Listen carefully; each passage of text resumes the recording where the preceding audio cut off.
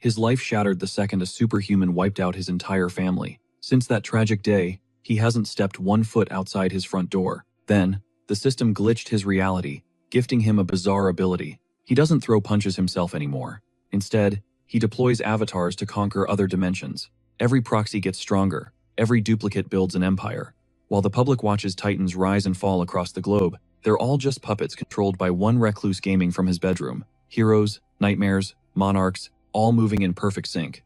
Let's witness how broken one player can get when he commands a literal one-man army. It started with a clash of titans, a terrifying immortal king facing off against a righteous knight of light. The duel dragged on until the king finally conceded, admitting his opponent was the only true rival he'd ever known. The knight fired back, confirming the dark rumors were spot on. The title, Nightmare of the Continent, fit the king like a glove, but as long as the light stood tall, surrender wasn't an option. Wings erupted from the knight's back. He launched into the sky, blade held high, signaling his brave comrades to charge. Meanwhile, the protagonist, Han Sung-yoon, watched the whole spectacle from his messy room, wondering if he dialed up the drama a little too much. Okay, maybe it was a bit theatrical, but how did he end up pulling the strings? Spoiler alert, the demonic king, the holy knight, they're all Han Sung-yoon. Flashback to a while ago, when the Special Ability Control Bureau came knocking. A stiff agent asked for Han Sung-yoon. He confirmed his identity, looking like he hadn't slept in a decade. The agent nodded, verified the data, and dropped the bomb. You've awakened. Report to the Bureau immediately. The suit left with a polite goodbye. Just like that, our MC was solo again. That was his first human interaction, in 6 months, and it was over in seconds, which meant he was clear to keep that door locked for another 6 months. He raided the kitchen cabinets for a snack, but everything was covered in mold or expired ages ago. It had been 2 full years since he last touched grass. Call him pathetic, call him spineless, but he's just a casualty of a broken society. Breaking news flashed on the TV. Firefighters were battling a massive blaze at a local mall. The culprit? An awakened arsonist who torched the place right before porting to another world. Sung-yoon froze. The mere mention of awaken made his blood run cold. Suddenly, random civilians were unlocking mysterious superpowers called special abilities. But there's a catch. Once you awaken, you get yeeted into another dimension. Within 24 hours. You can only come back by clearing specific quests, but the survival rate is basically 0. Driven by pure hopelessness, New Awakened started going on GTA-style rampages before vanishing forever. 2 years back, one of those powered-up maniacs cost him his leg and his family. He tried to rally, tried to rehabilitate and stand tall, but he kept hitting a wall.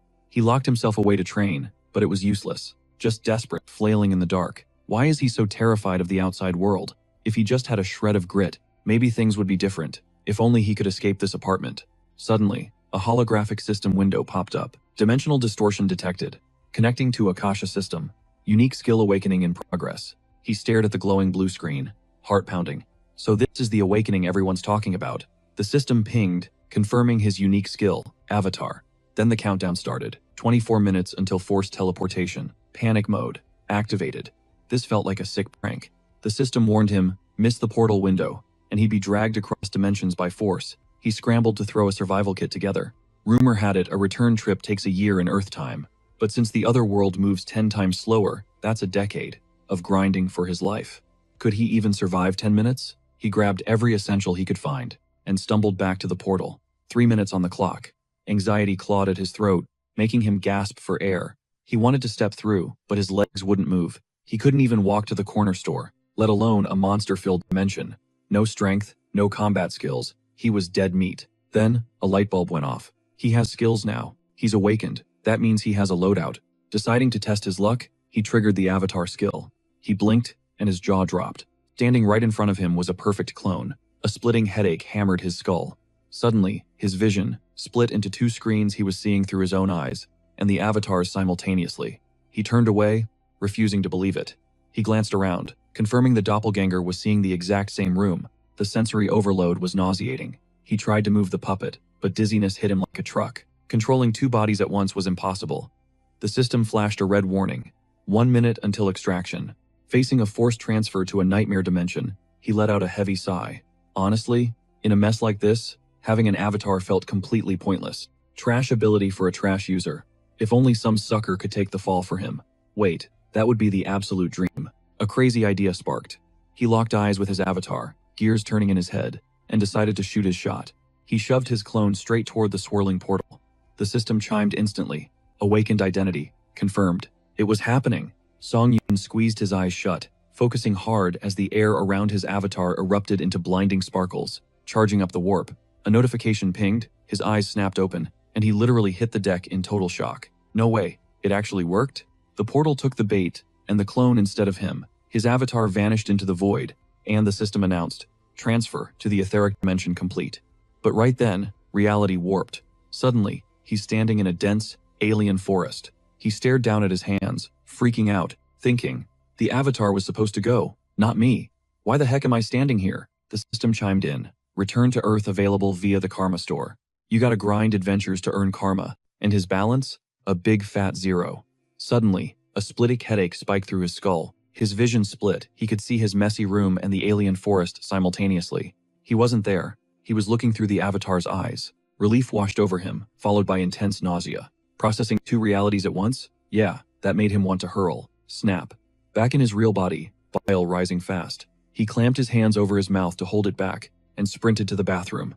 He emptied his stomach into the porcelain throne, and finally, the spinning stopped. Wiping the drool from his chin, he thanked his lucky stars he survived the glitch, and summoned his avatar back home. The double popped into existence instantly. Song Yun sighed, feeling totally pathetic about the whole ordeal. He stepped up to the clone, wondering what to do with this garbage power, when bam! Confetti exploded in his face, the system congratulating him on the achievement.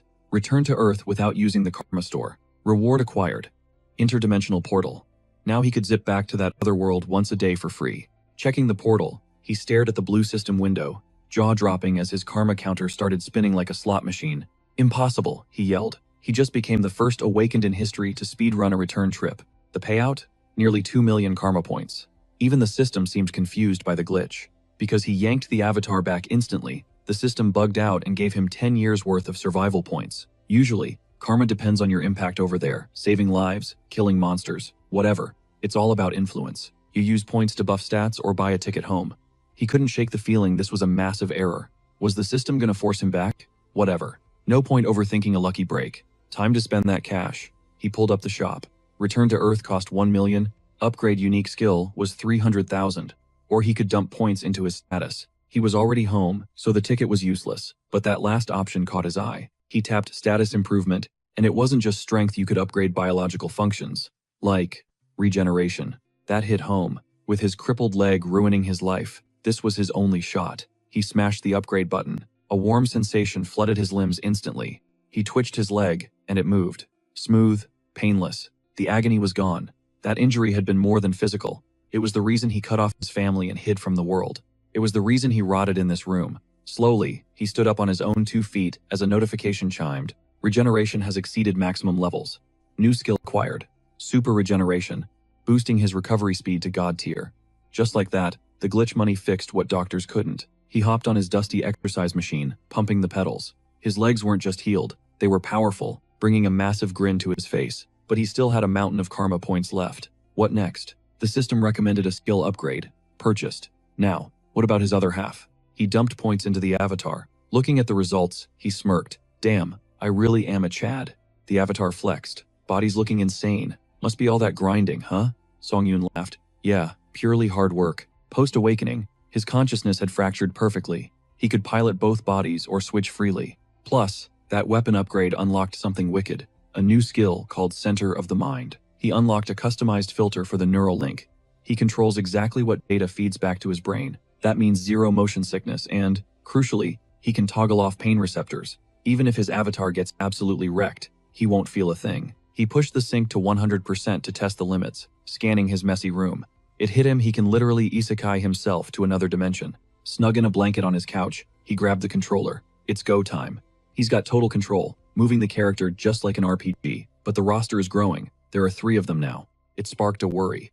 As he unlocks more units, micromanaging an entire army is going to get messy. He can't just call them Unit 1 and Unit 2. That's lame.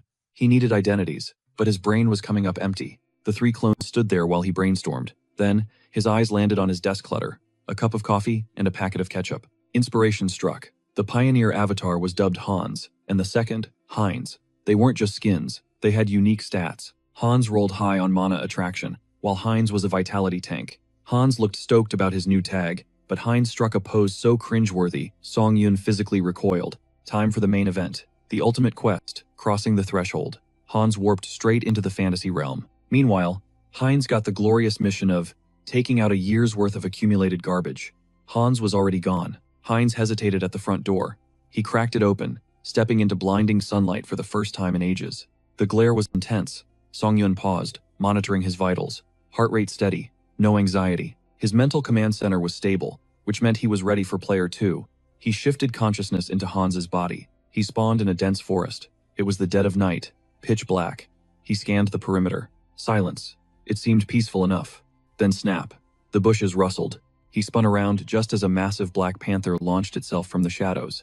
A literal jump scare. Razor-sharp claws slashed through the air. He reflexively drew his blade, jamming it up to block the beast's snapping jaws. The cat clamped its teeth onto the steel, slobbering all over the weapon. Song Yun grimaced. That is disgusting. He shoved the beast back. Fear? Zero. Pain? Non-existent.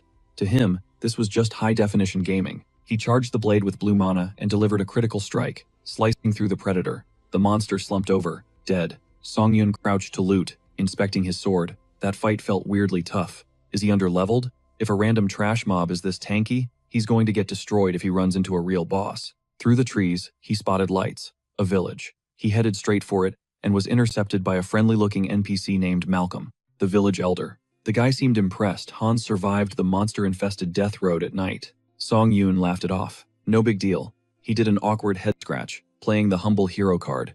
He asked for a place to crash. The elder didn't even blink instant. Yes. We help our own, Malcolm said. Classic quest giver vibes. Song Yun exhaled, thanking him, but then the elder's eyes narrowed. Never seen gear like that before, the old man noted. You're not from around here, are you? Hans nodded. He stuck to the script, got lost, walked for miles, ended up here. Malcolm smiled, welcoming the fresh face. It's been a while since we had visitors, Malcolm said, offering to buy him a cold beer at the tavern. After the drinks, the old man set him up with a room. Song Yun collapsed onto the bed immediately. Smiling at the ceiling, he thought about how wholesome the locals were. When was the last time he felt this relaxed? Just having a conversation felt good. The beer buzzed in his system. He yawned, marking the day as a total win. Lights out. But he was clueless. These villagers weren't just friendly NPCs. Back on Earth, the real Song Yun was vibing. Fresh out of the shower, eating fried chicken and sipping a drink. He felt like an interdimensional tourist. Thumping noises from the living room made him cringe. It was Hines, grinding his vitality stats. He let the clone do his thing. He'd need a tank eventually. Might as well let him level up now. Hines wobbled over, legs shaking like jelly. Song Yun grinned. This setup was perfect. But muscle isn't enough. He needs intel on the other world to rule it efficiently. He's going to be a top-tier leader. Suddenly, a chill ran down his spine. The memory of the tavern. Something felt off. Right then. Ding, system alert. Avatar deceased. Skills reset. Data lost. Song Yun froze in shock. He replayed the footage in his head. Hans survived the forest but died in the safe zone? It was the elder. That friendly beer was spiked. Song Yun rubbed his temples, furious. He fell for the oldest trick in the book. Consciousness slammed back into his avatar. He blinked open his eyes to find two figures looming over him, one geezer and some random goon. The old man scoffed, clicking his tongue. He expected a warrior, but looked like he got a total dud instead. The henchman nodded in agreement. The old guy eyed the pile of bones, muttering, "This guy survived the forest solo. Figured he was built different. Guess not. Just another elite skeleton for the pile." They turned and walked off. Time to test out this new rig. He looked down at his own hands, zero flesh, all bone. He was shook. Ping. System update. Race changed to undead. New skill, unlocked. Decayed heart. He stared at the blue window, completely confused.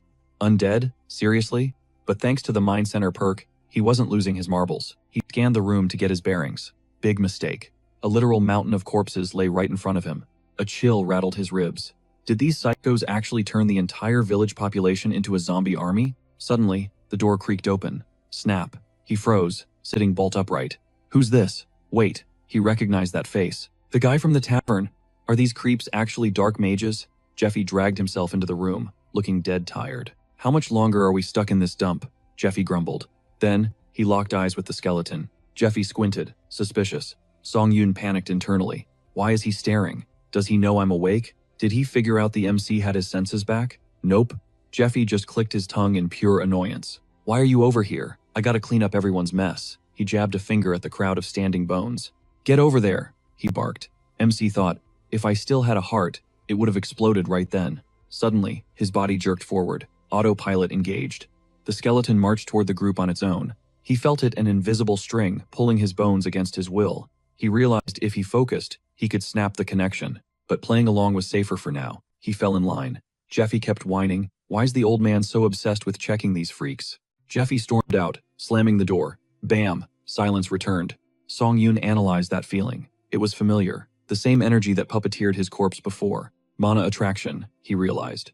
That's the trick. If he mastered it, could he hijack this entire undead army? 1 week later, while everyone else rotted, he grinded. Non-stop control training. He set a skeleton target in front of him, perched up high, and channeled his mana. His eye sockets flared with blue fire. It worked. The pile of bones twitched, then jerked upright like a broken puppet. He was doing it. Okay, it was messy. The thing wobbled like it was drunk, crashing from wall to wall. Damn, he could only handle one at a time. Is that the limit for an elite skeleton? Squeak. He looked down. A rat was shamelessly chewing on his footbone. The disrespect. He snatched the rodent up. Gotcha, he thought. This little menace had been using his heel as a chew toy all week. Wait, brainstorm. What if he tried the spell on a rat instead of a human skeleton? He focused. Blue mana surged to his fingertips. The rat freaked out, letting out a high-pitched shriek. Song Yoon crushed it.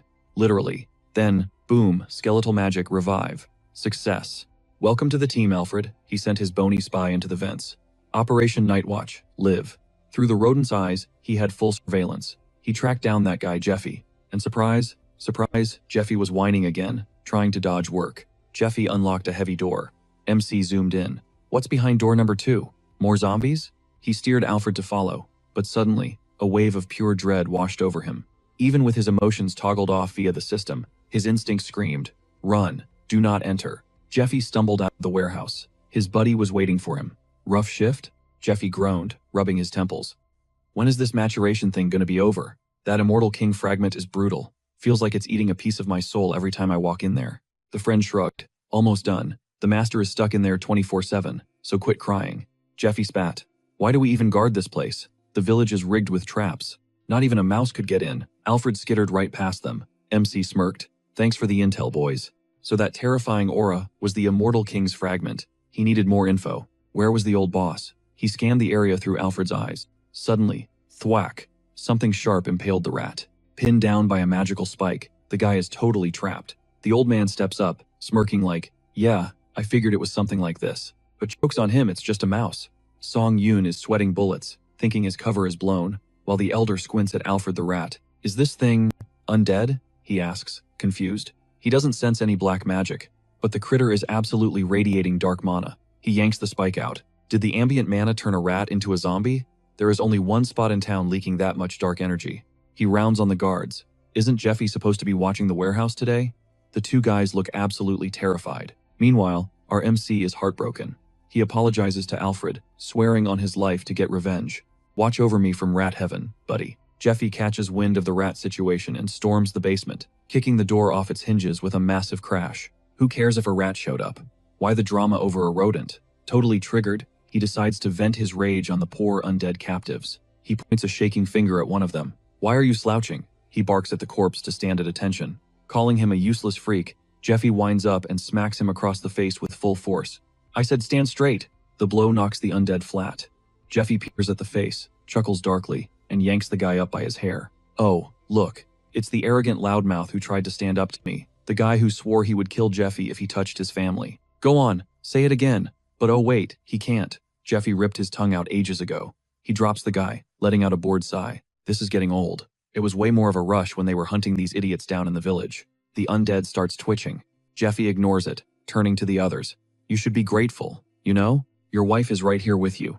And your kids? Well, other families have their little brats too. Suddenly, the undead lurches forward from behind. He sinks his teeth into Jeffy's neck. Jeffy screams, spinning around in shock. What is wrong with you?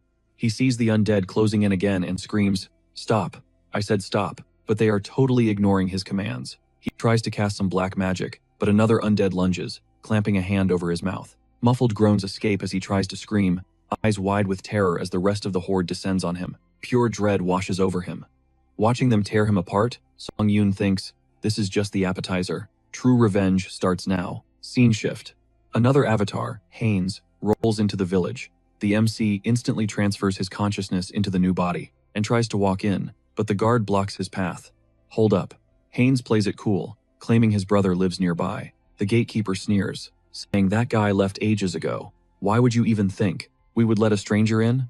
Fine. Song Yoon switches tactics and asks to speak to the village elder directly. While they are bickering, the elder himself walks up to see what the commotion is about. What is with all the noise? He demands. The MC greets the village head, and the old man freezes. Staring at Haynes' face, he is totally thrown off. Who are you? Haynes claims he is looking for his twin brother, Hans, who should be around here. Meanwhile, Hans is literally chilling in the warehouse. Song Yoon smirks internally. Running two avatars is a total cheat code. While Haynes keeps the old man busy, Hans makes his move and snags the Immortal King's fragment. Too easy. He stares at the pulsing crystal. This thing is a beast. Is it sucking up the dark energy from the undead? It has to be. The fragment is resonating, feeding on the gloom to complete itself. He scans the room. The undead here are insanely buff. Compared to this, his last location was basically a dumpster fire. It pisses him off. He grips the crystal tight, anger bubbling up at the injustice. These morons treat them like trash? Time for a reality check. He crushes the crystal in his hand, and boom, raw energy floods the room. Outside, Haynes keeps chatting up the elder. Like I said, we're twins, so we have this connection. I always know where he is. The old man chuckles. Yeah, right. Hard to believe. Suddenly, his eyes bug out. He feels the massive energy spike. The fragment! He screams. Something is wrong. He shifts into spirit form and zooms toward the warehouse, barking at the guards. Kill this idiot. Spears instantly lock onto Haynes, but poof, he vanishes. Back in the warehouse, the MC, as Hans, is fighting for his life, against a tsunami of negative emotions crashing into his brain. His mind tries to filter the data, but the pressure is insane. Can anyone tank this much trauma without going crazy? His body soaks it all up, along with every drop of surrounding energy. A blinding flash erupts, and the system pings. Essence conditions met. Boom. He is now an immortal demolition mage. Thanks to the fragment, his rank just skyrocketed. Of the three pieces of the Immortal King, this was the one. The dark energy didn't just sit in the fragment, it fused straight into his core. Boom. He unlocked the special perk, Magical Wisdom. Now, he has total immunity to the dark arts and understands them like he wrote the source code. Outside, Jeffy's buddy was pulling guard duty, sighing loud enough to wake the dead. He figured Jeffy was such a scrub he couldn't even handle a single zombie rat. Great, now he had to go babysit. Suddenly, the old man's voice blasted inside his skull like a mental loudspeaker, demanding a status update on the fragment as soon as possible. The kid spun toward the warehouse door, screaming at Jeffy to quit stalling and check the goods. Dead silence. He shouted again, asking if Jeffy had gone deaf in there or what. A sudden flash lit up the gloom, and a figure stepped out. The guard snapped, angry that he was being ghosted. Wait, that wasn't Jeffy. That was a straight-up walking corpse. He stumbled back, heart racing, and let out a blood-curdling scream as the thing reached for him. Song Yoon stepped into the light, cool as a cucumber. Hey there, he chirped. Lovely weather we're having, right? The guard's brain short-circuited. Impossible. Undead don't make small talk. Before he could process, the creature snatched his wrist. Panic mode engaged. He point-blanked a dark magic bolt at the guy, shrieking for some personal space. Bad move. The blast blew the door wide open, and the undead horde poured out, trampling the poor guy flat. The main character just casually strolled out of the warehouse. You know, he mused, it's rude to ignore people when they say hi. He stared at the swirling ball of dark energy hovering over his palm. Was this the demonic wisdom kicking in? He didn't just see the magic, he understood it instantly. Like riding a bike he never learned to ride. Boom. Another explosion rocked the warehouse, tearing a hole in the wall. The rest of the undead swarm flooded out, ready to wreck the entire village. As the dead scattered, flashes of magic lit up the distance. Suddenly, a pile of bones went airborne and skidded to a stop, right at Song Yoon's feet. Caught off guard, he looked up. It was old man Malcolm doing the heavy lifting, one of the higher-ups in the Oath of Disobedience. Malcolm stomped over, absolutely fuming. You were supposed to be an elite skeleton, you worthless trash. What the hell did you do with the Immortal King's fragment? He roared. The MC just smirked. Long time no see, old man. Remember me? You're the reason I lost my heart. He tapped his chest. So I went shopping in your warehouse and found a replacement. Malcolm looked like he was about to pop a vein. The absolute audacity, he shrieked. You wasted a god-tier fragment on that pathetic body? He raised a hand, casting the finger of death. A jet of black energy slammed into Song Yoon's hand, sending bone shards flying. The MC didn't even flinch, just looked annoyed. Where are your manners? Interrupting a conversation is super tacky. Malcolm wasn't having it. Shut your mouth. Do you have any idea how much resources I poured into that for a whole year? I was inches away from ultimate power. It wasn't supposed to end with some cheap evolution into a demolic. I wanted more. He slammed magic into the earth, and jagged shadow spikes erupted from the ground. But Song Yoon's barrier tanked every single hit. Song Yoon scoffed. Trying to crush a newbie with high-tier spells? Cute. But I'm the only one here who can actually control the fragment. You would have blown yourself up. Malcolm sneered. I honestly don't know how your trash body survived the energy overload. But no matter. I'll just scrape your remains off the floor for my experiments. He fired off another round of magic. Song Yoon deflected it like a fly. Stop yelling out your attack names. It's annoying. His eyes went cold. This is for Alfred, you murderer. I'll make your death quick. The old man frowned, genuinely confused. Alfred? Who cares? Some nobody from the village? Wait, you came here just for that? While he distracted him, dark spikes silently manifested behind the MC's back. Nice try. Song Yoon spun around, his barrier flashing as it deflected the sneak attack. None of your tricks matter, he thought. He was adapting to the dark arts way too fast. Definitely the fragment's doing, but playtime was over. Malcolm triggered the Pact of Annihilation. Nearby, a dark mage busy fighting off zombies suddenly grabbed his chest, looking green. His soul was ripped straight out of his body. Then it hit the others one by one. Their souls dissolved into mist. The energy swirled and formed the crown of the broken, which Malcolm jammed onto his head. It was a desperate spell to open a path to the underworld. The MC stared, actually impressed by the ruthlessness. Did you seriously just juice up by sacrificing your own crew? The drained mages rose again as zombies, shambling toward Song Yoon.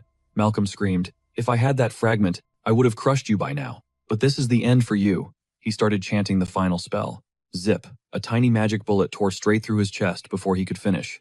Malcolm crumpled to his knees instantly. You were taking forever, the MC sighed. I almost took a nap waiting for the punchline.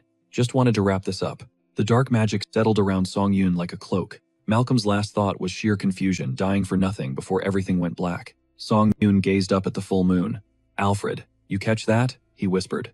Vengeance served. Case closed. So the poor guy could finally rest in peace. Meanwhile, back at the temple, Saint Restar was deep in prayer. But the moment the deity answered, pure dread flooded her gaze. She bolted from the altar to intercept Bishop Martin, her expression shifting to stone-cold, serious, asking him to patch her through to the others immediately. The radar just pinged a massive signal. The Immortal King was resurrecting in the west. This intel hit Martin like a truck. He didn't waste a second, rushing to assemble the council. Restar's mind was racing. The nightmare that nearly wiped out the continent centuries ago was rebooting, and she wasn't about to let history repeat itself. Back on the battlefield, Song Yoon was strolling through the carnage, crunching over a carpet of bones and zombies. He surveyed the wreckage. Total wipeout. At least several hundred undead had been scrapped. But hey, in this game, losses are just an infinite respawn glitch, so why stress? The biggest flex of necromancy is printing your own soldiers from the dead. He glanced at his missing limb time to prioritize fixing that stump first. He scanned the area for a skeleton with top-tier bone structure, ripped its arm off, and sized it up. Not bad. He jammed the limb against his shoulder, triggered super regeneration to lock it in, and boom, surgical precision. Good as new. Now, what's the next move? His eyes locked onto a nearby skeleton. He instantly blasted it with magic, commanding it to kneel. Evil wisdom whispered the cheat codes, and the Immortal King's fragment juiced his stats. The goal? Purge the residual magic and scrub the fragment's corruption from his system. But it glitched. The skeleton collapsed into dust, leaving him staring in confusion. Did he just brick the spell? A little grinding later, and he had a small squad of undead standing at attention. After a few reps, he finally nailed the mechanics. He turned his gaze to the old man, wondering if he should revive him with his soul intact to extract the intel. But when he tried to execute the spell, error message, 404, soul not found. He ripped open the guy's shirt, revealing a magic circle carved into the flesh. Looks like someone remotely uploaded the soul through that seal. Probably a security protocol to prevent leaks. Honestly, expecting anything less from enemies on this level would be insulting. But whatever. The hardware was still usable. Time to craft a high-tier undead with combat specs and consciousness. He flooded the corpse with magic, mentally running the script again. He needed to corrupt the remaining mana, compile the fragmented thoughts, and harden the personality. The skin sloughed off the old man's frame like wet paper. He morphed into a skeleton death mage, announcing he was ready for orders. Song Yoon was actually shook. He didn't expect the results to be this cracked. He slapped the skeleton on the shoulder, dubbing him Malcolm. From this second on, Malcolm answered only to him. The skeleton stayed quiet, so Song Yoon immediately backhanded him, demanding a response. That woke him up. He understood perfectly. Even with his memory wiped, the guy's sins were still etched in his bones, so Song Yoon planned to troll him for eternity. When Song Yoon dropped his name, Malcolm nervously clutched his cane, waiting for a command. Song Yoon clocked the accessory and decided that cane looked way too fresh. The old bone bag was trembling, but he couldn't defy the boss, so he handed it over. After securing the loot, Song Yoon headed toward a massive pile of bones and spotted a familiar face, the zombie that took out Jeffy. He grabbed the thing's head and lit it up like a bonfire, telling it to go say hi to the family in hell. After a day full of grinding, Song Yoon logged back into his main body and went feral on the food, stripping the meat off the bones. He stuffed his face, absolute 5-star meal. Post-feast, he checked the market. Since this was a mage village, the place was swimming in gold. He never guessed these guys were hoarding this much treasure. Time to secure the bag, he summoned Hans. Hans spawned directly on the table, sending the leftovers flying. This actually jump-scared Song Yoon, and the sheer creepiness of the avatar sent him into a panic, so he smash-canceled the summon. When Hans vanished, Song Yoon gasped for air. He almost died of fright. What's the play here? Summon Hans again? Or maybe buff his unique skill first? He opened the karma shop and realized he was bawling. Last time, he had just over 400,000 points. Now he was sitting on 800,000. He dropped 300,000 on an upgrade, and the system pinged. Skill level up. His avatar cap just increased. His mental stats broke the ceiling, unlocking a new passive, Serenity. It's a firewall for the brain, blocking external stimuli and mental attacks. With this active, he summoned Hans again, 0 issues. Hans started moving the loot to the apartment like a loyal mule. While his avatar sorted the gold, Song Yoon watched him, realizing that even standing next to this nightmare fuel, he felt totally chill. Serenity was working its magic. But having the center of his mind feel this quiet, that was the real weird part. Whatever skills he needed, he snagged them. He hauled the sacks of gold straight to the jeweler to cash out. The staff was practically blinded by the sheer amount of bling.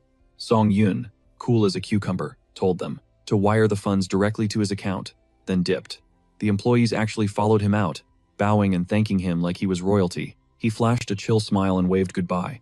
But you can never be too safe. He used dark magic to stash Hans right inside his shadow. He even slapped a mask on the guy, just in case he needed to pop out, probably overthinking it. Bam! An explosion rocked the street behind him. 2 awakened burst out of the store. One was a straight-up werewolf. The beast grinned, howling that they had hit the jackpot.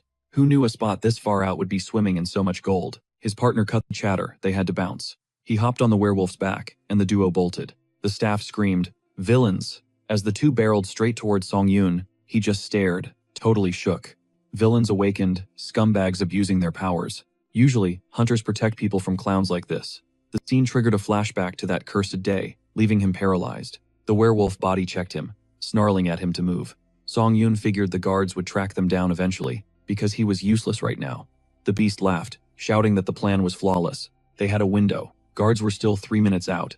His partner barked that they just needed to hit the portal. But at the rendezvous point, disaster. Their accomplice was knocked out cold on the ground. The werewolf panicked, scooping her up, begging for a name. Who did this? Then his partner spotted a shadow looming behind them, and stammered, "Look out." The wolf spun around, demanding answers. "A guard?" "No," the partner whispered. "That freak isn't with the cops." Suddenly, Hans stepped out of the darkness, summoning a legion of the undead, sending the villains into a full-blown panic. Song Yoon watched from afar. He might be weak on his own, but Hans? He is a monster. Meanwhile, the association guards were sprinting to the scene. Their captain yelled at them to hustle. They couldn't let these guys slip away again. But when they rolled up, everyone paused. The job was already done. The captain stared at the unconscious thugs, realizing someone beat them to the punch. Whoever did this is close. Fan out and search. A shadow flickered behind the captain. Hans slipped out, regrouping with Song Yoon, stretching like he had just finished a light workout. Nothing like beating up bad guys to relieve some stress. Back at the crib, Song Yoon deployed Hans to dominate the other world. Staring up at the massive city walls, he grinned. Finally made it. Malcolm wasn't capping when he said there was a city east of the village. He strolled through the main gates. Time for Hans's big otherworld debut. But the vibe was off. Streets were dead. No guards at the gate. Guess they don't care about tourists. Suddenly, a guy started shouting in a nearby alley, finger in a girl's face, yelling, "I warned you." The girl apologized, begging for just a little more time. He demanded 2 silver coins. "You have got 3 days to pay up, or else." No cash? Consequences. Song Yoon watched, thinking, local thugs bullying a girl? What a boring cliche. He was about to walk away when the girl bolted out of the alley and wham, she crashed right into him. apologizing profusely. "You know this city well, right?" he cut in. She looked up, confused. "Who are you?" He flashed 2 silver coins with a smirk. "Your new boss. Let's talk business." Obviously, she took the gig. She showed him around, leading him to an inn that was supposedly the best spot in town. Her name was Diane, just a kid barely scraping by, taking care of a sick brother with no parents and 0 cash for the local tax. She agreed to be his guide for 2 silver coins a day. He paid her up front and told her, "Meet me here, first thing in the morning." He headed into the inn and collapsed onto a dusty mattress, telling himself he was doing a good deed even if she was planning to rob him blind. Lights out. It was a rough night. The bed was a rock. He barely slept a wink. A loud sneeze outside caught his attention. He checked the window. Diane was down there, perched on a crate, waiting. She was shivering, nose red, and running. "Why are you sitting out there?" he yelled, waving her inside. While they were digging into breakfast, he laid down the law. No more early morning visits. She needed to swing by around lunchtime instead. She beamed, chirping, "You got it, uncle," which earned her an immediate glare. He absolutely hated that nickname. Her eyes drifted to his plate, locking onto a leftover crust of bread. "You, gonna finish that?" she asked, eyeing it hungrily. He sighed, signaling she could have it. She didn't hesitate, stashing the bread in her bag with a quick thanks before the next adventure kicked off. Welcome to Azantu. It's a tiny, blink-and-you'll-miss-it town hugging the western edge of the Kingdom of Talia. Strolling through the streets, Song Yun couldn't shake the vibe. It felt like walking through a generic medieval movie set. A strange marking on the wall caught his eye. Deja vu hit him hard. He'd definitely seen that tag somewhere before. He leaned in closer. It looked like red paint, but Diane dropped a bomb. "That's blood." He took a deep whiff and shook his head. "Nah, I don't think so." Then she flipped the script. "You had venison soup yesterday, didn't you?" His jaw dropped. "How did you?" She just smirked at him. "I've got a nose like a bloodhound," she bragged. He stared at her, genuinely impressed. That kind of sensory perception wasn't normal. Had to be a special ability. "So, what's the graffiti mean?" he asked. Her expression instantly darkened. "That's the mark of the Varkalak Guild," she whispered. "They run this town." She opened her mouth to spill the tea on the guild, but froze dead in her tracks right in front of a dark alley. "What's wrong?" he asked, sensing the shift in mood. "There's a smell," she muttered, staring into the shadows. "What are you picking up now?" He watched as she took a deep breath. Suddenly, her face lit up. "Freshly baked bread. Come on, you gotta try it." He blinked, confused. "Didn't you just eat?" "Always room for bread," she chirped, dragging him forward. But the narrator knows the truth. That scent drifting from the alley, it wasn't sourdough or rye. It was the metallic stench of fresh blood. Fast forward a few days, Song Yun stood by that same alley, waiting. Still no sign of Diane. He started pacing. She was never late.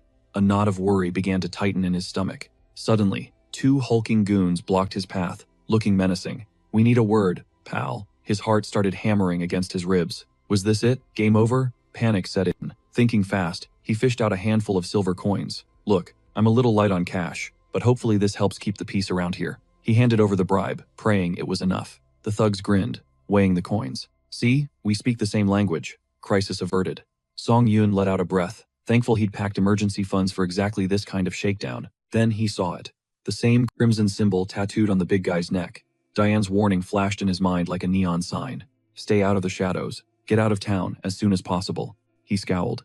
This wasn't just a street gang. Just how badly had these guys terrified her? As the 2 thugs walked away, Song Yun caught a snippet of their conversation. "Why'd you snatch that brat anyway?" one grumbled. "Don't know.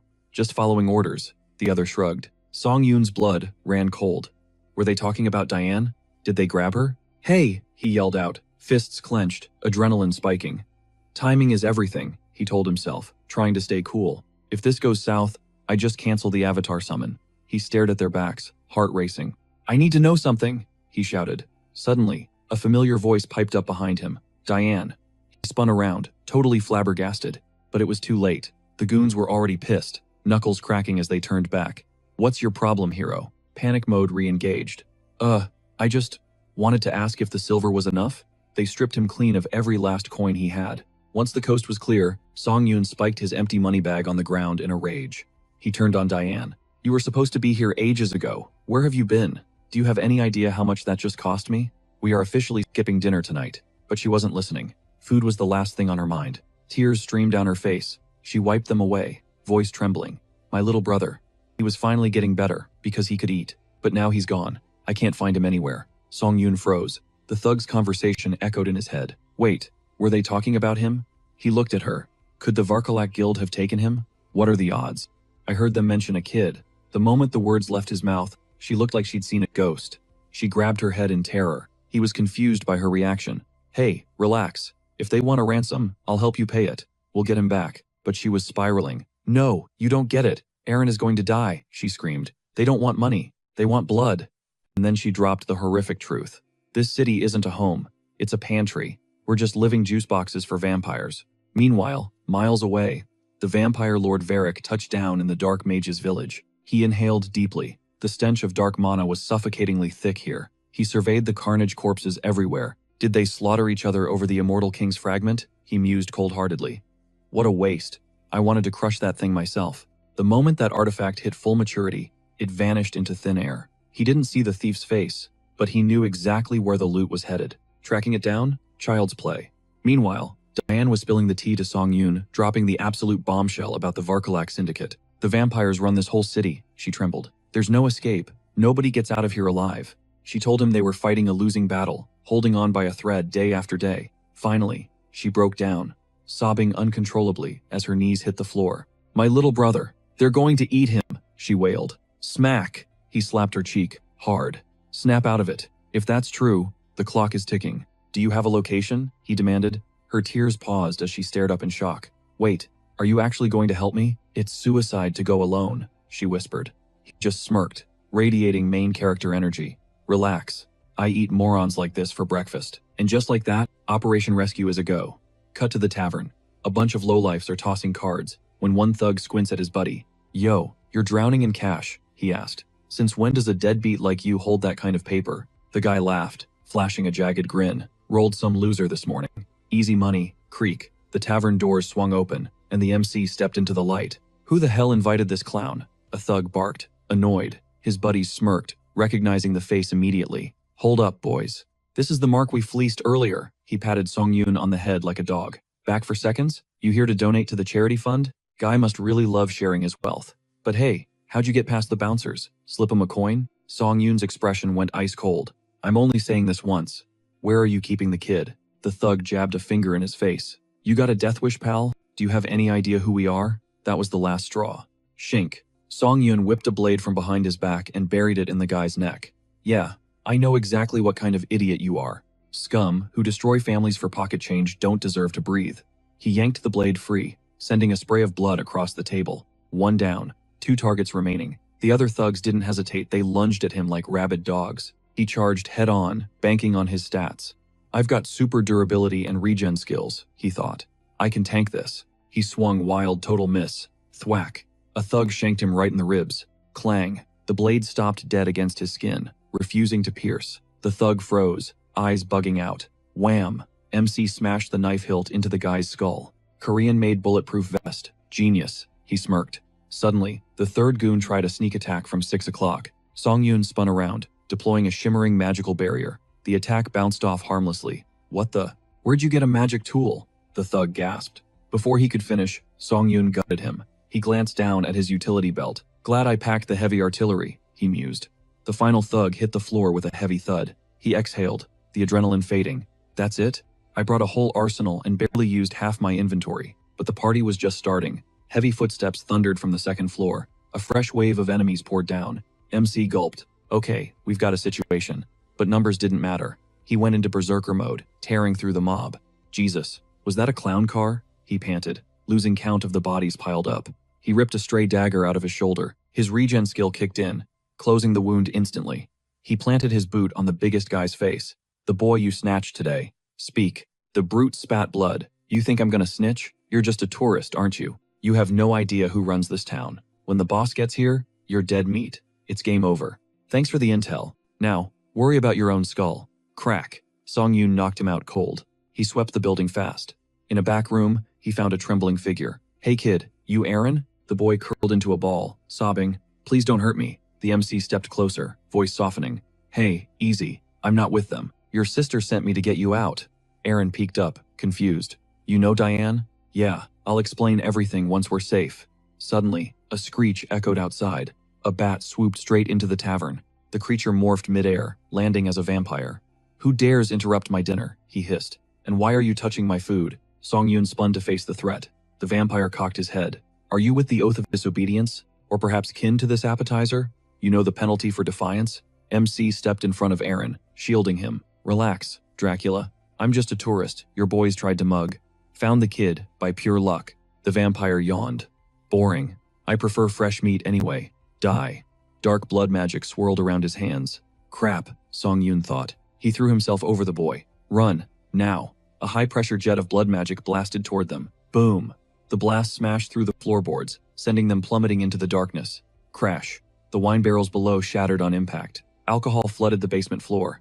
Song Yun scrambled to his feet, grimacing as the pungent fumes filled his nose. He shoved the kid aside, frantically checking for injuries before screaming at him to scramble. Suddenly, the vampire dive-bombed from the upper level, crashing onto their floor. The creature smirked, impressed he managed to dodge that, faster than expected. A solid appetizer before the main course. With a sinister grin, he popped his claws and lunged. The MC shoved Aaron back, roaring at him to run, and never look back. He barely managed to parry the vampire's blitz with his blade. Panic set in as he watched the monster's talons instantly elongate.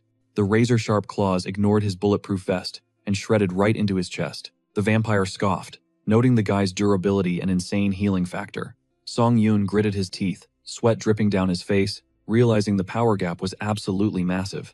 The vampire licked his chops, teasing that while this snack wasn't on the menu, it looked like a 5-star delicacy. The MC knew if the monster wasn't just toying with him, he'd be dead meat already. But freezing up wasn't an option. He tightened his grip into a fist. The vampire caught the movement, instantly shutting down his counterattack. He sneered, mentioning he probably needed to scrape the meat off the bones before digging in. Hoisting him into the air, the creature mocked his struggle, calling it a total waste of energy. He was going to pay for that. The vampire's hand crept toward his throat. The MC realized if he couldn't bridge the power gap, he'd just have to take them both out. He crunched down on the ring he'd been holding in his teeth, and his body instantly erupted into an inferno. The vampire recoiled, shrieking, shocked by the sudden magic tool. He'd been hiding that ace up his sleeve? Actually, when Song Yun got slammed earlier, he spotted the spilled alcohol flooding the floor and improvised. He tackled the vampire, desperate to pin him down. The bloodsucker screamed in pure panic, calling him a psychotic maniac. Was he trying to pull a murder-suicide? If that fire hit the booze-soaked floor, they'd both roast. He slashed his hand, slicing the MC's lower body clean off. Laughing maniacally, he mocked the guy for being nothing but fragile meat. But the MC wasn't done yet. His upper torso collapsed onto the vampire, and he delivered a savage headbutt, slamming the monster into the ground. He smirked, reminding the creep that he was the one who called his body durable. Coupled with that high-tier regen? Yeah, he was one tough meal to chew. The vampire's eyes widened in terror. He begged him to wait, totally losing his cool. And then, boom. The entire building detonated. Staring at the raging fire, Song Yun admitted he was kinda impressed he survived a blast that big. Turns out, being tanky is hard work. He closed his eyes, marking the Help the Unlucky Girl mission as a success. Meanwhile, Diane, huddled outside with her brother, screamed his name in despair. The system pinged, Avatar Hines, was Kia and would respawn in 7 days. Time skipped forward, and Diane went back to her daily grind, shining boots for random gentlemen. Finishing up, a customer tossed her some coin, and she flashed a polite thank you smile. She wiped the exhaustion from her forehead, just as a shadow loomed over her, asking for a shine. She turned with her professional smile, gesturing for the customer to take a seat. But the second she saw his face, she lit up. She launched herself at the MC, hugging him tight and crying about how relieved she was. He patted her head, playing it cool. Of course he was fine. Did he look like the type to punch out that easily? Total lie though. He definitely died. Since the original Hines was on a 1-week cooldown, he figured Diane would freak out, so he rolled up a new avatar, Hines II. This build came with a sweet perk, acceleration. While she clung to him, he realized he might have rushed the character swap, but she wouldn't notice the difference. She was convinced it was her Hines because the soul vibe was identical. He hugged her back as she warned him to stay away from that place. The vamps would be hunting him. He grinned, telling her to chill. He had it all handled. With Immortal King Hans backing him, vampires were a non-issue. Back at the inn, he was so focused on tweaking his system window he didn't notice the tail. Suddenly, a bat smashed through the window, morphed into human form, and lunged. Vampire Lord Virak snatched him by the throat, slammed him against the wall, and demanded answers. The trail from the forest ended right here. The MC started sweating bullets. It was one of the elites. Did they figure out the whole scheme? Virak chuckled darkly, asking if this outsider belonged to the vampire they just zeroed. Song Yun was choking out, too weak to fight back. Virak leaned in, taking a deep whiff. Confused that he didn't smell any dark magic or his king's blood, the MC gasped, playing dumb. He claimed he was just sleeping and had no clue what was happening. Virak got annoyed, asking if he was seriously going to play that card. Then, he buried his fangs into the MC's neck, pulled back, and licked his lips.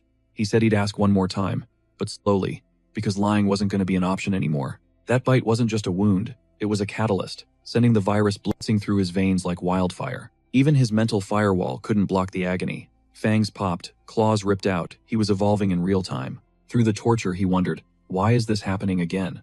Then, the system pinged, species updated to vampire, passive, unlocked, legacy, lesser blood, and his super regeneration, nerfed down to standard regeneration. Virak, the big bad, got up in his grill again. I'll ask you one more time, you run with the oath of disobedience? MC felt the pressure slam down like a truck. His vampire instincts screamed at him to kneel before the alpha. But he just played the part. I'm just a traveler, sir. Truth is, he didn't have to submit. He could totally shrug off the aura. His mind center acted like a filter, deleting that submission code from his blood. Virak bought the act. He'd skeked, clearly ticked off. My mistake then. You're coming with me. We've got work to do.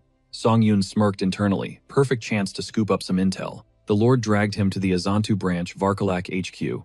The place was crawling with vamps. They were all bowing and scraping to the Lord, but when they clocked MC, pure disgust. You could see them thinking, why's the boss dragging in this trash? But one girl, Rosalika, had a different vibe. She grabbed his hand, beaming. Fresh meat. Finally. MC stared at her flushed face. Is this chick wasted? He thought.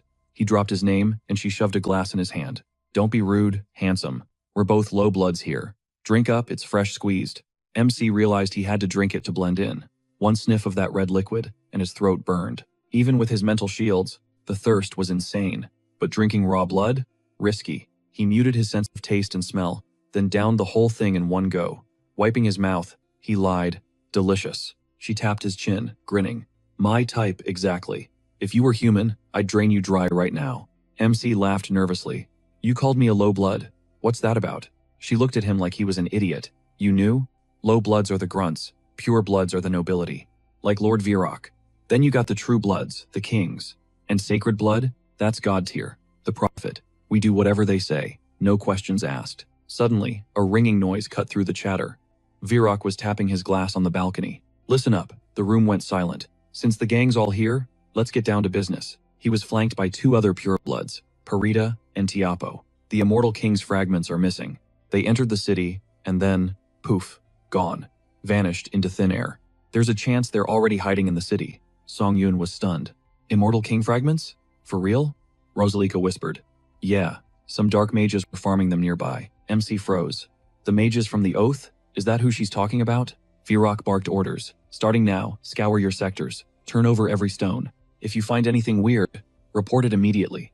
Go. Later, MC hit the streets with Rosalika. She huddled under an umbrella, complaining, Ugh, this sun is gonna fry my skin. MC pulled his hood tight, he felt the drain too. Sunlight definitely nerfs us, he muttered. Even Lady Parita is searching, she said. Crazy that the fragments disappeared like that. Moving them here was a total waste. MC probed. So the clan has fragments? Yup. Those dark mages grew them. Now we're gonna merge them with our stash. MC clenched his fist. Jackpot. What kind of lucky streak is this? That means a pure blood is sitting on the loot right now.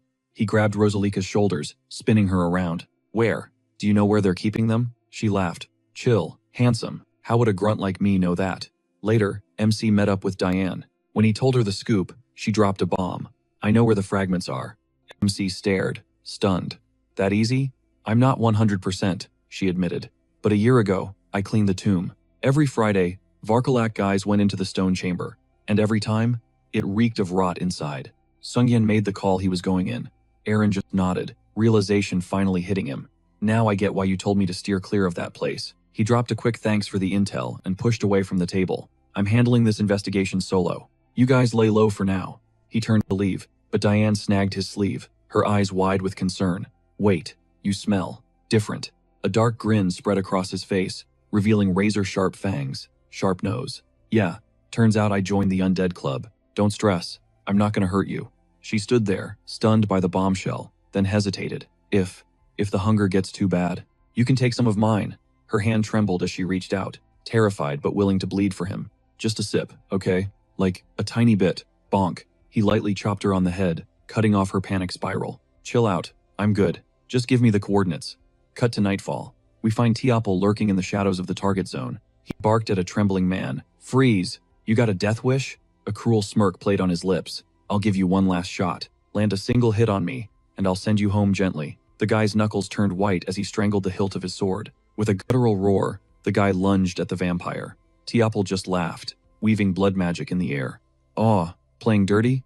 That's just cruel. Crimson threads shot out, knitting a net of blood that snagged the attacker and reeled him in like a fish on a hook. Pure terror filled the boy's eyes. He knew it was game over. The threads burrowed into his flesh, sucking him dry until his final scream died out.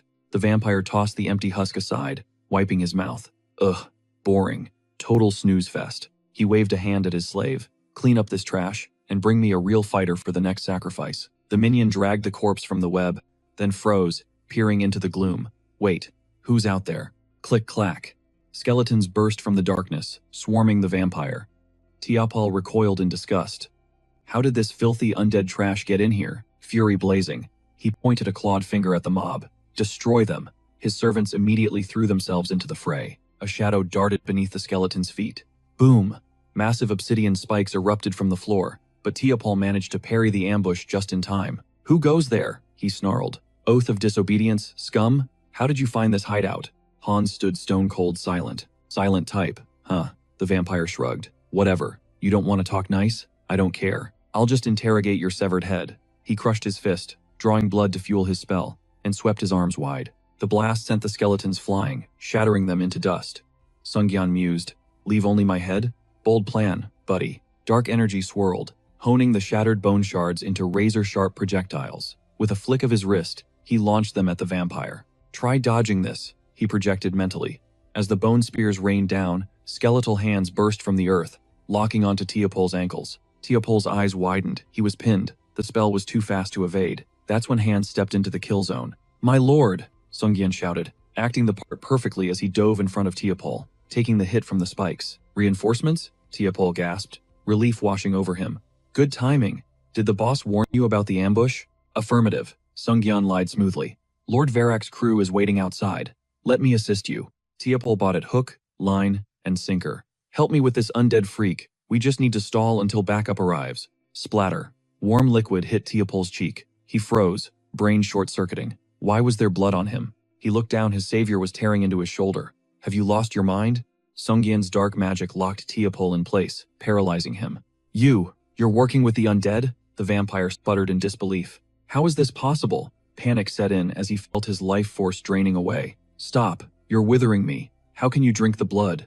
Of your own kind? It's a grave sin. It clouds the mind. Slurp. Sungyeon drained every drop and let the exhausted vampire hit the floor. He wiped his lips. Joke's on you, I'm built different. Ding! The system chimed in. He'd inherited the blood magic skill. He immediately fired up his new ability. He needed to drop the blood barrier. No time for finesse. He snapped his fingers to brute force it with an explosion. He unleashed the magic on the sarcophagus. Kaboom! The ceiling collapsed in a cloud of dust. They peered into the broken tomb. Inside lay fragment number 2 of the immortal king. Hans reached out, but the artifact pulse blasted them back with pure energy. The force knocked the wind out of them.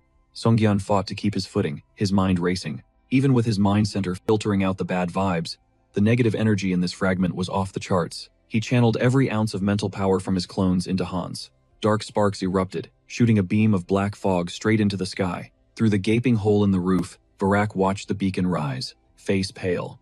Am I too late? Suddenly, Hans blasted out of the tomb like a rocket. Varak didn't hesitate. Open fire. Take him down. The blood magic hits him, but it's completely useless. 0 damage. He casually flicks his wrist, launching a bolt of raw magical energy, instantly flattening multiple vampires. Lord Varak locks eyes on that skeleton, and you can practically see the panic setting in. The system pings. The regeneration skill has evolved into the ultimate ability, immortality. He also unlocks the special skill, Forbidden Knowledge, ascending Hans from a lowly demolich to a god-tier archlich. The paladin stares into the distance, totally shook. Oh my god. Is that actual fire? It looks like it's coming from a Zontu. Suddenly, he starts hacking up a lung. Tuscan stares at him. He catches a falling cinder and snaps. Turn the horses around. Now. They're heading back to the cathedral. The saint needs to know about this immediately. This isn't just ordinary ash. It's the omen of the immortal king's rebirth. Back at the fight, Varak shields his face, trying to see through the chaos. Hans is reeling. Unbelievable. He's 5. No. 10 times stronger than before. He is a true undead now. An archlick. He holds the power of the Immortal King's fragment, 2 out of 3 pieces. His rank has skyrocketed, and dark energy is flooding his veins. Unless the source is destroyed, he will just keep respawning endlessly. He focuses energy into his palm, and the system breaks down the enemy's traits. With evil wisdom and forbidden knowledge, he has instantly mastered the dark arts, unlocking every secret without lifting a finger. The next second, he thrusts his staff forward, drowning everyone in a tidal wave of shadow. Varak is confused. Smoke? Is this a trap? What is he plotting? Louis yells out to him, "We need to retreat and recover, right now." But before he can finish, Hans snatches him by the throat, dragging him screaming into the abyss. Varak spins around, eyes wide. Damn it, could it be? Too late, jagged spikes of dark energy skewer his body, and he screams in agony. Hans steps out of the shadows. He is definitely tougher than the other purebloods. He leans in close, voice cold, but right now, he is nothing more than a walking blood bag. Varak grimaces through the pain. Such raw magical power. Did he fully absorb the fragment? He screams out. How did he endure that much darkness on his own? Suddenly, a voice whispers from behind, "You really interested?" He's not exactly alone. Heinz strolls past the corpses, clenching his fist with a smirk. The system chimes. Growth conditions met. Special skill, low blood inheritance has evolved to inheritance through blood. He wipes a stray drop from his lip. Excellent. He is officially a pure blood. Devouring vampires is a cheat code for leveling up. But he needs to pace himself, can't eat them all at once. A moment later, Rasilica steps up, desperate. "Lady Pyrite, what's the move? If you were actually here, we wouldn't be folding this easily." Pyrite's projection replies, "Lord Varak has fallen. Do not underestimate this enemy. The remaining fragments hold way too much power. The enemy is OP." She sends a wave of ash forward. However, the sun is rising. We need to retreat to base and call for reinforcements. Now. Meanwhile, a man sprints down the alley, lungs burning. He slams into a wall, gasping. Damn it. He presses against the brick, glancing back. They won't chase me this far, right? Stupid vampires. Acting so arrogant, yet they got wiped out in a second. Big mistake trusting them. Suddenly, Hans materializes from the shadows, clamping down on his arms, and the man screams. While Hans stays behind to mop up the Varkalak remnants, Heinz slips into a merchant guild to escape the city with Diane and her brother. He is at the stove, searing meat. Just a solid dash of pepper, and the special steak is ready to go. He slides the plates over to the kids. They stare at the food, eyes wide. Whoa, they take a bite, beaming. This is insane. Pure gratitude. Heinz smiles back. Dig in, enjoy it. He watches them, wondering if that glow on their faces is just the food, or because the nightmare is finally behind them. He turns to Diane. So, your uncle runs a shop in Eastern Lapellis, right? She nods, smiling awkwardly. Yeah, but I'm not sure he'll be thrilled to see us. Heinz waves it off. Don't stress about it. She looks away, thinking, well, if it goes south, Heinz can just pay him off. A wave of sadness hits him. He is actually going to miss them. When was the last time he felt like this? He has changed so much since arriving in this world. Diane notices his mood. Hey, you okay? Do you need blood? Heinz clutches his stomach and bursts out laughing. I'm good. Seriously, I'm stuffed. And he means it, considering he just drained every single vampire left in the village. Hans was busy animating the corpses into undead thralls. He steered the freshly turned vamps toward the portal, ordering them to wrap it up and jump in. This pocket dimension is insanely clutch infinite storage. He crossed his arms, musing to himself. Forbidden lore and wicked intellect are the ultimate power couple. Maybe he could rip open a subspace back on Earth too. Bam! A crimson energy blast slammed right into Hans's chest. Over sneered, asking if he was enjoying his little vacation on their turf. Was he seriously looking down on them that hard? And by the way, was he actually rolling with the Oath of Disobedience crew? Hans gripped the shaft of the energy arrow lodged in his ribs. So that's his read on me, he thought. Perfect. He smirked. You got me. I'm Hans, honorary member of the Oath of Disobedience. Over dismissed that with a wave, manifesting a jagged blood spear in his grip. Liar, he spat. That sanctuary was wiped off the map. You're the rat who swiped the Immortal King's fragments and bolted, aren't you? Whatever. Minor details. He morphed his magic into a scythe, diving down from the high ground. Doesn't matter, you're dead meat either way. The blade slashed down, cleaving through Hans's form. Too close, Hans thought, flickering sideways. With that kind of raw output, a pureblood vampire is no joke. He retreated, but his back slammed against a shimmering wall. Over scoffed. Think we just let you waltz out of here? Our clan's top blood mages built that cage personally. The Lich pressed a palm against the energy field. I could shatter this, he analyzed, but I need time to calibrate to this new frequency. I'm gonna crush your skull and dig the fragment out myself, the vampire hissed. Dozens of liquid blood hands erupted from the ground, grasping for him. Only one play left, Hans decided. He raised his voice. Mark my words. I am Hans, the one sworn to defy. I may fall back now, but I promise you I'll be back for your head. Classic villain exit strategy, maximum drama. Hands, recall, pop. He vanished into thin air. The vampire minions stood there, stunned. What did he just say? Overroared. How the hell did he bypass the barrier? He spun around just in time to see one of his lackeys drop. There was a projectile buried deep in the guy's spine. Holy silver arrows. Paladins? Suddenly, a lookout on the upper level pointed frantically. Lord over, we've got a massive situation incoming. The High Church's Paladin Order. They've got the tomb surrounded, and they're breaching the perimeter. Over ground his teeth, the realization hitting him. That damn Lich. He stayed behind just to stall us for the Paladins. You cunning little rat, he seethed. I don't care where you hide. I will find you and end you. Meanwhile, back at base, the main character cracked a grin, spotting Hans's body sprawled on the floor. He made it. The MC flashed a thumbs up. Recall is seriously a broken cheat code. Suddenly, the MC replayed Hans's final dialogue in his head. His face went bright red, and he buried his face in his hands. Ah! He screamed, flopping onto the bed and hiding under the covers. What kind of cheesy B-movie villain line was that? I'm actually gonna die of cringe. While the MC writhed in embarrassment, Hans casually popped his skull off his body. Why would you even say that? Are you insane? He paused, thinking. Wait, I guess he really is feeling himself, huh? Hans's detached skull chattered back, pointing out that he soloed a squad of evil vamps, saved a helpless girl, and protected the city. The protagonist softened, smiling. Look at him go, talking big and acting like a total hero. He rolled out of bed, stretching his limbs.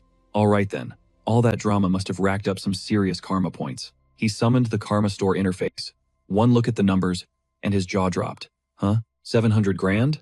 The system readout glared back. Balance, 731,002 karma points. I literally drained my account on upgrades earlier. How is this possible? Maybe ticking off the vampires and dark mages paid out a massive bonus.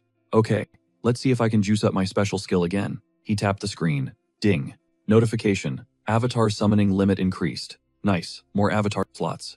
He scanned the menu. Any other bonus skills unlocked? The system pinged. Special skill. Persona acquired. He grinned. Bingo. Just what I suspected. A character build with Mind Center. He let out an awkward chuckle. So, the persona skill. It turns the avatar into an emotional vessel. He realized the skill evolves based on the user's own personality. The system didn't just guess, it ran the numbers and made the call. And finally, the pieces of the puzzle are clicking into place. He's out there squatting up with strangers and crushing boss-level threats.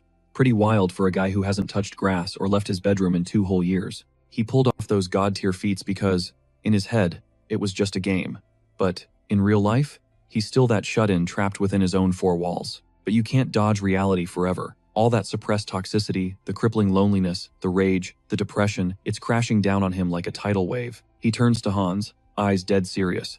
Take it, he commands.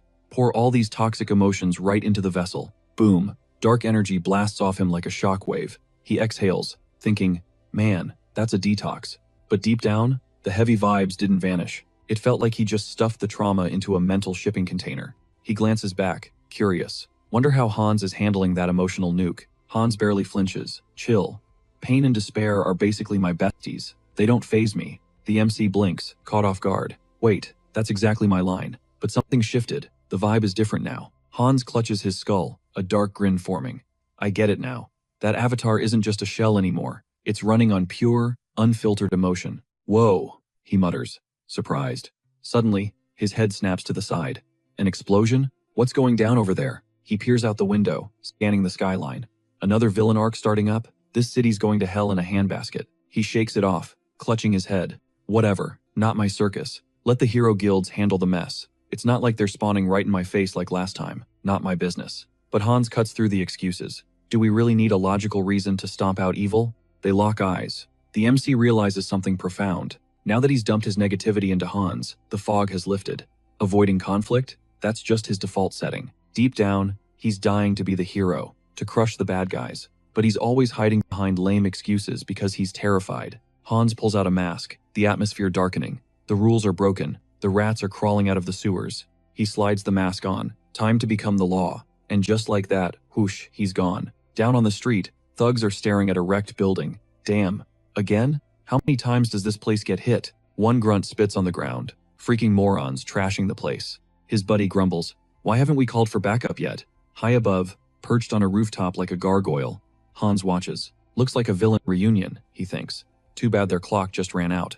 Would be a waste to leave without claiming some XP. Dark energy swirls in his palms, manifesting creepy, floating eyeballs. Go, he commands mentally. Be my eyes, be my ears. Into the shadows they fly, hunting sinners.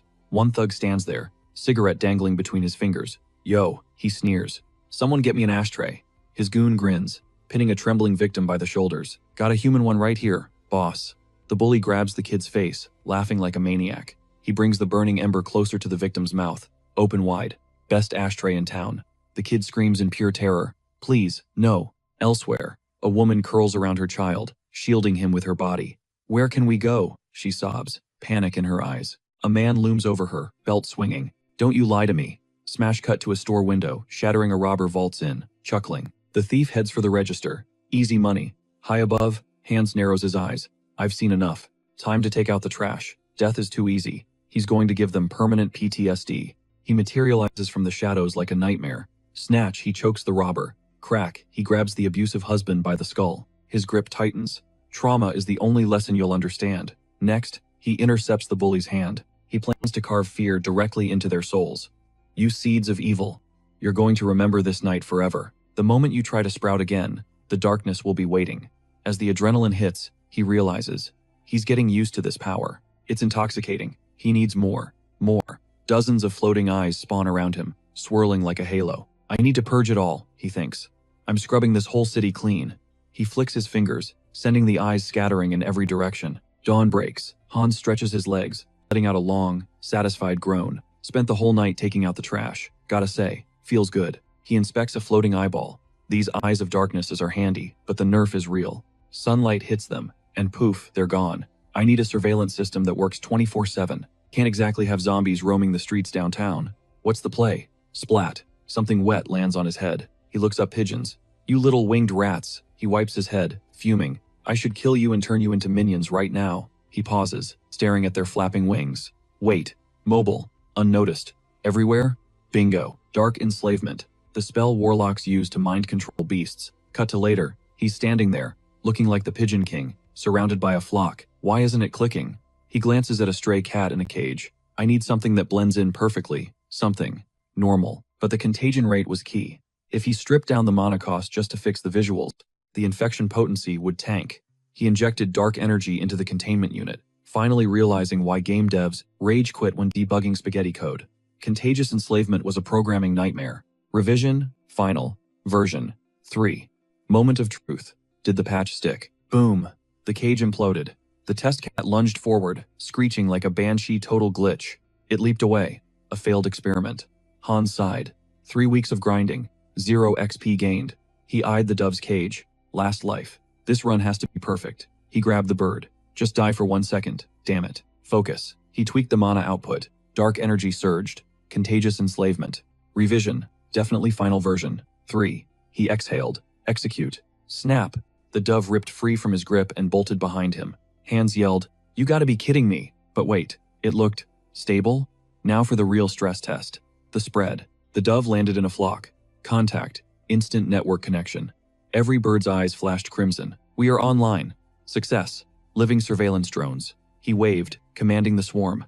Go. Hunt down my enemies. Cut to Loti. Kneeling. Meditating. Visions of Hans flooded his mind. The target was locked. Remember the oath. He is death incarnate. Suddenly, Tuscan broke his trance. Sir Tuscan reported in. Interrogation complete. They'd bagged the stragglers. Turns out, the vampires weren't teaming with the immortal king. Loti glared. We need hard proof. While they wasted time on side quests, the king was leveling up. Suddenly, his cross vibrated violently. A compass? He gripped it tight. Yes. Your grace? The cleric swarmed the glowing goddess statue. Archbishop Loti. We have a ping. Immortal king detected. Mountain cave. Northwest quadrant. He's cornered. Loti smirked, eyes cold. Appreciated. I won't let this raid fail. Back at the cave. Hans chilled on the dirt, waiting for his bird drones to upload data on monster spawns. Just checking the signal strength. Then, He frowned. A glitch? The ground units were acting sketchy, fleeing, terrified. If it was a monster, they'd ping the location. Wait, humans? They spotted players? Here? In the boonies? An ambush? No way a raid party got this close without tripping an alarm. Stealth build? Thwack. An arrow deleted his dove. The paladin stepped into the light. Hans. Judgment Day. Your dark hacks won't save you from the saint's light. No evil hides from us. Nowhere to run. Tuscan raised his blade. Surrender to divine justice. Hans clocked the cross instantly. Holy knights. Brokislack elites. Holy versus dark. This is a hard counter. Massive elemental disadvantage. Church dogs? How'd you track me? Swish. Tuscan slashed, forcing Hans to hit the deck. You don't get dialogue options, villain. Don't try to talk your way out of this. Stubborn tank. Okay, plan B. Fake an attack, then tactical retreat. Hans blasted dark energy forward. Tuscan sidestepped effortlessly. Weak. The saint sees through your cheap tricks. Tuscan charged up a holy strike and skewered Hans. Critical hit. The Lich gasped. So punishing bad guys is a crime now? Silence. You chose the forbidden path. Tuscan wound up a massive punch. Hans tried to cast a counter. Where's the logic? But nothing. His mana bar was empty? Huh? Something was jamming his signal. A debuff? Bam. Tuscan knocked him clear out of the cave. The paladin squad lined the ridge. Target exposed. Cue the hymn. They started chanting. Hans clutched his skull in pain. The song. It's a massive debuff. He could wipe them. But civilians? He can't do it. Sinners. Tuscan roared, driving his blade straight into Hans's back. Now. This is our only shot. A voice echoed in Hans's mind. Steady. Hans. But his internal monologue screamed, damn it. The ministers chanted louder, their holy mantras weaving magical chains that locked onto his frame. The Lich realized his mistake. He'd gotten cocky. Suspended in midair by the glowing shackles, panic set in. Crap. He was paralyzed, his magic sealed tight. These binds were absolute. Hans locked eyes with Tuscan and managed a smirk. Nice ambush. You actually caught me. Tuscan scoffed. As expected. No evil has ever shattered these chains. Give it up. But Hans just threw his head back and laughed. Tuscan blinked, confused. You think I want to be here? Hans taunted. Clearly, we're not going to talk this out. Dark energy began to crackle around him. This is where we split. Catch me if you can, you church lackey. Tuscan didn't hesitate, gathering mana in his palm. I don't know what you're plotting, but don't think I'll let you just walk away. He unleashed a blazing magic arrow straight at the captive. Hans watched the projectile incoming. Pointless. It didn't matter how holy those chains were. I'm out. In a blink, he vanished, leaving the arrow to slice through empty air. Tuscan gasped. He broke the bind? Impossible. Tuscan's mind raced. Who the hell is this guy? Meanwhile, back in the real world, the protagonist cracked an eye open on his bed, letting out a heavy sigh. This is turning into a total headache. Way too many targets on his back. Seriously, did he have to start a war everywhere he went? The Shadow Faction, the Oath of Defiance, the Varkalak Vampires, and the heavy hitters, the Paladin Order. Hold up. He scrambled out of bed and bellowed, Karma Shop. A holographic interface popped up. Is there a reason I've been stacking karma points this whole time? Was the system prepping him because he's a villain magnet? He clenched his fist. Whatever, future me can deal with that. Stick to the plan. Meanwhile, Hans was crouched in an alley, watching a clouder of stray cats. They were swarming a can of food. Time to harvest the results of my little experiment. One of the cats, glowing with faint dark energy, twitched toward the can. Hans smirked. Simple concept. A controlled host spreads the corruption. Soon, his eyes and ears would be everywhere. He could blanket all of Seoul in a surveillance net. Suddenly, a signal pinged in his brain from one of the infected strays. Wait, they're here already? A piercing scream shattered the silence. Behind the bars. Hey, mister. Please, have mercy. A terrified girl huddled in the corner, shaking uncontrollably, hands raised in defense. I'll do anything. Just let me go. She glanced up, spotting a silhouette passing the alley mouth. She scrambled up, gripping the iron bars. Hey, you with the glasses. Help me, please. I've been kidnapped. Where are you going? Can you hear me? Suddenly, a hand yanked her hair back. Useless, the kidnapper sneered, pressing a blade to her throat. Scream your lungs out, sweetheart. My barrier blocks sight and sound. No one knows we're here. Only I get to enjoy your terror. He jerked her head back again. Come on, louder. You've got such a pretty voice. He waved the knife, manic, sticking his tongue out like a psycho. He yelled, you're gonna make the top 3 in my collection. But then, crash. The ceiling imploded, debris raining down as Hans touched down. The killer spun around. What the? The Lich dusted himself off. Sound suppression and invisibility? Cute. Doesn't work on me, though. Your little hobby ends today. The killer tightened his grip on the girl. Who are you? A guardian? How did you find me? Stay back or she dies. Hans just raised a hand, dark mana swirling. Is that a fact? And what exactly are you gonna do? Hans flicked his wrist, and the girl was yanked from the killer's grip, flying to his side. A returnee? The killer gagged. You steal my prey? I'll kill you both. He lunged, slashing wildly. Hans caught his wrist effortlessly with a tendril of darkness. Judging by your vibe, this isn't your first kill. Let's check the receipts. He pressed a finger to the killer's temple. Necromancy, cry of the dead. Voices flooded his mind. Mister, please, save me. The screams of past victims echoed. Yep, serial killer. No need for a trial here. Hans drove his finger deeper into the man's skull. Death sentence confirmed. The killer shrieked, as necrotic energy ravaged his system. Honestly, dying is too good for you, Hans muttered. But I need soldiers on Earth. You'll make a decent puppet. He flared his aura, engulfing the screaming man. A brutal ritual, draining every drop of blood. He hadn't planned on this yet, but the result was undeniable. A high-tier undead. Aghast. The monstrosity flicked its tongue, tasting the air. Snap. With a flick of the lich's wrist, a portal ripped open. Get in, the undead summon commanded. He'll serve a purpose. The lich's hollow gaze shifted to the unconscious girl on the floor. And the witness? Want me to scrub the scene before I dip? Flash forward. Red and blue lights swarmed the block.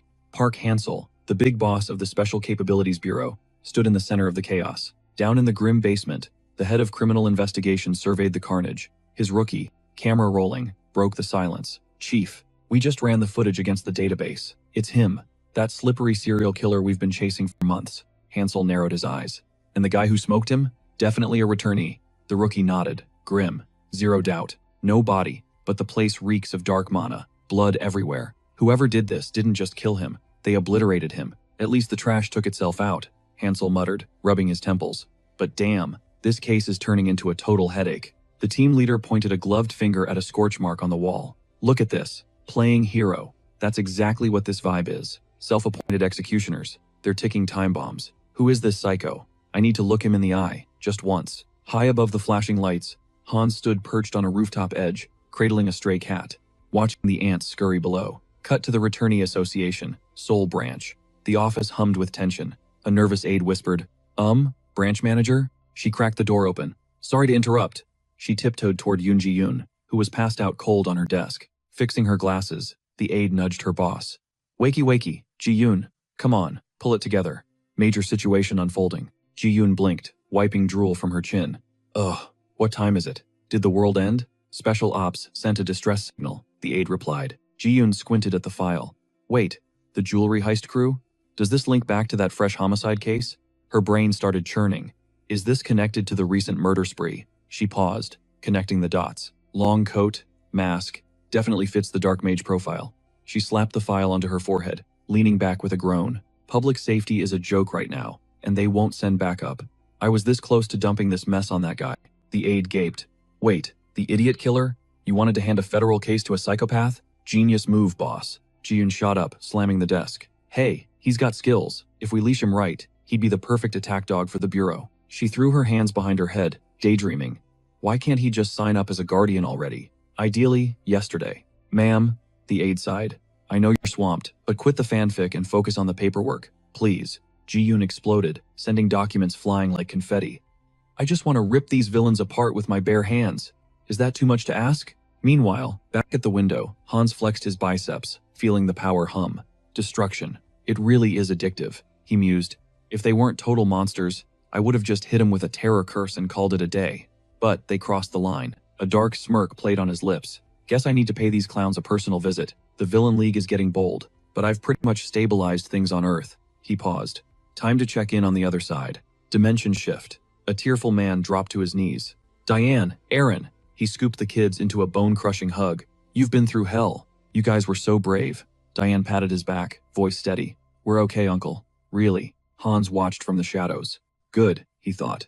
Guy seems legit. If he gave off even a whiff of sus energy, I would have had to get violent. The uncle grabbed Hans's hand, bowing deeply. You brought them back. I don't know how to repay you. Don't mention it, Hans shrugged, keeping it cool. Just doing the job. Suddenly, Diane stepped up. Mister, you're a real hero. She launched herself at him for a hug. Thank you so much. Hans patted her hair, a rare smile softening his face. Hey, this isn't goodbye forever. I'll drop by to check on you. Stay out of trouble and eat your veggies, all right? Diane looked up, eyes shimmering. Mister, I was scared because you feel Different.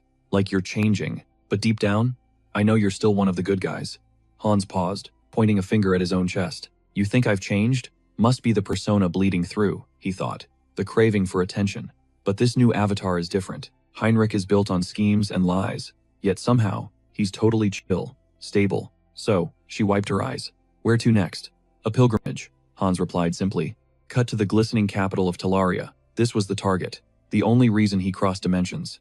HQ of the goddess church and home to the biggest temple on the map. Hans stopped in a blind alley, checking his six. Perfect. No prying eyes here. He focused his mana, the air crackling around him. Time to bring out the big guns. Fourth avatar. Summon. Heinrich. The shadow twisted and materialized. The system pinged. Traits. Persona. Super regeneration. Stoic calm. The unique trait warrior spirit just leveled up. It now grants bonus buffs to skill proficiency and XP gained during combat drills. Hans tossed him a satchel, keeping it low-key. Look, you can't just stroll through the holy city rocking a vampire bod. Bad optics. Take this. Go walk into the light. Moments later, a clerk's drone voice cut through the air. Next believer. Step up. He needed to ace this performance. Feigning shock, he let his hands fly up, spilling a cascade of gold coins across the desk. The clerk stared at Heinrich. Whoa, how much is this? Heinrich played the innocent card perfectly. Just my life savings. He clutched his chest dramatically. I want to donate every cent to the goddess. My dream is to become a paladin and execute her divine will. Internal monologue kicking in. Up until now, I've played the villain roles. Undead, dark mage, vampire. All spawn of the shadows. But this run, I'm flipping the script. I'm gonna be the hero. A universally adored paladin of light. Bam! Marco slammed a fist on the counter. Love it. He reached out, grinning like a maniac. Now that is a heart of gold. This guy was an instructor, and he was dead set on molding Heinrich into a legend. But his partner gave a skeptical side-eye. Hold up, Sir Marco. Money doesn't buy valor. We can't just recruit some random NPC as a paladin. Marco just laughed it off. Relax. Training exposes the fakes. Evil can't hide when the pressure's on. What do you say, rookie? Got the guts to show us who you really are? Heinrich flashed a winning smile. Absolutely. Cut to Heinrich drowning in sweat, gasping for air, begging for water. Suddenly, a massive steel wrecking ball hurled toward his face. What the actual hell? This is psycho. He caught the sphere, arms trembling violently as he tried to hoist it. Is this real life? It had been exactly 1 month since this torture started. He used to think paladins were these noble, aesthetic knights. Reality check. They're just a cult of muscle-obsessed weirdos. Everyone screaming, bro, one more rep. Let's go. A trainer stormed over to a struggling recruit. Number 12, you're losing focus. You forgot the golden rule. Never stop praying while you grind. Lock in and recite the verses. The recruit struggling with the metal ball screamed, Yes, goddess. The instructor roared back. Louder. Pray through the pain. Restore that weak body. He military pressed the heavy metal. Goddess. The instructor beamed. That's the stuff. Again. Watching the madness, Heinrich analyzed the mechanics. Okay, so in crisis mode, spamming prayers actually buffs faith and divine power. I have to admit, the stats don't lie. Then he saw a guy getting whacked with a blunt weapon while working out. My back muscles are on fire. Hit me again. I need to be stronger than him. They chanted in unison. Goddess, feel the faith gains. Heinrich walked past, totally disturbed. Do we really need to get this kinky with the workout routine? The instructor spotted Marco. That rookie you scouted, he's built different, isn't he? Marco crossed his arms, smirking. You noticed? Yeah. Even pre-baptism, he's moving serious weight. His delts and quad development are completely unrecognizable. I can't wait to see his stats after the holy baptism. Heinrich felt their eyes on him and shuddered. Why are they practically drooling over my physique? It was majorly uncomfortable. He was trying to keep a low profile, not become the star attraction of this meathead circus. Cut to later, the protagonist shoving away a spiked ball, gasping for life. 3 months in the hole. If he didn't have his warrior spirit passive and the super regeneration skill, he would have been totally cooked by now. He wiped sweat with his shirt hem. Okay, my stamina and durability are leveled up, but the real issue was just walking in the door. Suddenly, Marco gripped his shoulder. Heinrich, since you crushed leg day, how about we hit a chess session together? Heinrich stared at him, horrified. Marco posed, flexing his pecs. Wait, actually, the weather's too nice. We should destroy our backs today, Heinrich screamed internally. No! He looked at the man in pure shock. These guys are muscle maniacs. Later, slumped on a bench, a heavy hand landed on his shoulder. He was losing his sanity. Seriously, not a single day went by without them begging him to join their pump sessions. Max Veron sat down, nibbling some bread. He grinned. Take it as a compliment, bro. The higher-ups expect big things from you. Suddenly, a voice echoed. They're here. The atmosphere shifted. Servants and paladins snapped to attention. Grand Archbishop Laddie and Sir Tuscan. Max looked confused. Wait, weren't they on a crusade? With the elite squad? How are they back already? Heinrich's eyes narrowed on one figure. That guy. That's the paladin who put a sword through Hans. They went out and came back fast. Have they been hunting Hans this whole time? A beat later, the high priest of the church stepped forward. The high priest swept his gaze over the crowd and announced, Listen up, rookies. You've been gathered here so the cream of the crop can face the baptism. He unrolled a parchment scroll, his expression grim. We're pushing the ceremony schedule up. It's happening now. Special circumstances forced our hand, so deal with it. We expect your full cooperation. Now, fresh blood. When you hear your name, step up. In the crowd, Max shot a sharp glance at Heinrich, wondering why they were rushing a ritual that usually happens every 6 months. Then it clicked. Wait, it's a desperate move. The paladins are starving for manpower to hunt down the immortal king's heir. Max smirked, clenching his fist. Perfect. This chaos is exactly what I need to save time. Should I run a beta test right now? A combo of his persona skill and center of the mind? The priest beckoned. Recruit Max. Max dropped to one knee. The priest looked down, solemn. Are you ready to dedicate your existence to the Almighty and walk the path of a paladin? Max didn't hesitate. Yes, High Priest. Here's the deal. Recruits trade their mana for divinity. You lose the ability to cast magic, but in exchange, the god buffs you with massive sacred power. The power scale isn't random, it's ranked by your faith. The deeper you believe, the stronger the blessing. Pure, unshakable faith, free of lies or doubt, creates the most brokenly powerful paladins. Next up, Heinrich, the priest called. Max watched his avatar walk forward and thought, wow, look at him go. He's actually into this. Max gripped his head, mentally erecting a firewall. Up until now, I only used center of the mind to block out pain or keep a poker face. As Heinrich knelt before the priest's outstretched hand, Max had an epiphany. I can flip the script. He could reverse the skill's flow, activate persona. He'd construct a fake layer of absolute devotion in Heinrich. Then, when the high priest siphons the mana, Max would use center of the mind as a filter to scrub out every ounce of skepticism. His mana would be pristine, zero doubt, just synthetic, high-octane faith, designed to milk the blessing for maximum stats.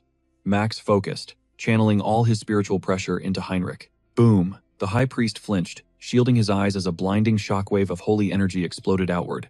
A massive pillar of light erupted from Heinrich, blasting straight through the roof. The crowd gasped, jaws hitting the floor. You seeing this? That energy? It's reaching the statue's head. The priest placed a trembling hand on Heinrich's shoulder. Lord Heinrich.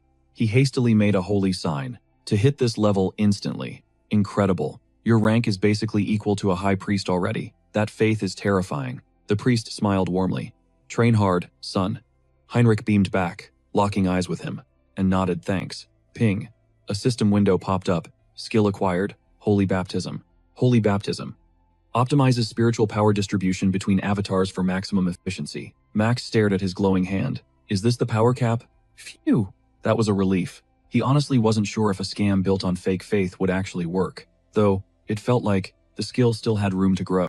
This church's god feels less like a deity and more like a cold, hard operating system. But back when he opened his mind, if he had to describe the vibe he got from the entity, it felt like curiosity. Max eyed the statue suspiciously. Yeah, it's definitely watching us. Ideally, this power stays on the side of the angels. Later, inside the war room, Lottie glared at the map. This is a joke. 1 month, and 0 leads on the immortal king's heir. I've got nothing to show the higher-ups. Tuscan leaned over the table.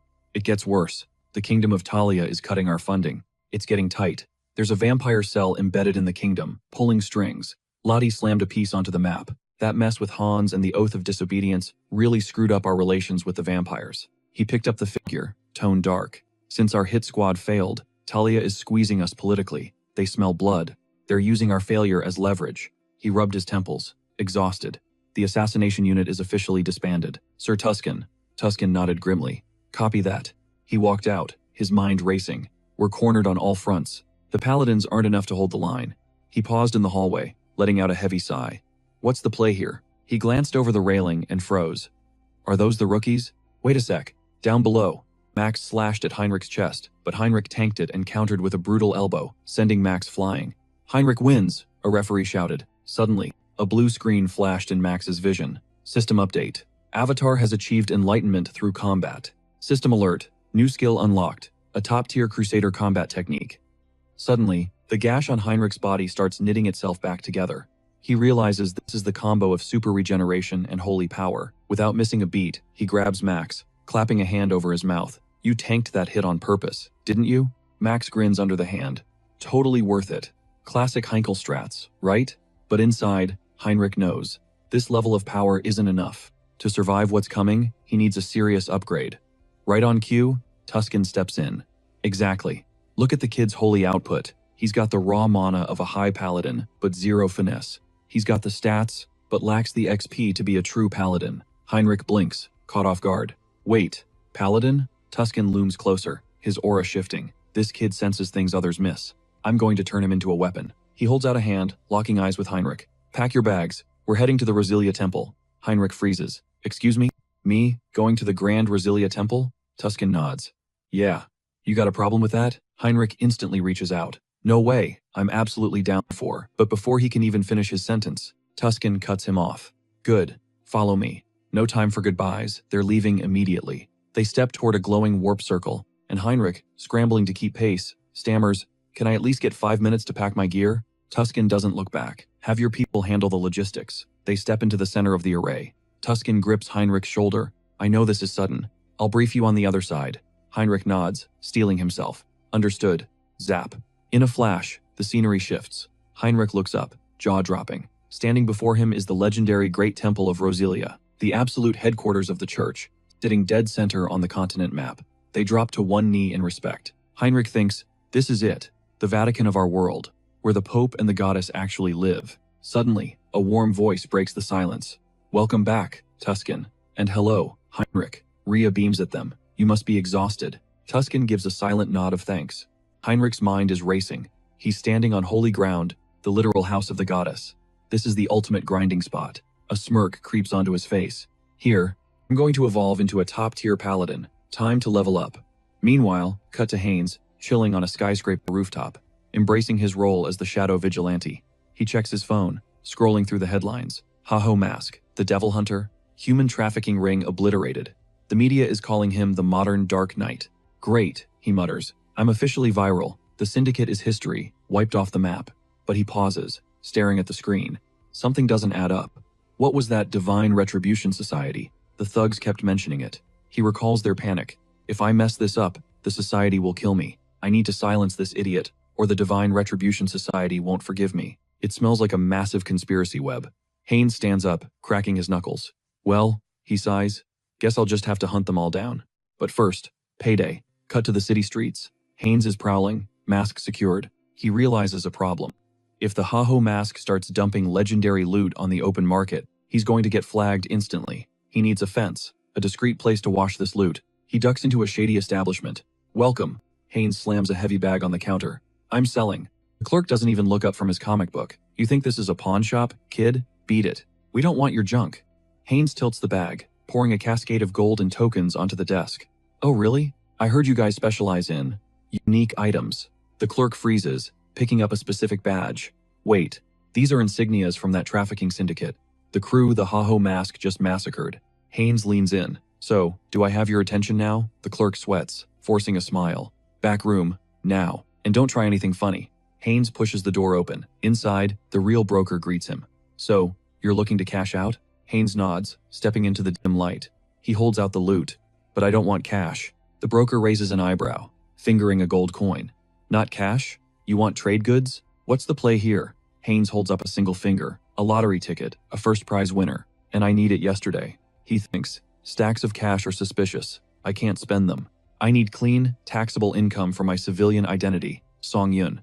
A lottery win is the perfect cover story. The broker smirks. A winning ticket, huh? The laundering fee on that is going to be astronomical. You cool with that? Haynes doesn't blink. Just name your price. He locked eyes with the clerk. 1 ticket for June 11th. 4-month redemption window. A smirk tugged at his lips. Perfect. Actually, make it 3. The clerk recoiled, eyes wide. Excuse me? Your payment won't cover that. Haynes just waved him off coolly. Chill. I got you. His inventory was overflowing. In a heartbeat, he sliced his hand through the air, ripping open a shimmering portal. Heavy loot crashed onto the counter. This cover it? Before he could pull back, the clerk snatched his wrist, eyes glued to the bracelet. Is that Subspace storage? The guy was vibrating with questions. Who are you? This isn't standard loot. Where'd you score this? Hines cut him off sharp. Hey, eyes up here, all right? He scowled, patience wearing thin. I didn't come for story time. Let's wrap this up. Now. Right. Sorry. The worker released his grip, stumbling over an apology. I'll speedrun the process. Hines inhaled. That metallic tang, the faint scent of blood hung in the air. So he wasn't tripping, it was real. Hines clapped a heavy hand on the guy's shoulder. Listen up. This isn't a one-time gig. You're going to be seeing a lot more of me. Moments later, he strutted out into the street, the precious lottery tickets clutched in his fist. A grin split his face. Picture it. The dream is alive. When I hit that jackpot, man, what's the first buy? Definitely need some minions for these errand runs. Dragging myself back and forth? Total hassle. Whatever. Might as well vibe with the night air. He scanned the crowd drifting by, mind racing. Couple months back, this street was a ghost town thanks to that trafficking ring. Now, it's popping. Guess the rumors helped. A wave of satisfaction hit him. He was the reason for this piece. Suddenly, a voice hissed right in his ear. Where you from? Hines jerked back, eyes snapping to the stranger. Who the hell is this guy? How did he get inside my guard with zero sound? Gamma raised his hands casually. Relax, friend. Just looking for a little convo. Excuse me? Hines bristled.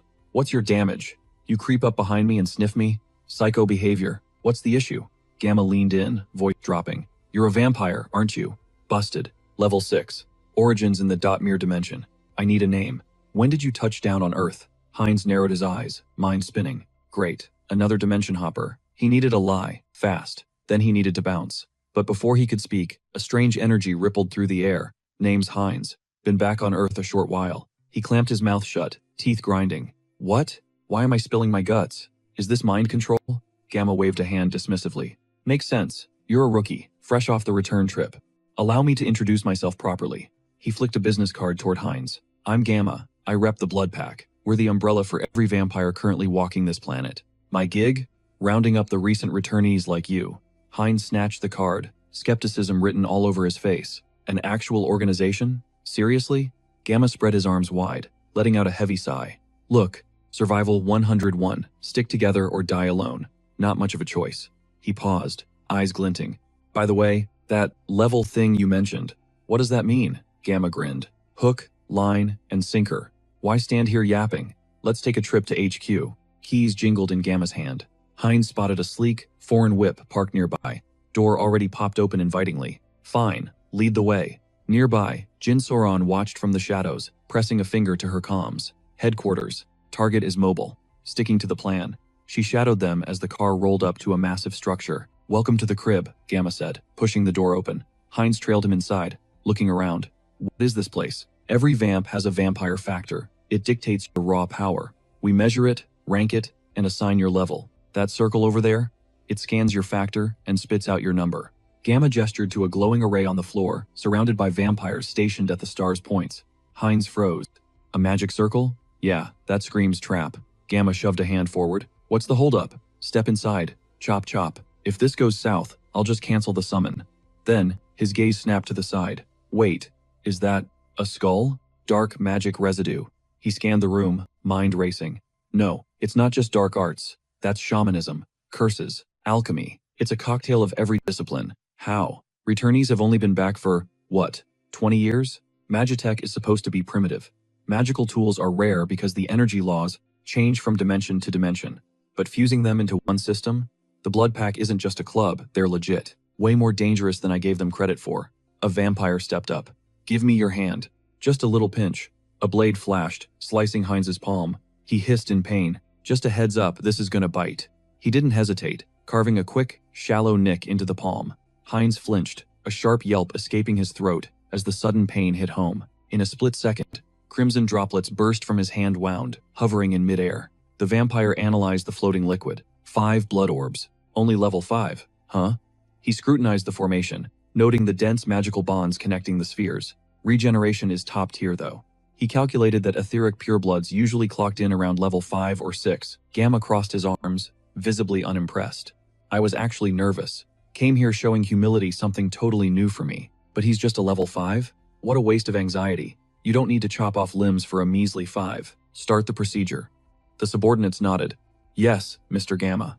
And immediately began chanting incantations. Haynes felt a spike of panic. So, there was a hidden agenda. He glanced at Gamma, realizing this ritual was way too intricate for a simple power check. This is bad. He needed to summon Hans, like, yesterday. Suddenly, bam, the door exploded inward. Soren stormed through the debris, roaring, "Freeze! Gamma! Blood Pact! Level 6. You're under arrest for kidnapping and the murder of your own kin." Gamma blinked, feigning shock. "Miss Soren, isn't it a bit rude to crash the party without an invite?" Meanwhile, Haynes, still on his knees, squinted. "She looks familiar. Who is she?" Soren extended a hand, her voice icy. "When I got the intel that you were snatching vampires, I thought it was a joke. Turns out, you're actually that stupid. Release the hostage and surrender. Now," Gamma scoffed, shaking his head. "Spoken like a true, brainwashed slave. Of the Blood Pact. You people never ask why we have to serve, do you?" He threw his arms wide. "We are superior to humans. Why do we follow their laws, tiptoe around them, and live like rats in the sewers?" Soran screamed back. "You're delusional. It's because of warmongers like you that we were forced into hiding in the first place." Gamma smirked, a dangerous glint in his eye. "Is that really what you think? Or just what your team thinks?" Soran blinked. "What?" Crack. In a blur of motion, Minion slammed his elbow into his partner's skull. She spun around, horrified. "Minion, what the hell? Why would you betray us?" Minion extended his razor-sharp claws, glaring down at her. "Why? It's simple. In my home dimension, I was a lord, a ruler. Here, I'm stuck in a basement, acting as a glorified bouncer for a nightclub. You get it now, Mistress Soran? Not all of us are living the high life like you." Gamma leaned in closer. Soran demanded, "So what's the endgame? Kidnapping vampires? Trying to start a rebellion? Against the Blood Pact with a bunch of low-level grunts?" Gamma laughed. "How many centuries do you think that would take? In this dimension, our karma is capped. We can't grind for XP. We can't get stronger naturally." Energy began to crackle in Gamma's palm. But after some intense research, we found a glitch in the system. A shortcut. The unconscious partner levitated into the air. Soran's eyes widened. "What are you talking about? Did you break the ultimate taboo?" Gamma grabbed the floating body. "Where do you think all those missing vampires went?" Soren shrieked. "Don't tell me you're creating mad vampires. Have you forgotten why we were hunted down to begin with?" Haynes gritted his teeth. "Mad vampires. She means cannibals. Not the earthly kind. When a vampire consumes the essence of a vampire from another dimension, the blood factors fuse. It's an instant power-up, but the cost is insane. It causes a total mental breakdown. If you fail the transition, you turn into a mad vampire, a mindless beast driven by thirst. Since the first one appeared, they've been classified as a global catastrophe." Gamma waved his hand dismissively. "Relax. We fixed the bug. We figured out how to filter out the bloodlust." He placed a hand on the floating victim. Unleashing a surge of power, he shouted, "They make excellent raw materials for our little science project." Haynes watched, terrified. That magic circle, it's not just isolating genes. It's distilling the vampire's essence into a pill with zero side effects. Minion held out his hand. "The deal. Pay up. I risked everything to follow you." Gamma nodded smoothly. "Of course." He tossed a glowing pill to Minion. As promised, Minion threw it back, swallowing it whole. His eyes flared, muscles rippling as the mutation took hold. A wicked grin split Minion's face. "So this is real power. I feel massive. I can't believe this actually works." He lunged, grabbing Soran by the throat. "More. You said you had more pills, right? Give them to me." Gamma raised a hand, halting him instantly. "Cool your jets. I know you're high on the supply, but these things take time. Besides, our guest has been waiting patiently. You see?" He turned to Soren with a chilling smile. "Just hang tight, okay?" She was begging, screaming for him to stop, but Haynes was ice cold. He looked at the lineup and scoffed. 2 purebloods and 4 half-breeds? Man, cannibalism works wonders. He cracked his neck, eager to see how overpowered he'd get, after turning them all into a buffet. Suddenly, space warped, ripping open a portal right in front of him. Minyun jumped back, yelling, "What the hell is that?" Haynes stepped out of the void like he owned the place. "Stealth isn't really my vibe," he shrugged. "Safety? Yeah, that's gone. Nobody leaves this VIP section without my say-so." A squad of undead shambled out behind him, and Minyun's voice cracked in terror. "Who are these freaks?" Gamma snapped into leader mode, barking, "Don't panic, stick together. We split up, we're dead meat." Minyun decided to play hero, clenching his fists and rushing the undead. He locked eyes with Haynes, screaming, "Just die already." Haynes analyzed the attack. This guy's transformation was glitchy, weird. Even for vampires, physical forms vary across dimensions, but this was off. Haynes slammed his staff down, sending sharp, jagged streams of energy, drilling straight into Minyun. He smirked, calm as ever. "I prefer capturing my prey intact." In a blur of motion, Haynes launched himself into the air. Resisting is useless, buddy. He landed, gripping Min Yun's shoulders like a vice. Is this a flaw in your organic farming methods? No biggie. He sank his fangs deep into Min Yun's shoulder. It's dinner time. Plenty of courses left on the menu. Gamma watched, horrified. What is this idiot doing? Is he actually eating his own squad? Min Yun's thoughts were racing as he faded. How did this monster survive this long? He betrayed us without blinking. I can't go out like this. Haynes pulled back, wiping his mouth. You're right. Insanity is a way worse fate. He spat out a few loose teeth, feeling the rush. He could feel the different vampire DNA strands, fusing and upgrading inside him. Ping. The system flashed. Ability unlocked. Hybrid evolution. Basically, every time he absorbs a new vampire factor, his physical stats skyrocket. He literally steals the target's bloodline powers. He grinned. Not too shabby. With this kind of juice, if he ever went blood drunk, he'd be a walking apocalypse. Bone spikes tore through his skin armor up. He glared at Gamma. I need an organization to run my errands. How about the blood pack? Anyone who has a problem with that becomes my next snack. Or a soldier in my zombie army. He grabbed the next vampire and drained him dry. Ping. Another system notification. New trait acquired. Thanks to hybrid evolution, he unlocked Insight. It allowed him to scan an opponent's health and stats like a video game HUD. Haynes licked his lips, unimpressed. Insight? Garbage tier skill. He knew vampires had a special ability called heritage, rooted in their bloodline origins. With hybrid evolution, he could hijack every single one of their superpowers. Gamma, pinned to a bloody cross, gasped out. What are you? How do you eat your own kind and not lose your mind? Haynes walked up, tilting Gamma's chin with 2 fingers. Curious, are we? Haynes leaned in. Tell me how to stop the mind corruption. The voices I hear when I feed, I can't stand them. Gamma screamed, confused. What kind of nonsense are you spouting? Haynes didn't wait. He finished him off. Ping, system update, skill acquired, camouflage. Perfect for erasing his presence. Camouflage, huh? Haynes muttered. Not bad. Lots of tactical plays with that. He placed a hand on Gamma's corpse. Now, let's browse this idiot's search history. A voice echoed in his mind. Research lab support. The Divine Retribution Society. Mr. Beta. He promises. He promises. Haynes frowned, processing the intel. Beta? Is that his sugar daddy? And that divine influence group again. This ritual was their mess. Why the hell were these cultists funding? The blood pack? Cut to later, Soran groaned, waking up in the passenger seat. Haynes was driving, casual as a Sunday morning. He glanced over. Finally joining the land of the living? Suddenly, she lunged, grabbing his throat. You traitorous scum! Where are you taking me? Haynes swerved but kept his cool. Yo, open your eyes. I'm a hostage too. She paused, seeing the situation. Oh my god. She let go, flustered. I'm sorry. Care to explain the chaos? Haynes spun a lie. You know the Ha-Ho mask guy? He dipped while the vigilantes raided the place. I just drove. She looked at him, a soft smile forming. Even in that mess, you went out of your way to save me. Thank you. She introduced herself as Soran. Haynes studied her profile, her voice, her face. Why did she feel so familiar? It was nagging him.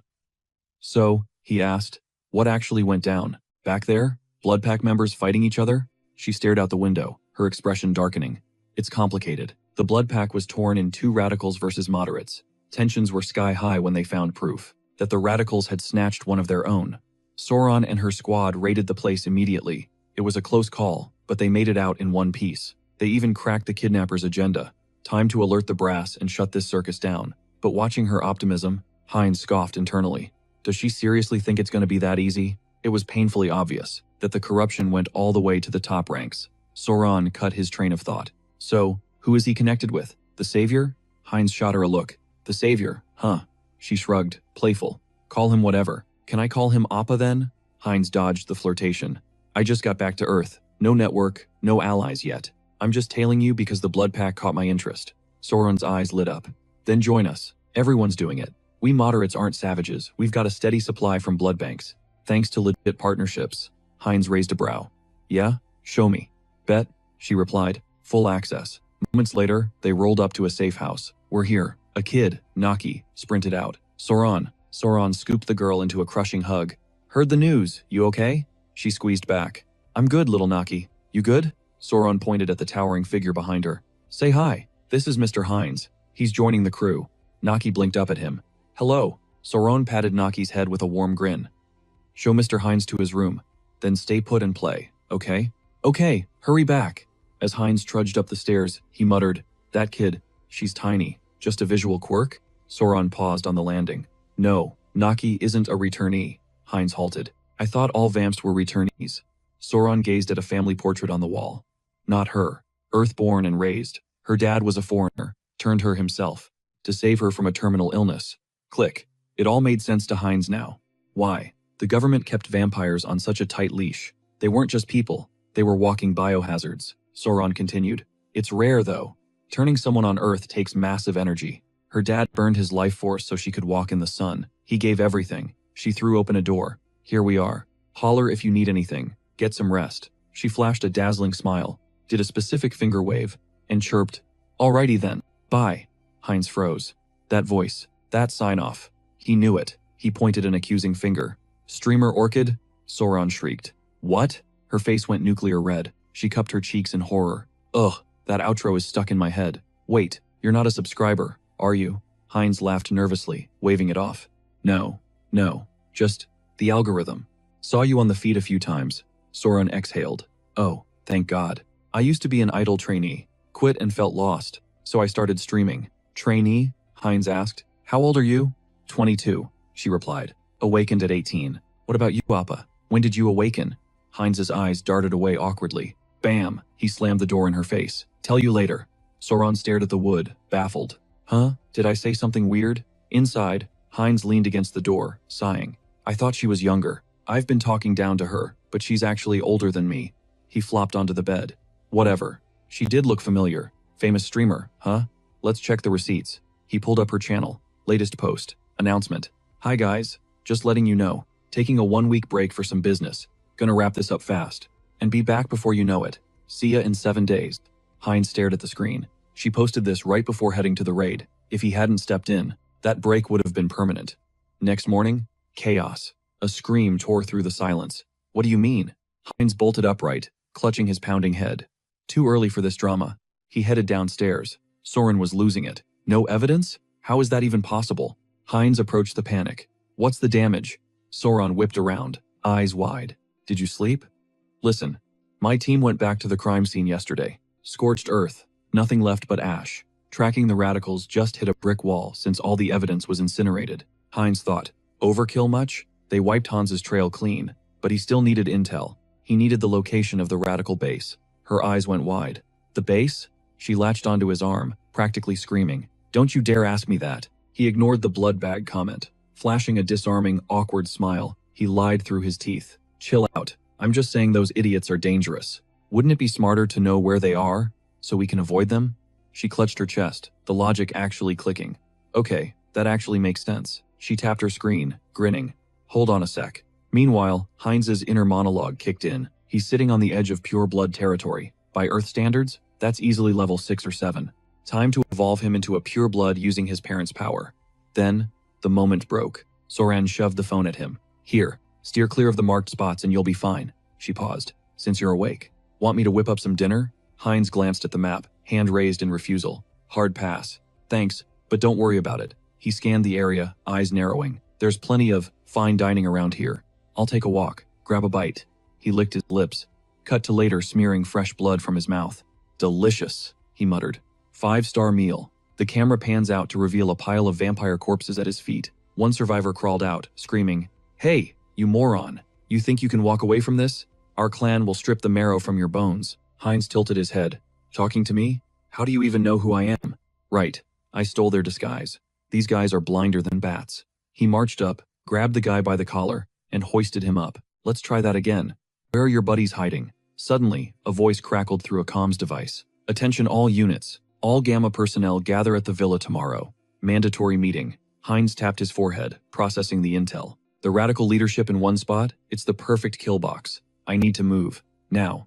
But first, clean up on aisle 4. He focused. Blood flower. Instantly, the artifact materialized in his grip. System alert. The blood flower absorbs surrounding blood, transmuting it into a blazing floral inferno. Flames are eternal until dismissed by the caster. Targets only. Glowing petals drifted through the air like deadly snow. Heinz smirked. This new technique will incinerate everything. Absolute erasure. He'd cloak the magic residue with camouflage. He clenched his fist, sealing the destruction. Untraceable. Suddenly, his chest tightened. His heart hammered against his ribs like a drum. He stared at his trembling hand.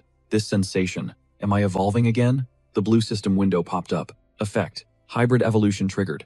Pure blood legacy is advancing to true blood legacy. Enlightenment achieved. Skill acquired. Blood flow acceleration. Restoration capabilities have surpassed previous limits. Finally, he breathed out. The system wasn't done. Skill evolution. Regeneration has upgraded to hyper regeneration. I've done it. I'm a true blood vampire. Time to test out the new arsenal. Without hesitation, he sliced his own wrist open. Crimson sprayed out, then immediately reversed. The flesh knit together. He watched in awe. An arterial sever. Healed instantly, less than a second.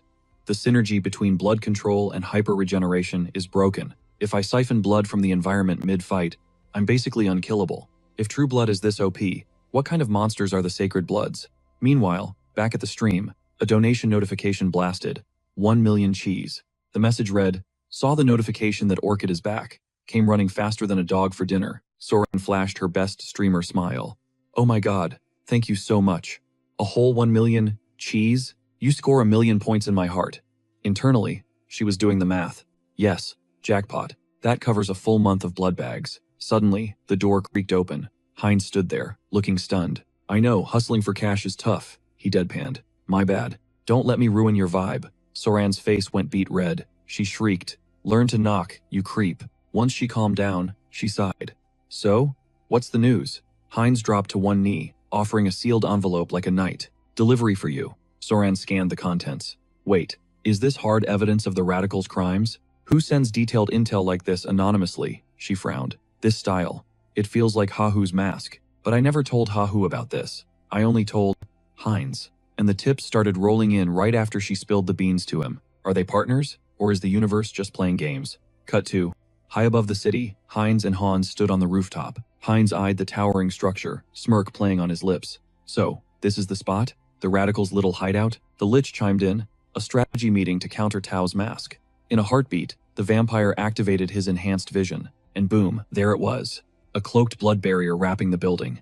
Ground zero for the meeting was the first floor. Just as he suspected, the energy signatures from the gamma-level threats were off the charts. All right, change of plans. He'd stash Hans in the shadows. Then, Heinz dove from the roof, ready to crash the party and wipe the floor with them. Shattering the glass, he barreled through the window.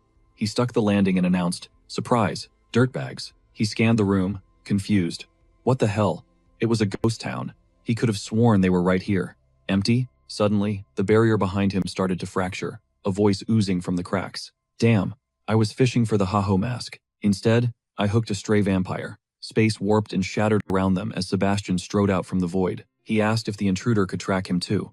Pointing at the duo behind him, he introduced Beta Vaughn, Beta Shin. "You recognize this clown?" Vaughn shook his head. "Nope, but the guy's radiating at least level 7 energy. Never seen his mug before though." Shin added, "Looks like a wild card from some unknown territory." Heinz gritted his teeth, his mind racing. Matches the intel on the radicals perfectly.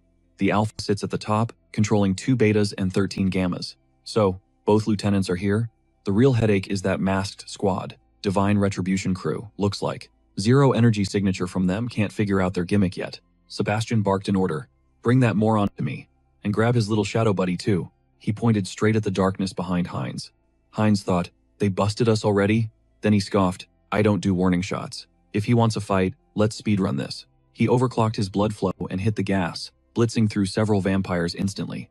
Acceleration mode engaged. One terrified vamp pointed a shaking finger, screaming, "Is he eating his own kind? That's twisted." He started to turn, but Hans stepped out of the void right then, grinning, "Save the shock for later. The main event starts now." The panicked vampire scrambled for the exit, shoving others aside, yelling, "Move it! Get out of my way! I gotta live!" He grabbed the door handle and a blast of dark energy knocked him flat. Hans, blocking the exit, laughed. "You really thought you were the only one setting traps?" Finishing the thought, "This is a deathmatch," the Lich added. "No exit, boys." Instantaneously, vampire limbs went airborne, flying in every direction. Vaughn watched a head roll past him, gasping in horror before gritting his teeth.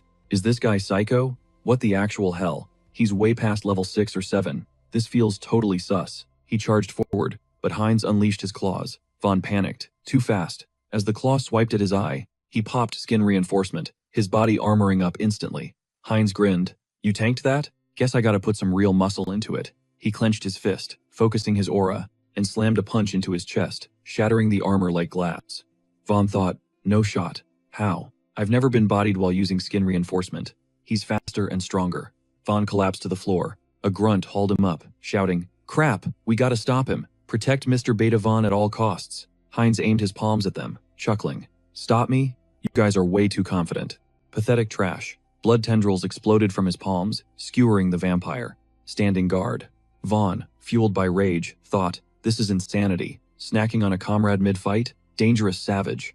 Gotta end him while he's distracted. He swung his blade, charging in, screaming that the intruder had to die. Moron. He sliced Hines' hand clean off, but Hines just smirked. Useless. He was chugging blood to recharge and buff his stats. In a flash, the limb regenerated. Hines realized, on top of that, I just unlocked a new perk, invisibility. He vanished into thin air. Vaughn cried out, he's gone? What the? Suddenly, Hines materialized behind him, driving his hand through Vaughn's torso. Checkmate. He hoisted Vaughn's body up as the system pinged, new vampirism factor, acquired. Skill evolution. Blood magic has upgraded to the exclusive blood mystery. It absorbed the subskills, blood flower and flow enhancement. He could feel the raw power obeying his every craving. His control over the shadows spiked faster, sharper, deadlier. Suddenly, Shin clenched her fist, eyes locking onto him with pure venom. She screamed, you freak, cannibalizing your own kind? You're nothing but a bloodthirsty vamp. That explains the twisted powers. Hines didn't even flinch. What? He scoffed. You gonna sit there and cry about it all day? Or join your squad in the afterlife? Or are you chicken? She snapped, lunging forward with a roar. Moron. But Hines was ready. Sacrament of blood. Shark-like tendrils burst from the concrete, morphing into razor wire threads that wrapped her tight. She trembled, trapped. Cheap tricks from a cheap idiot, she spat. Hines stepped closer, a cold smirk playing on his lips. Cheap? Hines mused. Kinda hurts my feelings. He rested a hand on her shoulder, leaning in for the whisper. Let me tell you a secret. Checkmate. Slash. Head rolls. Sebastian watched the carnage, face pale. That guy, he's a total monster. Who knew the Haho mask rolled with a psycho like this? He glanced at his vampire goons. If only the core was ready. We gotta take him out. Right on cue, the guy behind him gripped the core. Power surged, and tendrils of blinding light exploded outward. But hands just stepped between them and Hines. Ooh, flashy attack? Totally useless though. With a lazy wave, Hans swatted the energy beams away like flies. The goon panicked. He's overpowered. We're cooked. The minion spun around, brain screaming run. He needed to bail. Now. Before he could bolt, Sebastian turned on him. Going somewhere? Bam! A brutal kick sent the minion flying back into the fray. You did good, kid. Now go die for the cause. For the Divine Retribution Society. Sebastian frowned, inner monologue racing. Time to bounce. Spatial manipulation. Hans clocked the move instantly. A suicide curse? And he leaves his bro to explode? Wow. Worst boss ever. Hans shook his head, realizing the plan was to force a retreat. Too bad. Boom. A massive hand of dark magic erupted from the earth, snatching the exploding goon mid-air. Hans scoffed. This curse is amateur hour. I can decode this in my sleep. 2 cores fueling him? Yoink. Removing the fuel. Hans tossed the limp body aside. Listen, buddy, I literally control death. You really thought you could cheat the Reaper while standing right in front of him? Meanwhile, Sebastian hit the ground running. That barrier is insane. I barely made it out. Whatever. I survived. That's a dub. I just need to lay low and zip. Hans materialized right behind him. Hans grabbed him by the collar. Found you. I was hoping we could play a little game. Did you seriously think you could ghost me again? Hans leaned in, nose to nose. Guess we're doing this the hard way. He pressed a finger to Sebastian's forehead. No, Sebastian screamed. Get out of my head. He's hacking my memories. Hans grinned. Open up. Show me everything about the Divine Retribution Society. Gotcha. Wait, a firewall? Hans wondered. Is this tech designed to scrub memories? To protect the Society's secrets? The scene shifted. Hans looked around the void. Whoa, are we inside his mental sphere? A voice echoed. Didn't think you'd dig this deep. Not bad, Haho mask. Hans narrowed his eyes. So you've been spectating through his brain this whole time? You, the big boss of the Retribution Society? The entity smirked. Ding ding ding. Correct. Say, Haho mask. Why not join the winning team? Tempting offer, Hans replied dryly. But let's cut the chase. What's the endgame here? Simple. Liberation from the returnees. We want a world run by the returnees? No. A world where we call the shots. Hans wasn't buying it. Pretty big dreams for a group that just popped up on the radar. Just popped up? Nah. We've been in the shadows for ages, fighting the good fight. Fighting for freedom? Hans cut in. Does that include all the terrorist stuff you've pulled? Yeah? Answer me. Hans demanded. System alert. Attention. Emotion regulation active. Keeping him cool. The creature rested its chin on a hand, chilling. Does the method really matter? Make the smart play here. Smack. Hans slapped the air in front of him. The creature blinked. So, what's the verdict? This is the mental realm, mask. Mental power is king here. You can't beat me on my turf. Hans burst out laughing. Oh, so spiritual pressure wins fights here? Is that right? Hans smirked. In that case, you are so screwed. Cut to Heinrich. The man was lifting a statue suspended by chains. 1,021. 1,022. He dropped the weight. Crash. Finally, the system pinged. Conditions met. New skill unlocked. Blessing of a strong body.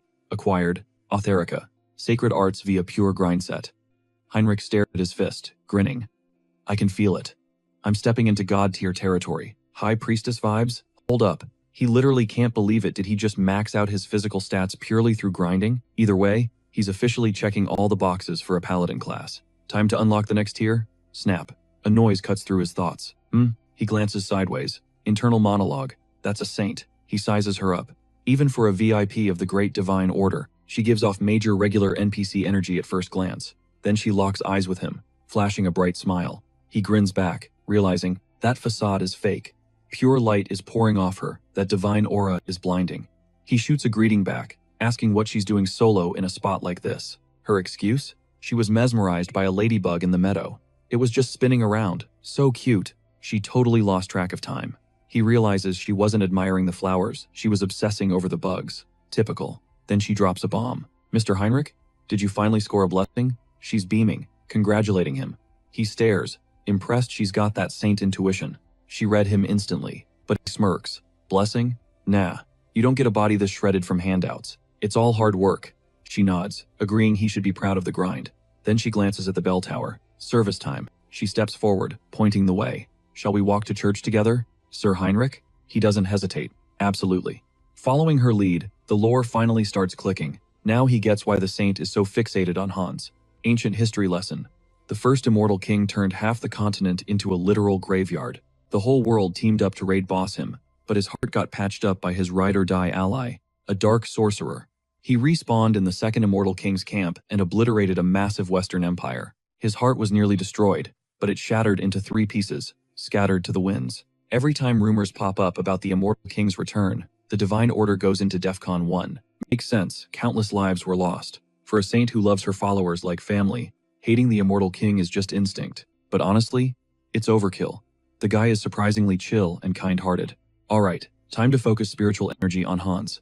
Meanwhile, chaos erupts. Philip hacks up a massive clot of blood, coughing violently. His lackey panics, reaching out. Your Excellency, the judge. You okay? Philip slaps the hand away, screaming. Back off, he's crushing me. Philip's mind is reeling. Impossible. Am I seriously losing to him? In a spiritual duel?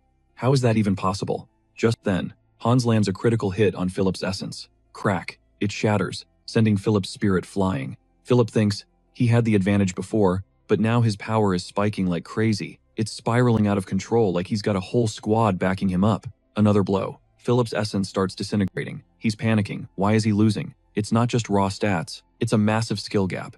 His spiritual abilities shouldn't be this weak. No time to analyze. Snapping back to his physical body, he barks. Emergency directive for the soul branch. He glares at his subordinate. Shut it down. Wipe the drives. Evacuate immediately, especially the Korean branches. This is code red. Get the commander on the line. There's a monster loose in Korea. Back on the battlefield, Hans looms over the wreckage. He snags a fragment of the essence. Even with Mind Center and Serenity, that guy was a tank. Gotta study this later. Damn shame the main target slipped away though. Ding. System update. The entity is absorbing a karma heart. Dark magic is evolving into the unique skill, Path of Sorcery. Energy flares in his palm. He connects the dots. So, this fragment is basically spiritual shrapnel from the dimension battle. And absorbing his karma buffed my power stats? Nice. Accessing the memories in the shard. He's tracking the Divine Retribution Society. He stares at the swirling energy cloud, and a vision flashes a building. Gotcha. The Korean branch of the Divine Retribution Society, hidden deep in the woods. He's not letting them run. He's going to rip their secrets out into the light. Cut to the hideout. A worker stumbles, gritting his teeth. What the hell is this? They said, evacuate. Nobody mentioned a monster knocking on the front door. Suddenly, a shadow falls over him. Hans is there. So, The evacuation order went out? Well, that's a start. Hans clenches his fist, physically forcing the man to stand up. Looks like you already dumped the heavy files. What's this? He snatches a stack of papers from the guy's shaking hand. Trying to save whatever scraps you can? Hand it over. Now, let's see what they've been hiding. In the past, they pulled every trick in the book. Forgiveness wasn't an option. In a split second, he blasted the worker with a psychic strike and snarled, "Those clowns from the Divine Retribution Society, they stole my whole life. He's gonna wipe every last one of them off the map. No mercy." He used to think it was just bad luck, a tragic accident he couldn't stop. But nope, the shadow group behind it all, the ones who torched his family and ruined his future, it was the Divine Retribution Society all along. But these guys are built different. He's never faced power like this before. He realizes he needs to level up his influence, fast. Doesn't matter the cost. Doesn't matter the grind, the society is going to pay the ultimate price for this. Haynes starts charging raw mana into his fist. He needs a game plan. Step 1. Test drive a brand new ability, the Purified Blood Crystal. Basically, he's going to scrub the excess blood in his system and inject it into another vampire, supercharging his own stats. One tiny catch though, the transfusion creates a permanent soulbind. Whatever, minor detail. Bend the knee, you're in. Fight back, you get deleted. Later, Sora looks totally shook. Wait. Run that by me again? You actually cleared out the radicals? Haynes demands a face-to-face with the moderate faction boss. He crosses his arms, ice cold. Spot on. Aside from a couple of alphas, the rest are history. He's got some serious business to discuss with her leader. Sora scratches her head, throwing up a hand. Whoa, pause. That's a huge info dump. I'll pass it up the chain, but I gotta verify this first. Haynes raises an eyebrow. Verify? He flares his aura, flooding the room with crushing pressure. How's this for proof? Sora stares, stunned. She knew he was OP, but this? This is monster-level strength. He's gotta be level 7, minimum. She nods, humbled. Okay, loud and clear. I'm calling them right now. Cut to the office. Lenora sits there, processing. To think he soloed the entire radical faction, and now he plans to absorb the leftovers? That's a plot twist I didn't see coming. Her subordinate, Lenora, fills the tumbler, the amber liquid swirling ominously. She drops a warning. This drink isn't for the faint of heart. Hines just sits there, extending a hand like he owns the place, and tells her to relax. I'm not here to play dictator, he says. His endgame? Absolute order. Oh, and wiping every trace of the Divine Retribution Society off the map. A smirk plays on Lenora's lips. Peace and massacre? Don't you think those vibes kinda clash? Perspective is everything. He shoots back. He eyes her up. She's definitely not an easy sell. But if words fail, force works. Magic crackles in his palm, a silent threat. That does the trick. Fine. She yields. What's the catch? He asks. Who do you trust that much? Her eyes gleam with zero hesitation. Who else? Me. She's all in on the purge. She jabs a finger towards Sora. Take her. She's your problem now. Sora points at herself, jaw-dropping. Excuse me? Lenora ignores the sass. She's the bridge. Hines clasps his hands, cool as ice, and says, suit yourself. He figures their internal drama isn't his circus. Lenora shoots her subordinate a look. It's a go. Now the real work begins. Time to strategize the purge and lay the groundwork for the new centrist faction. Hines swirls his glass, plotting. All right, phase 1. Absorb the stragglers, crush the dissenters, and rise as the undisputed kingpin. This is how he seizes the blood pact. He turns to the girl. Freeze. Move an inch, and this gets messy. Loud and clear, Sora replies. Showtime. She drops into the chair, arms crossed, bracing for impact. Looming behind her, he takes aim. Bam.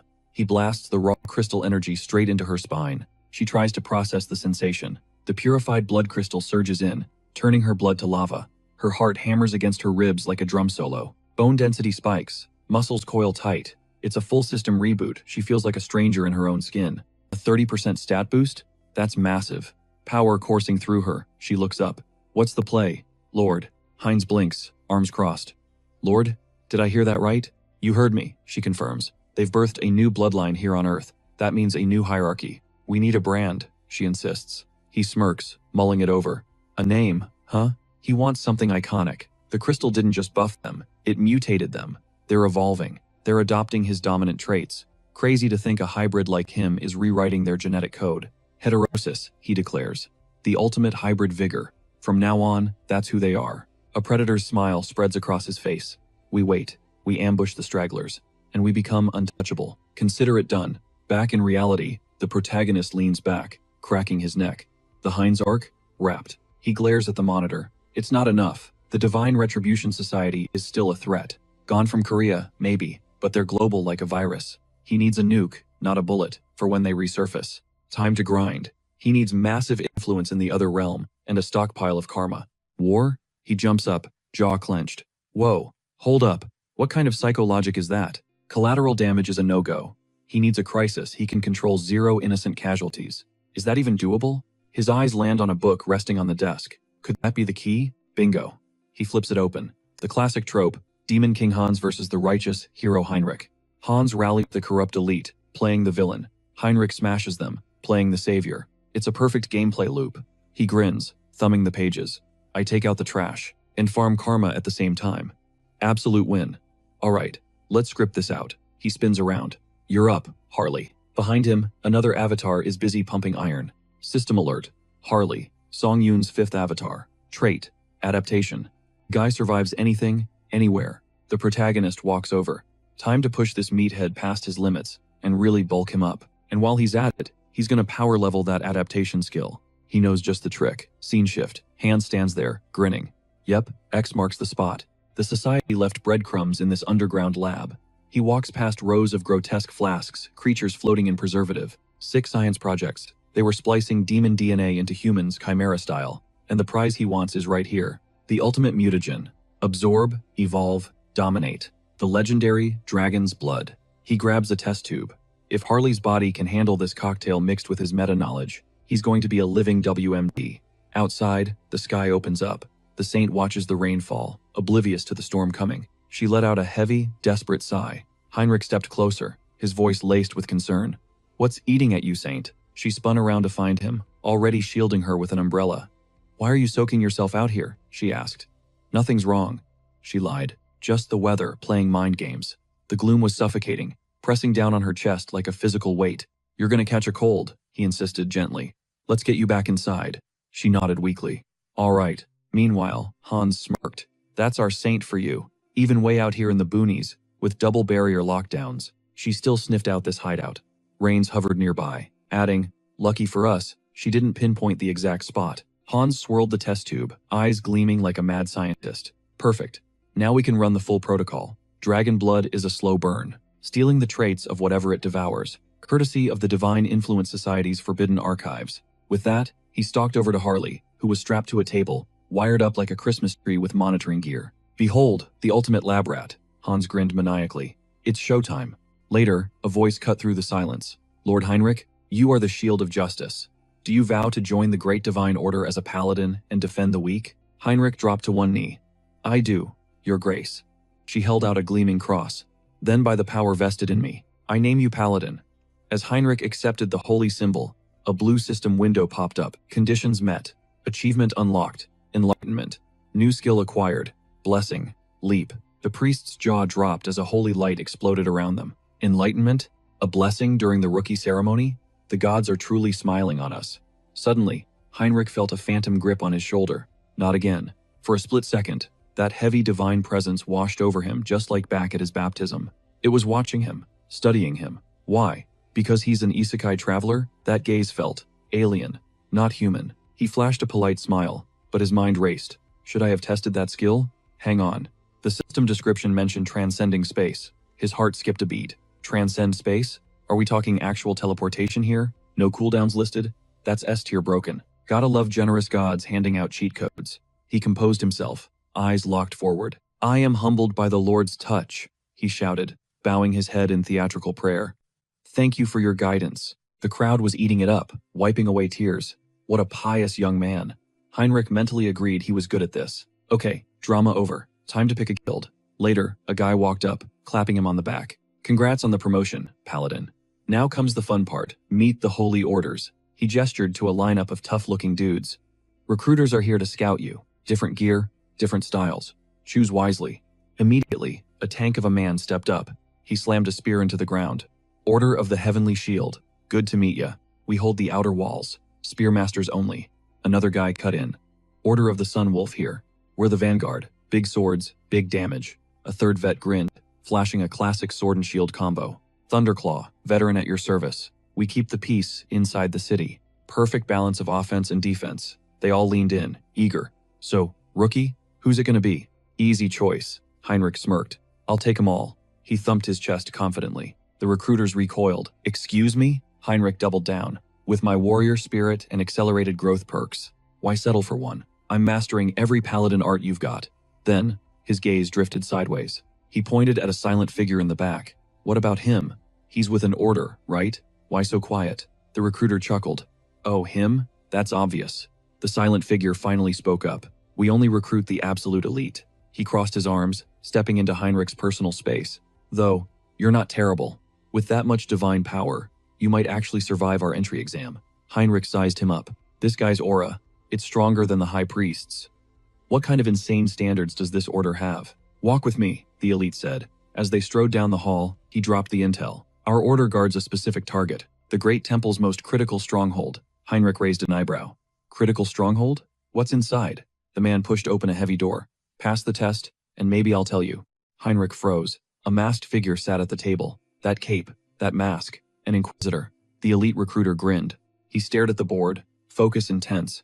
He had to nail this reading speak, loud enough for the big man upstairs to hear every syllable. Heinrich's pulse spiked. Wait, he thought, panic setting in. Is this a trap? Some divine lie detector to weed out spies? One slip up and his cover was blown. Jaw tight, he snapped. What is this joke? He played the victim card perfectly, acting offended that they'd dare question his devotion.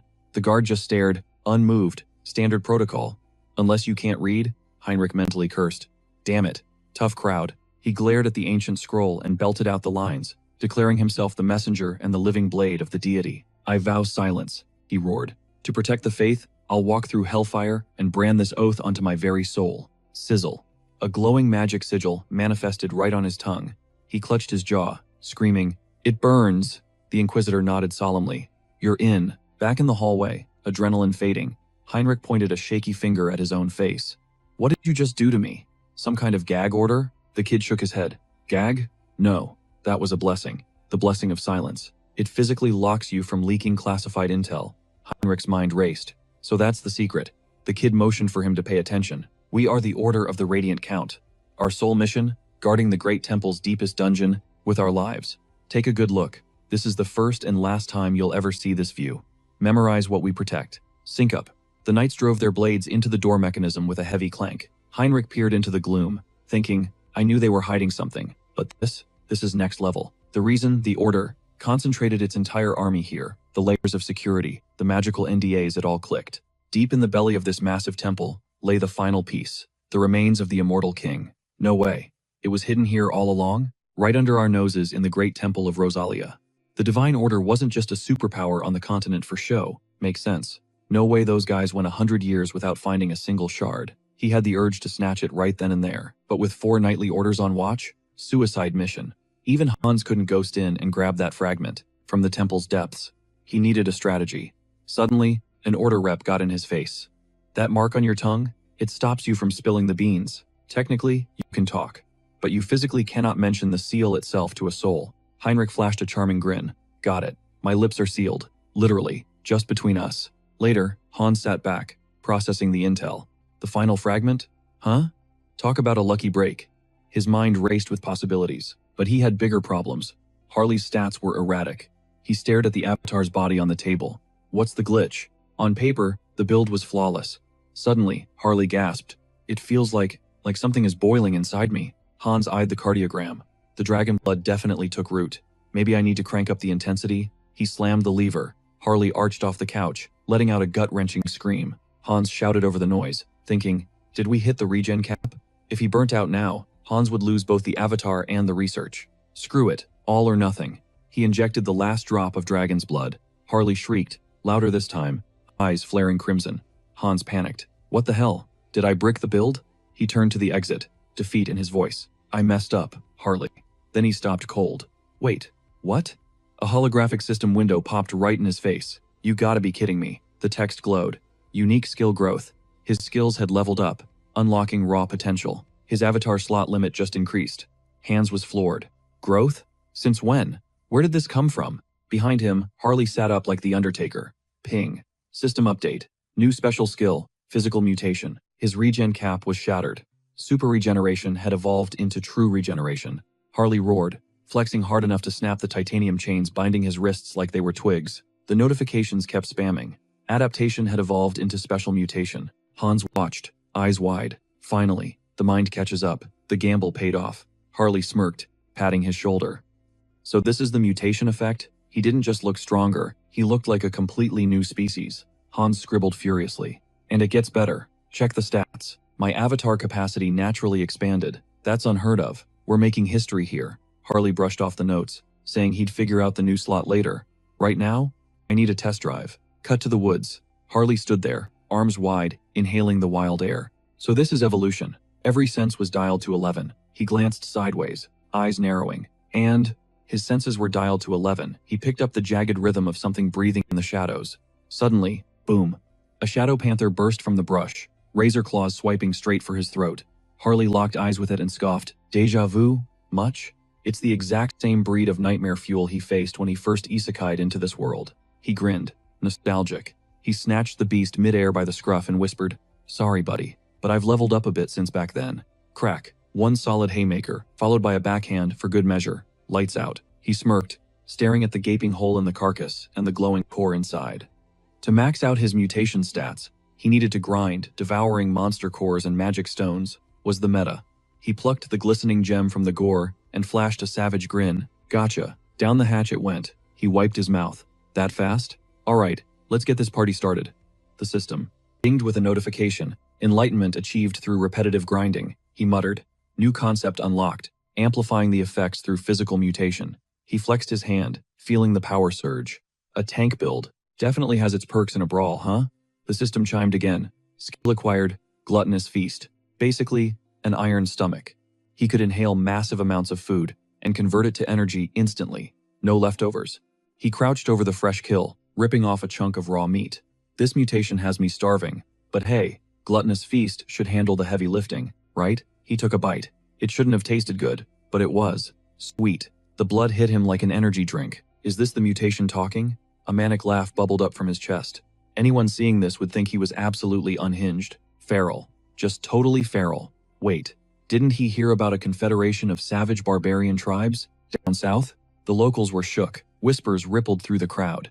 Yo, is that a southern barbarian? What's a beast like that doing in the east? The receptionist looked like he was about to faint, stuttering out a weak, "Welcome." Harley soaked it in. Yeah, he was turning heads. This physique is honestly a cheat code, maybe too intimidation heavy, but Harley's mission was to become a legend, a hero. With a legacy so massive, nobody could scroll past it. Meanwhile, the poor receptionist was literally trembling as he asked, "Purpose of visit?" Harley slammed his massive hand on the desk. Bam. "Isn't it obvious?" he roared. "I'm here to crush every monster in the northern mountains near the steel fortress." The worker scrambled. "Right away, sir. Getting you a ship now. Guy probably thinks I'm a rookie merc with a death wish." "Good," Harley grilled. "Let's roll." Scene switch. The rain was pouring down. Clang. A spear from the order's representative went flying into the mud. "Winner, Heinrich," the ref announced. The defeated man groaned, offering a hand. "You stubborn maniac. You actually mastered every weapon technique in the knightly order." Cue the system prompt. Enlightenment achieved through combat drill spamming. New skill unlocked. Complex weapon mastery. He stepped out into the rain. Nailed it. His swordplay was flawless now. And the best part? The XP share with his other avatars was insane. He paused. Double taking. The saint? And she's dripped out in full ceremonial robes. What's her game? He strolled over. Fancy meeting you here. What's the occasion? She flashed a serene smile, locking eyes. Fate brings us together again. She pointed a delicate finger at the ground. See that? The rain always brings the earthworms to the surface. She was literally channeling holy power into worms, just to encourage them?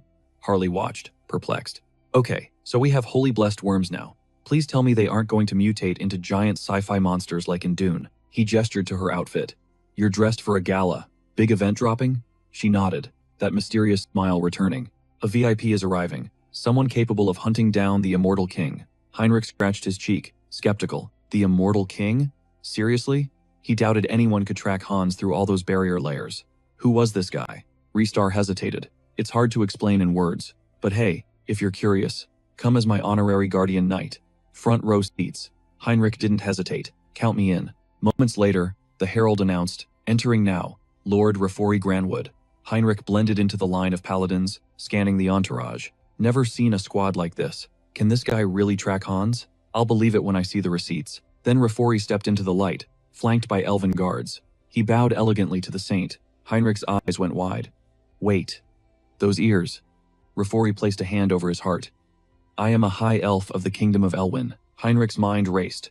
This was the VIP? He muttered under his breath. Rafori? Not just an elf, he realized. A high elf. Later, the worker glanced at Hubert and spoke up. Is it bronze or not? The shopkeeper asks, checking his watch. Look, inspecting is cool and all, but you've been staring at that thing for 2 hours. You buying or walking? Hubert grips the artifact tighter, sweating a little. My bad, boss. Truth is, his appraisal skills are seriously lacking right now. This guy is Song Yoon's 6th avatar. Basically, Hubert only exists because the main body, Harley, leveled up enough to unlock him. His starter skill, Analysis, fires up. The HUD glitches. System claims it's ruby weighing 12 grams. Reality check? It's solid bronze and weighs 480 grams. The stats are completely broken. He sighs. With his proficiency this low, he's only getting the basic, buggy info. But if he grinds hard enough, he could become the top merchant on the entire continent. No doubt. But first, he's got to crush the competition. That means dealing with the current market leaders. And for that plan to work, Harley needs to crank his hero reputation up to legendary status. Cut to Harley. He slings his massive axe over his shoulder, squinting at the horizon. That the guy? The big bad boss of these mountains? The gigantic bear roars in response, spinning around to swipe with razor-sharp claws. It's go time. Harley just grins. He parries the strike with his weapon, tanks the impact, and yells, "Let's dance!" He launches himself off the ground for a critical slam. Crack! His axe shatters right on the beast's iron-hard skull. Oh, crap. Before he can react, a massive paw smacks him backward. Harley clutches his ringing head. Okay, axe is trash. The enraged bear charges. Plan B it is. He triggers mutation. Scales ripple across his arm instantly. He delivers a haymaker straight to the beast's face, sending it flying. Fists are way better than cheap steel, he thinks. But fighting like a lizard monster? Not exactly hero of the people material. He needs to harness that monster power without looking like a freak show.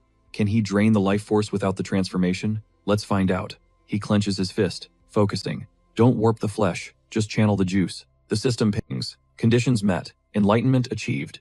New skill unlocked. Bio aura. Harley pumps his fist. Bingo, we're in business. Now this feels human. He spins around, just as a gigantic foot comes crashing down from the sky. Man, these northern mountains are wild, he laughs. First a bear, now an ogre? His eyes flash with hype. He charges energy into his fist. Let's see what this new build can do. Time for a live field test. The ogre steps forward, chuckling like it's got an easy meal. Harley catches the stomp with one hand. You think this is a joke, big guy? Let me show you the punchline.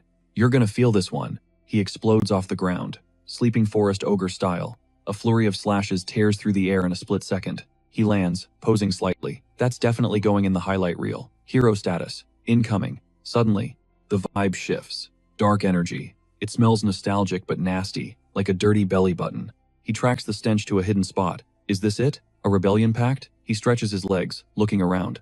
Why hide out in the boonies? It's obvious what these guys are plotting. He scowls, intensity rising. Time to weed out this trash before it spreads. Someone's gonna pay. Meanwhile, Rafori sips his drink. This tea slaps. Honestly. He sets the cup down gently. Thanks for the hospitality, Saint. She smiles back from across the table. Glad it fits your vibe. The Divine Church is seriously honored to have you here. Heinrich, standing nearby, watches closely. This is huge, he thinks. The church just allied with the elves. And not just any elves, the high elves. The V.I.P.S.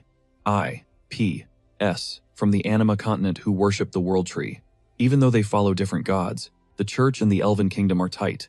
They recognize each other's game. But acknowledging existence and swapping gods are two different things. High elves are the elite. If he's here, are they using the World Tree's power to track down Hans? Whatever it is, it's fascinating. Heinrich stares. Those pupils really look like galaxies. Seems my eyes are distracting you, Rafori notes. Heinrich freezes. Did I stare too long? Reister bows quickly. My bad. Didn't realize I was zoning out. Heinrich thinks. Smooth. Real smooth. Rafori points to his starry eye. It's chill. Everyone looks. These eyes are the high elf trademark. Elves born with these are basically chosen ones, priests connected to the World Tree. Super rare drop rate. Maybe 2 or 3 per generation. Most are ancient, so a new high elf showing up. Is the anticipation truly that killing? Rystar cut in, eyes narrowing. So, this urgent S.O.S. It's tied to that mess? He nodded grimly. Bingo. A divine vision dropped recently. A miracle child was born on the Ion continent, but before she could even breathe free air, slavers snatched her. sold her off like cattle to be a dark sorcerer's blood sacrifice. They're begging the main divine church to track her down. The saint gasped, hand covering her mouth. That is absolutely sick. Do they have anything to go on? He clasped his hands tight. The northern mountains. They traced the abductor's trail there. Her expression darkened. The northern mountains? That's a death trap. And miles from nowhere. Can he give us a visual on the kid? Cut to Harley inside a dimly lit cave, scanning the dark. Rafori's voiceover kicked in. She hasn't awakened her powers yet, so she looks like your average elf, just a regular teen by human standards. Lime green hair, piercing orange eyes. Heinrich's eyes widened. Hold up, ain't no way. Meanwhile, Harley stepped up to the trembling girl. Hey kiddo, what do they call you? She clutched her chest, voice barely a whisper. I'm Cecily. A beat later, he hoisted her onto his back. One of the mages blocking the path screamed, Damn it, don't let him near the warehouse. His buddy panicked. I know. How are we supposed to stop a literal monster? But Harley didn't even tap the brakes. He kept barreling forward like a freight train, mowing them down like bowling pins. He smashed into the room, scanned the perimeter, and smirked. So, this the stash spot she mentioned? That is it, she confirmed. He glanced over his shoulder. All right, jump down for a sec. There's something we gotta grab before we bounce, she said, pointing a shaking finger toward the corner. Right there. A branch of the world tree. Harley's eyebrows shot up. Whoa, seriously? This twig? He passed it to her, and barked, Hold on to that for dear life. Got it. Thanks, she chirped. All right, he grunted. Time to jet. Just one thing, she stammered. Please, go easy. Zoom. Harley launched himself forward with zero chill, tearing up the ground. Back at the council, Heinrich raised a hand. I've got a pitch. Rafori blinked. Let's hear it. It's about the kid, Cecily. I think I can pinpoint her location. Rafori took a calm sip of tea, side-eyeing him. For real? You got a tracking blessing? Nah, nothing like that, Heinrich admitted. I just felt her vibes. The paladin next to him scoffed. We're in a crisis, man. We can't run on hunches and vibes. Rystar silenced the room with a raised palm. Hold on. Let him cook. She locked eyes with him. Break it down for us, Sir Heinrich. Cut back to action. Harley was sprinting full tilt, lungs burning. Found the exit. The mages trailing him lost it. That moron is escaping with the goods. Summon it. Now. Do it. His partner screamed, blowing a sharp, piercing whistle. Harley skidded to a halt, jaw-dropping. Is that a giant freaking earthworm? The ground exploded as a massive beast breached the surface. Legs burning with magical energy, Harley gritted his teeth. No other play here, we smash through, he charged. Move it or lose it. He vaulted straight onto the worm's slimy back. Let's go. In a split second, he was surfing the monster, spotting a glowing rune inside its maw. What the hell? Mind control? He scoffed. No wonder a desert creep is chilling out here. Whatever. I'm saving the girl, hero style. He grabbed the beast by its massive fang. Go back to your sandbox, he roared. He yeeted the worm into the horizon, dusting off his hands with a cocky grin. Stay out of sight and live a long, happy life, buddy. A low growl wiped the smile off his face. He spun around. Wolves. Hundreds of them. The spawn rate on these mobs is insane. Those Oath of Defiance losers. What's their endgame? He flashed a feral grin, stance widening, and declared, Doesn't matter. I'm gonna wreck every last one of them. High atop a cliff, the Oath members watched the carnage. Who the hell is this guy? One asked. Nerab stepped forward, fuming. Tomorrow was the big day. The half-elf, the world tree branch, all set for sacrifice. I even used a cloaking artifact. How did they track us through the seal? This ruins everything. Down below, Harley was playing whack-a-mole with the wolves. There's too many of them, the villains jeered. He's toast. A wolf lunged, jaws snapping onto Harley's arm. Crack. Harley instantly hardened his skin with dragon scales, shattering the beast's teeth like glass. You brought a pack, he growled, landing a bone-crushing haymaker. He snatched a glowing rock from the debris. A mana stone? Don't mind if I do. He popped it in his mouth like candy. Infinite stamina glitch unlocked. Another growl from behind. Incredible, he thought, eyes glowing. My mind is clear, but my body is on autopilot. His head morphed, taking on the visage of a wolf. It defends itself. It feeds itself. Pure instinct. The system interface flashed gold. Conditions met. Enlightenment achieved. Skill unlocked. Wild instinct. Up on the ridge, the observers lost their minds. No way. That's not a human. It's a monster. What's the play here? Elder Nurab. The perimeter is collapsing. The elder gritted his teeth, barking orders to fire up every summoning circle. Then he froze. What? He spun around, eyes narrowing. It was a massive risk blowing their cover this early, but options were zero. Fine, he hissed. Unleash those two, now. Meanwhile, Harley stared down the trembling wolf before him, a twisted grin spreading across his face. I'm actually digging this primal vibe, he laughed. Let's wrap this up. But before he could move, snap, a jagged crystal arrow slammed through his hand. The hell? Harley muttered, eyeing the shard. He whipped around, locking eyes with a humanoid construct made entirely of diamond. Harley thought, a glass man? Seriously? The air grew heavy with crushing telekinetic pressure, radiating from the creature's core gem. Suddenly, Cecily screamed, "Look out!" Above them, a massive demon plummeted like a meteor, landing with a shockwave. End of the line, half-breed. You aren't taking another step. Harley threw his guard up, sneering. Even the devil showed up? Cute. But he knew he couldn't tank hits from a beast this strong forever. Thwack! Another crystal arrow pierced his chest. The demon capitalized, smashing a fist into Harley's face. Stay down, trash. Mister! Cecily cried out. The demon raised a claw for the execution, roaring, "You are finished!" But Harley just smiled through the blood. Yeah, you're right. It is finished. The demon blinked. What? Suddenly, a blinding pillar of light erupted on the battlefield.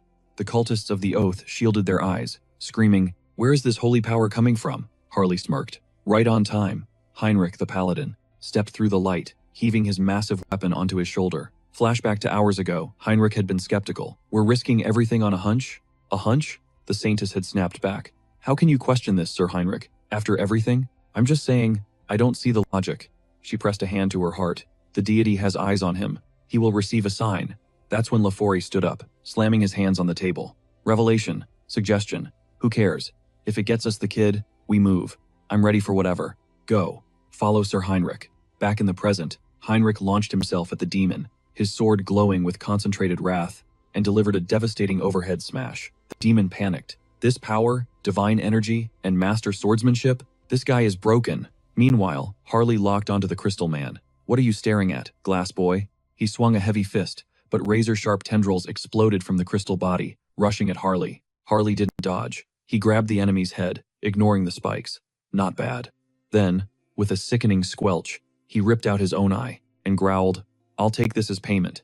He crushed the crystal man's skull in his grip, shattering the construct into a million glittering shards. Harley yanked the crystal arrow from his empty socket, shouting, "Damn, that stings." He inspected the glowing gem he'd looted from the enemy. "Since you took my eye, I'm taking yours." Without hesitation, he jammed the raw crystal into his bleeding eye socket. The system chimed. New body part transplanted. Skill acquired. Diamond eye pyrokinesis. Harley chuckled darkly. Looks like I got a range upgrade.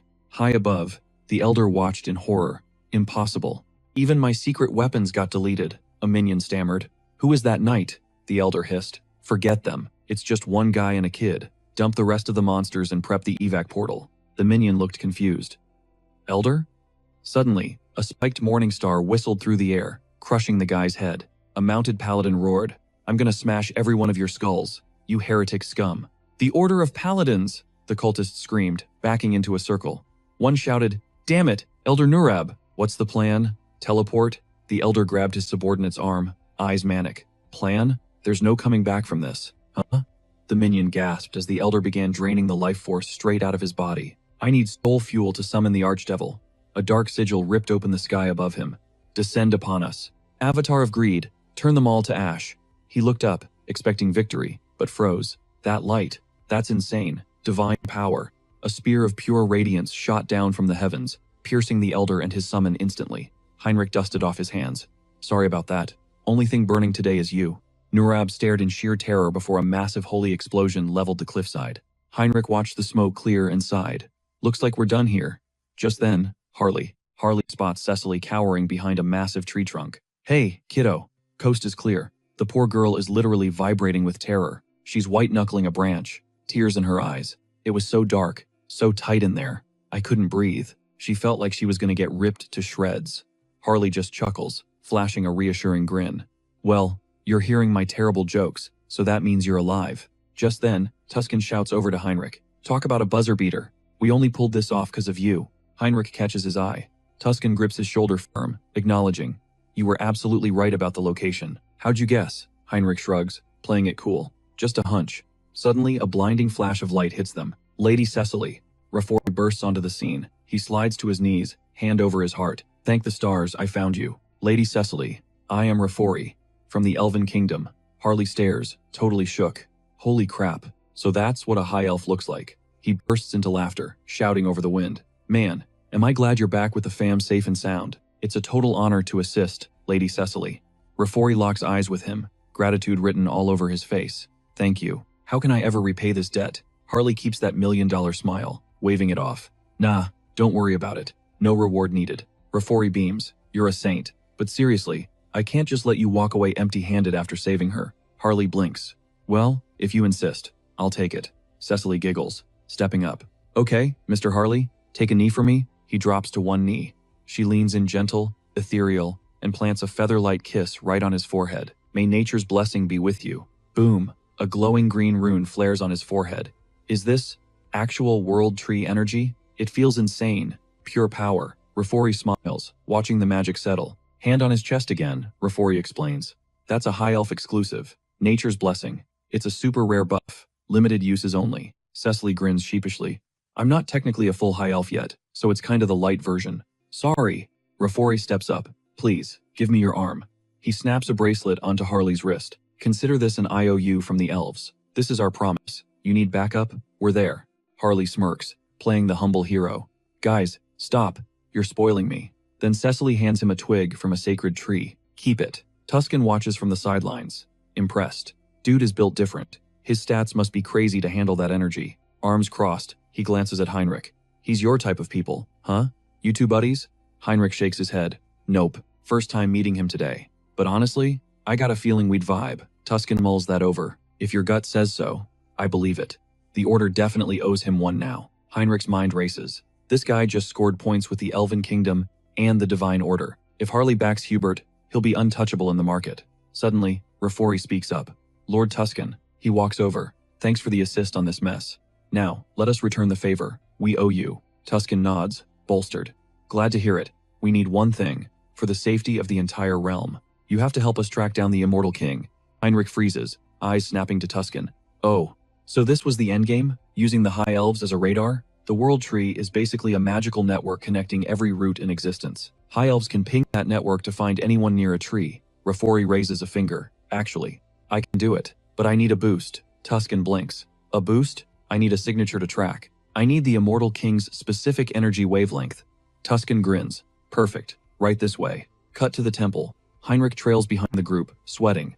Never thought I'd be back in this creepy place so fast. Looking at it again. This barrier is insane. It's beyond massive. A literal divine wall. And the layout? Total maze. Designed to mess with your head and trap intruders. Even someone like Hans would get stuck here for ages. The Inquisitor up front stops dead. We've arrived. They halt at a heavy door, Heinrich calculates. Even if you breach the perimeter, every paladin and high priest would swarm you instantly inside. It's a death trap. The door's grown open. Rafori steps into the gloom. Is this it? A piece of the legend himself? All right. Initiating scan. He begins to channel power. Heinrich's heart drops. He's locking onto Hans. The whole army is going to mobilize. Wait a sec. Heinrich pauses. Is there a loophole here? Rafori touches the relic. Heinrich smirks internally. Actually, today might just be the day he gets the final piece of the puzzle. Cut to black. A shadowy conference room. A voice cuts the silence. It's time. Is the crew all here? A hand shoots up from the crowd. Yo, the Empire's rep is in the building. Eastern rep's here too. Cutting to the chase, Nurab is toast. The Eastern rep says it's old news. Everyone's heard the gossip by now. They're still clueless on how the Order and those pointy-eared high elves tracked him down. First, they smoked Marcus, farmed the fragment, and now Nurab's caught while laying low? Are we getting sloppy or what? The Eastern rep asks. The Order's comeback tour basically screams that the Immortal King's heir has arrived. His buddy pipes up. Hey, this new heir, think we can use him as a pawn? He asks, scheming. You want to team up with the guy who backed us into a corner? He grins. Now, that's a spicy plot twist. Meanwhile, Riastar is spiraling internally. Doesn't matter how many shields we put up or how deep in the boonies I hide. They track me like bloodhounds. Cut to Hans, clutching the Immortal King's fragment. He thinks, looks like the Saint's radar locked onto this bad boy. Gotta stash it, stat. He rips open a subspace portal and tosses the shard inside. Then, he spots it. The fragment flops right out the other side. He thinks, damn it, epic fail. Guess this shard is too OP for a standard inventory slot. But hey, it traveled back to Earth with me just fine. What if I turn myself into the inventory? Create a subspace inside my own body? Yeah, literal fusion. He jams the fragment into his chest. Bingo, it worked. Now he can tap into its power and ghost his energy signature completely. Sweet, major headache cured. Only one thing left scrubbing the crime scene. Snap. He thinks, burn it all. Instantly, a massive inferno engulfs everything behind him. Scorched earth tactics. He thinks, stage is set. He reaches out. Time to drop the shields. Let my scent flood the zone.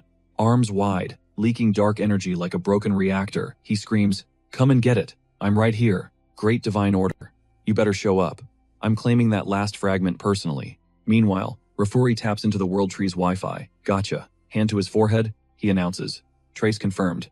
The Immortal King is camping in the Western Monster Forest. The Paladin goes full alarm mode. Rally the squad. Wake up the Archbishops. Now. Suddenly, Cardinal Pyre rolls up with his knights. Well. I'm kinda hurt. You guys didn't think to invite the heavy hitter for the main event? He steps up. I got the memo. The Great Jiran Temple's Paladin Cardinal is crashing this party. Lottie thinks. The Cardinal? The absolute G-O-A-T of the temple? That's huge. We've got the dream team. Then Restar steps to him. Archbishop, I'm tagging along this time. He shuts it down. Not happening. The Saint? She asks. Look, we've got the Cardinal. The Saint is the Order's anchor. She stays put. Lottie barks. Heinrich, the guy responds. On it, boss. He says this time, he's on babysitting duty at the Great Temple. Understood. Lottie gets right in his face. If anything goes sideways while we're gone, guard her with your life. Lottie walks off. Heinrich watches him go, smirking. Relax, old man. The Saint is in the safest hands possible. Mine. The squad hits the magic circle outside. Lottie raises his sword for the hype speech. Soon. We face the continent's nightmare. But we're going to turn that nightmare into a daydream. Because the big guy upstairs is watching. Peace and salvation, baby. Peace and salvation. Cut to the Saint. Eyes on the heavens. Praying. Heinrich leans in. Don't stress. I'm sure the crew will come back in one piece. She looks at him. Really? Did the deity send you a DM? He replies. Nah, not exactly. Just a gut feeling. Meanwhile, Hans pulls up to the church. Dark mana locked and loaded. He can't see the holy berry, but he can feel the buzz. He focuses energy in his palm. Even if I slip past the walls, the internal security is tight. Gotta blow the locks and buy some time. He flings magical flares forward, triggering massive explosions. Enjoy the midnight fireworks show. The knights are freaking out. What the hell is that? Look down. We're under siege. Undead army incoming. Sound the alarm. Call everyone. Meanwhile, Tuscan and the High Elf are hiking up a stone ridge, and Tuscan freezes. Houston? We have a problem. They scan the empty spot where the signal supposedly was. Dead end. They peered into the void of the cave, and Rafori whispered, no shot. He was convinced this was the drop zone. If the target had moved, the World Tree would have pinged him. The Archbishop started to speak, then froze a mental, hold up. Sensing eyes on him, he realized the stealth check failed. In a heartbeat, he spun around, casting a spell mid-turn, throwing a hand out and screaming, everybody back! It's a setup! Retreat to the Great Temple we've been played. Meanwhile, the temple was already a blazing inferno. Hans stepped through the fire, smirking. About time. He stood before the final piece. His ribcage split open, visceral style, and he hissed, wakey wakey, immortal king. Alarm bells shattered the air. People were losing it, screaming, move! The undead are breaching the perimeter. Right then, Heinrich watched the panicked knights and thought, yikes. Big L for you guys. Good luck with that nightmare. Since he was on garden duty, the plan was simple. Chill here, then fade into the shadows. But then, another squad of knights burst. Through the gates. Over here! Don't let up! We gotta sprint! They yelled. Heinrich blinked, totally thrown off. Wait. Pause. That's way more NPCs than he calculated. He didn't recognize half these faces. Okay, silver lining. They have no clue. Hans is already securing the bag. The zombie distraction is working perfectly, causing chaos inside and out. Suddenly, the Inquisitor stormed in, hand raised, commanding the room, listen up. The horde outside is bait. The heir to the Immortal King is making his endgame move right now. Target the sealing chamber. Go. Heinrich stared at him, sweating. Of course, it's the Inquisitor. How did this guy figure it out so fast? He took off after them, cursing internally. Damn it, I gotta crash this party before the whole plan goes up in smoke. Back at the chamber, Restar gasped. Impossible. How did an intruder breach the sealing chamber without tripping a single alarm? A knight beside her shook his head. Zero signs of entry, ma'am. She pressed. Teleportation hacks? Unknown, he replied. The saint was trembling physically. He's right here. The Immortal King is literal inches away, and we missed it. I failed. Total system failure. He's respawning because of me. What do I do? Just then, Heinrich skidded to a halt beside them, panting. My bad, I'm late. Traffic was murder. I'm taking point from here. The goddess beamed the second she saw him. Please, we need your buffs. Meanwhile, Hans, scanning the corpses piled around him, mused. Gotta admit, they wiped that undead army. Way tankier than I gave them credit for. Malcolm was a beast of a boss fight. Hope he rests easy. Dude really grinded for a long time. It took a minute, but he finally secured the loot. He needed to extract that last fragment. Suddenly, dark energy started swirling, pooling around him. He frowned. What is this feeling? Why isn't the power bar filling up? Maybe the sync rate just takes time. He whipped around, spotting the paladins rushing him. Intruder! They shrieked. Hans flicked his wrist, blasting them backward with a wave of shadow. The archbishop yelled, "Hold fire! Wait for heals!" He started charging a massive light spell. Heinrich lunged forward, shouting, "Screw that! I'm going in!" But Restar snatched his wrist. "Negative. We need to analyze his power level first. Hold your position, soldier." "Roger that," he said, but internally he smirked. Perfect. Stalling for time by fake fighting Hans was exactly my plan. Hans boomed, "Surrender. You order lackeys. The fragment is mine, locked and loaded." Lottie roared, "Ignore the trash talk. Keep up the DPS." Hans hesitated. Should I just nuke them? No. Can't be racking up innocent kills. Suddenly, streaks of light daggered toward him. Holy magic? Fast. Dangerous. If he hadn't popped his regen buffs, that would have been game over. To keep his hands clean, he had to drag this fight out. Strategy. Take out the shot caller. He fired a blast of energy, but Lottie tanked it with her shield instantly. "The audacity!" she screamed. Hans blinked. "Reflexes on point much?" She didn't just block. She countered instantly. They were fighting with zero fear, like they knew. He wasn't going for the kill. Did someone leak my strategy? Are they stream sniping my thoughts? Should I peek into their minds? Laddie got in his face. "What's the matter?" "Eyes over here!" Suddenly Restar shouted. "He hasn't fully synced with the fragment. Guys, now's our window. Burst him down." She unleashed a barrage of light beams. Hands, stuck on defense, realized he was being spammed with spells and swords simultaneously. He threw up a barrier. So predictable. Basic moves. Then, a paladin materialized behind him, whispering a suggestion. The crowd held its breath. Could he actually tank such a telegraphed hit? The lich just swiveled around, practically rolling its eyes. Is this dude for real? Trying to provoke me? With that weak sauce attack? Suddenly, thick tendrils of dark energy erupted, wrapping the paladin tight like a nightmare cocoon. The paladin panicked. Binding magic? Oh, come on. How is he reading my inputs like a cheating AI? Mental shields were supposed to be up. Heinrich realized the screw-up instantly. "Sir, my bad." He heard the whole playbook inside my head. Lottie shrugged, resigned.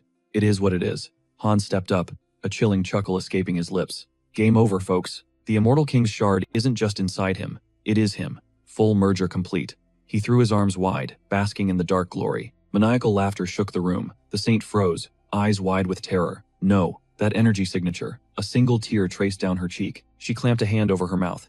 Impossible. The nightmare scenario. The Immortal King has respawned. Then the lich dropped the mic. "Look at these order dogs trembling." Meanwhile, the system pinged. "Death experienced and transcended. Achievement unlocked." "I'm back." Another system alert flashes. "Identity confirmed. Calamity of the outer dimension. Immortal King." Outside, the knights screamed, "Move it." They were sprinting to the sealing chamber to back up the saint. Then boom. Everyone froze, looking up in sheer terror. Who is that? The silhouette hovered ominously. Could it be him? The king materialized right above their heads, descending like a dark god. Screams echoed. "Are we too late?" Pian roared. "Hell no. This holy ground debuffs the king's power. We're putting everything on the line to stop this demon right now." Rosalia screamed his name, but he just ordered the charge. That's when the vibe shifted completely. The king let out a villainous cackle. "You ants think you can stop me?" Internally, though, he knew he had them fooled. No status window for them, so they're buying the bluff. System ping. Achievement earned. Reward. Instant death immunity. Skill evolution. Decomposed heart. Upgraded to immortal heart. Literally unkillable now. A wave of knights surged forward. He watched them come, calculating.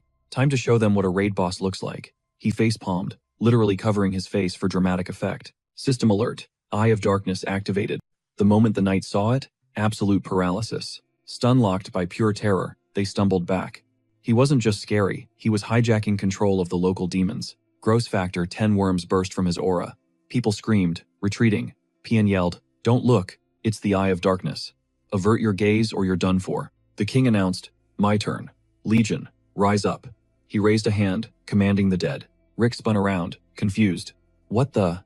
Bones and debris started swirling into a vortex. "Heads up, we got a corpse golem spawning right in front of us. A monstrosity stitched together from skulls and rib cages. Dangerous? Understatement. Suddenly, it swiped, launching knights into the air like rag dolls.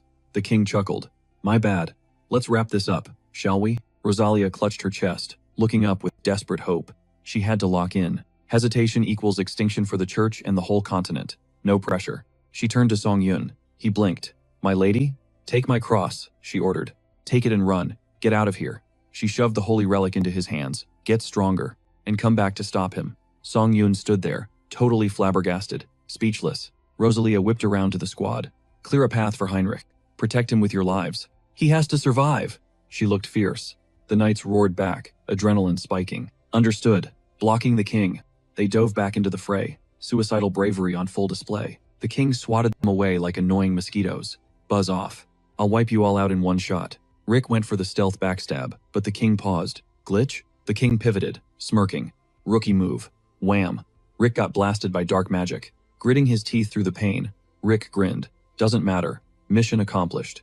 The king paused, confused. Come again? Rick spat back. Heinrich is safe. That's our hope. I'll throw this bone sack at you all day if I have to. The king scoffed. Cute speech, but you're an idiot. Prepare to get your skull crushed. He wound up for the kill shot when suddenly, Song Yun flew in, landing a haymaker right on the king's jaw. Crash. He plummeted. Song Yun prepped Blessed Leap. He flashed directly behind his opponent blink, and you'd miss it. The king stood up, scanning the room, but Song Yun blindsided him with a vicious slash from the shadows. The king just smirked.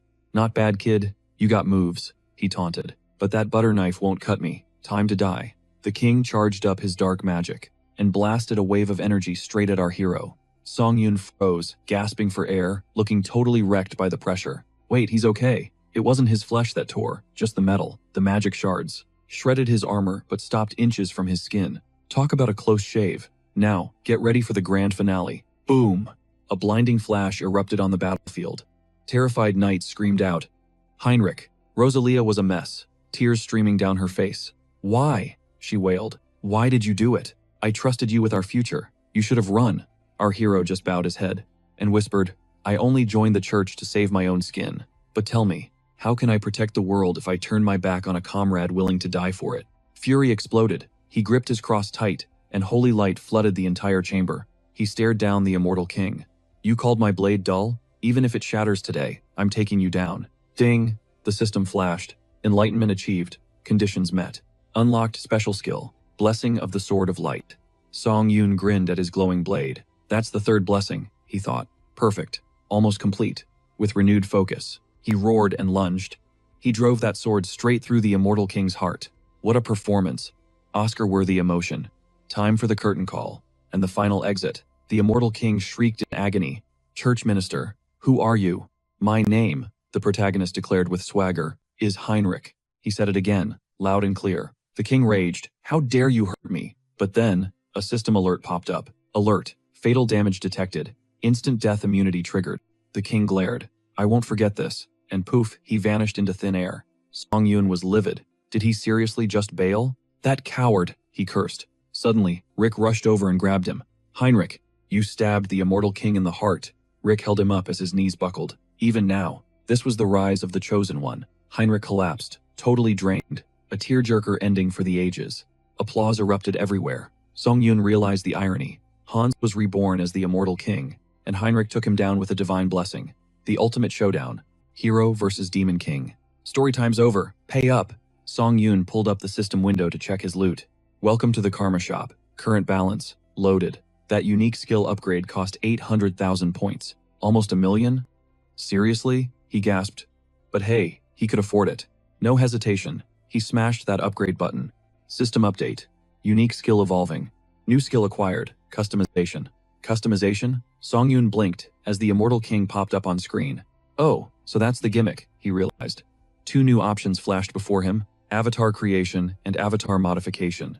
Modification was simple. Tweak the look, stats, and vibes of existing characters. But creation? That's a one-time deal for looks and skills. Right at the start. And the kicker? Gender selection is finally unlocked. Male or female. He was hyped. Whoa, okay.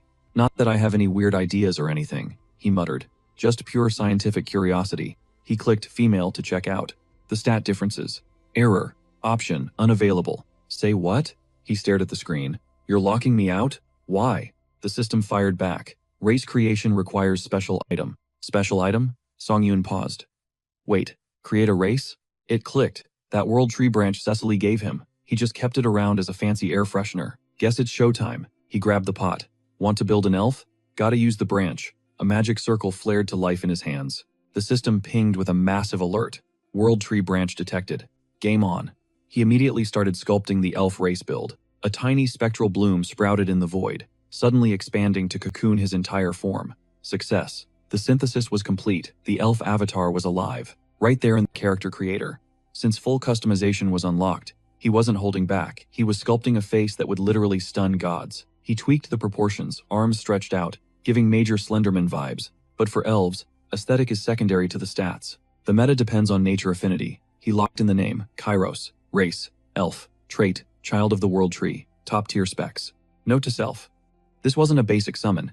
He was forged from the pure essence of the world tree itself. That meant his XP gain, racial traits, and mana sync were off the charts. We're talking a cracked physique paired with an adorable face. That was the plan, anyway. Suddenly, the elf avatar, Karis, let out a sound that curdled the blood. The protagonist froze. What the actual heck? It looked like Karis was being twisted by void magic. Songyun raged, staring at the screen. This wasn't in the patch notes. This couldn't be happening. He panicked, fingers hovering over the abort button for the immortal king summon. Was his mind center glitching out? Or was the nature affinity too potent? He nearly deleted the god-tier avatar he just built. Spinning around, his eyes landed on a dusty bookshelf. Maybe he should switch gears and draft the legend of the mercenary king. Moments later, he draped a wolf pelt over his head, striking a pose. I'm obsessed with this wild vibe, he announced enthusiastically. The maid giggled from the corner, giving him a thumbs up.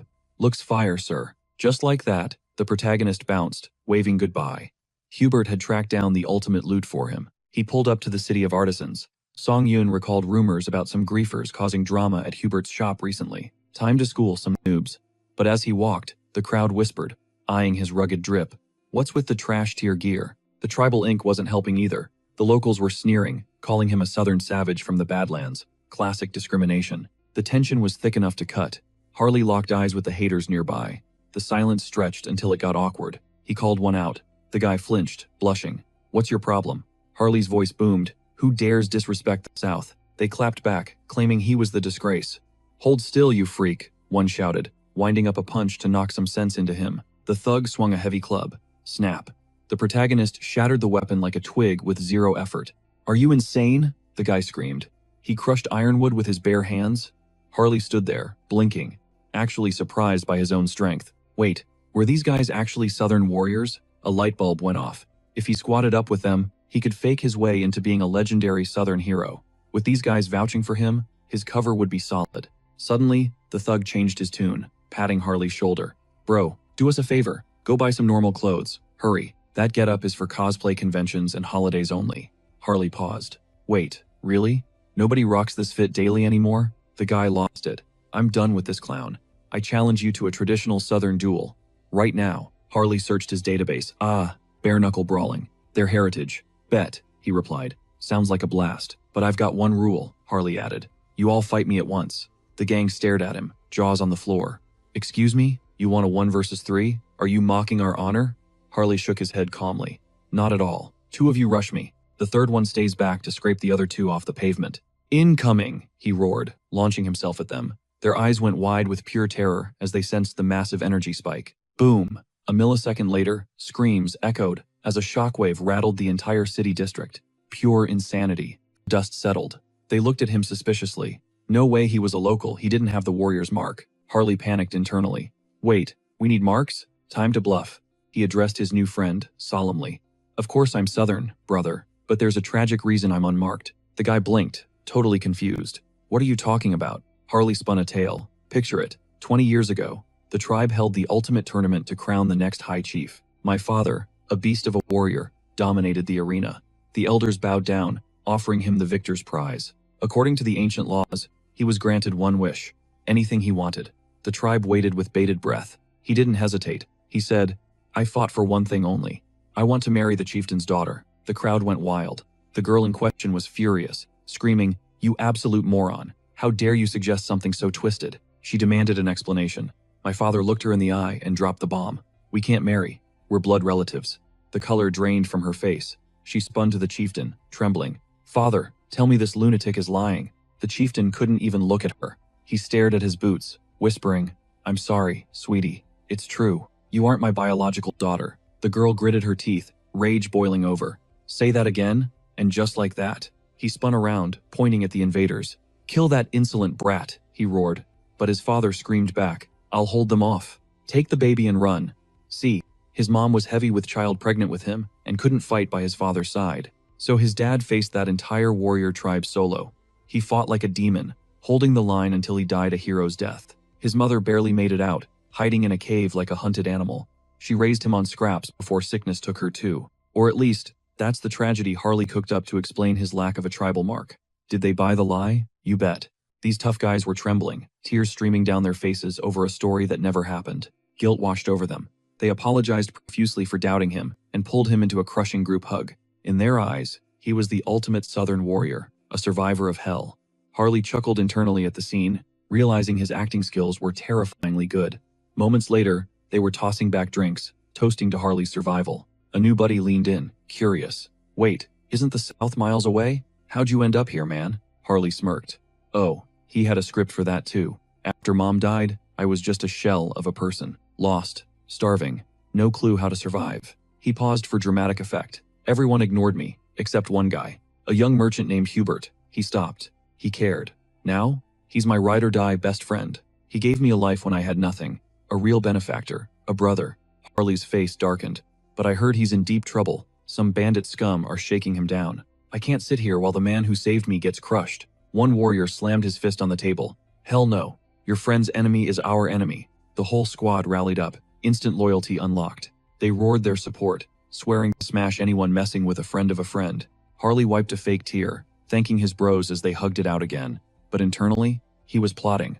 Once these meatheads silenced the idiots threatening Hubert, the real hustle would start. It was time for some arbitrage. He'd import tons of pepper super rare here, and trade it for magical tools that were dirt cheap locally but expensive back home. The ultimate win-win. He'd make a killing on the margins, securing enough capital to fund even bigger moves down the line.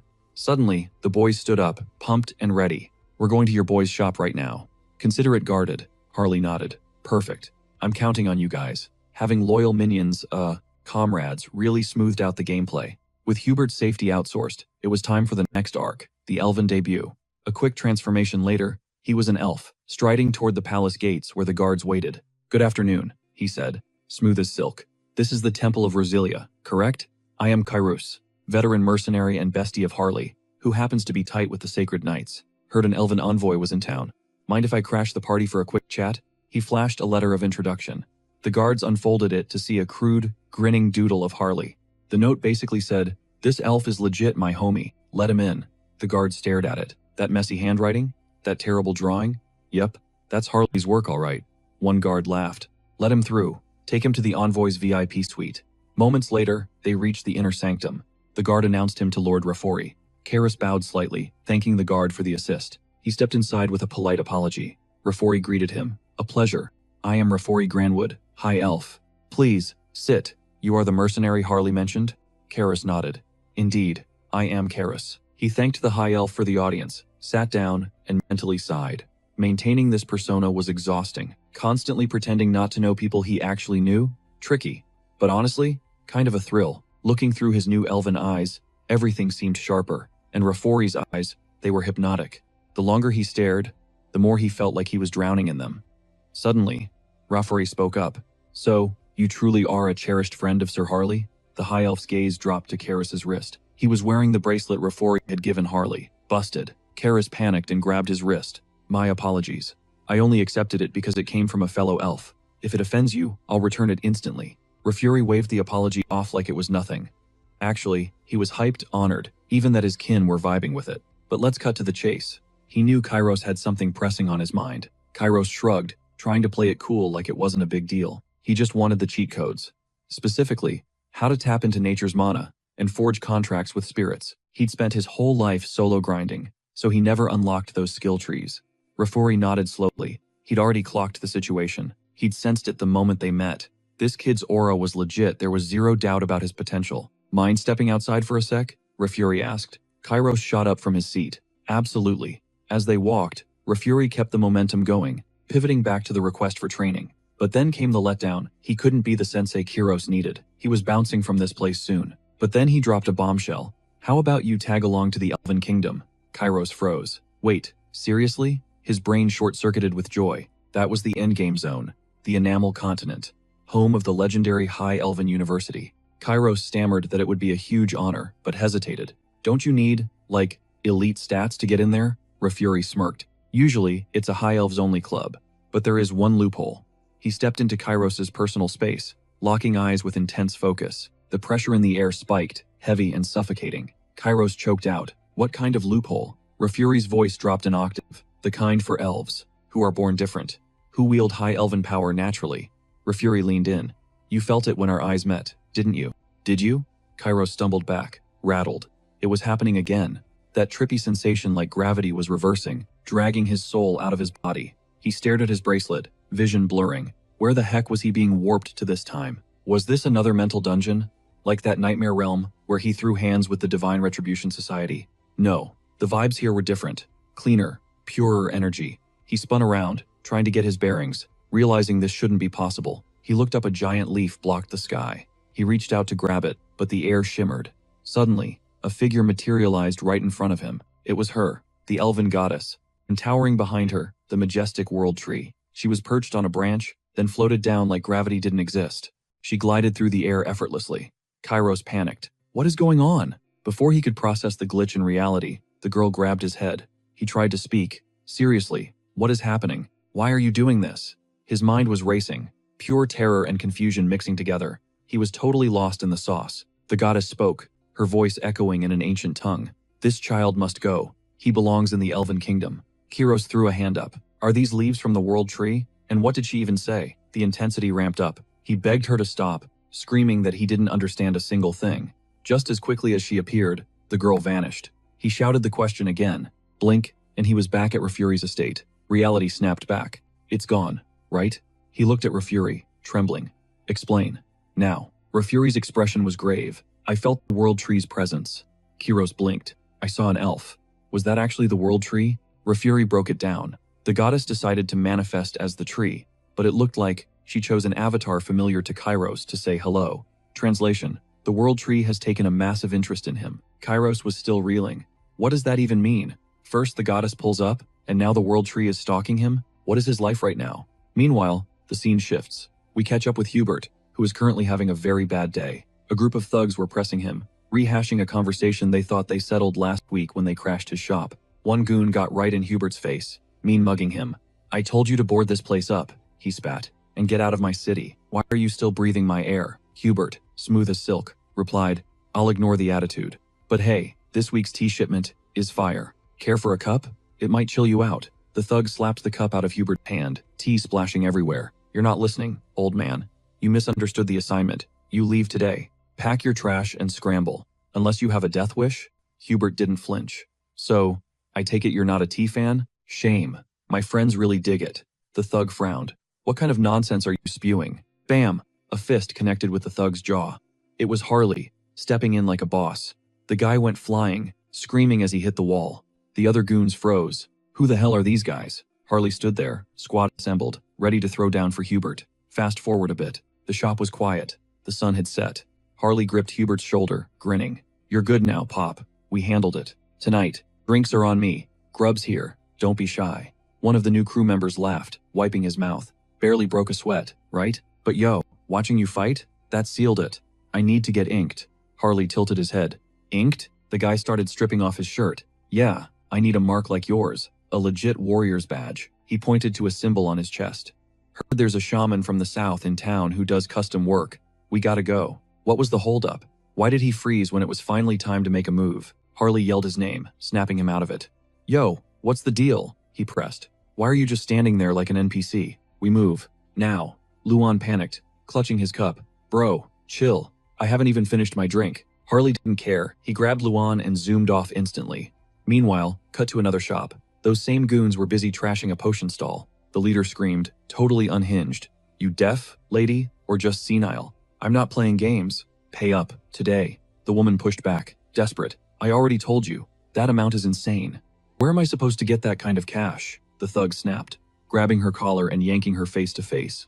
You really don't get it, do you? He pointed to the fresh gash on his face. Look at this. I'm having a seriously bad day. You saying you're broke? Go find it. Rob someone for all I care. Just get it done. I swear, I need that cash right now. Suddenly, boom, Harley appeared out of thin air, standing right in front of him. The thug froze, eyes wide with terror. It was that guy. Before he could even react, Harley rushed him. Congrats, Harley smirked at the woman. I'm here to leave a mark. Luan, still in his arms, looked ready to hurl from the supersonic travel. The woman gestured to the unconscious bodies. What about these losers? Harley shrugged. That's their problem when they wake up. The merchant chuckled, shaking her head.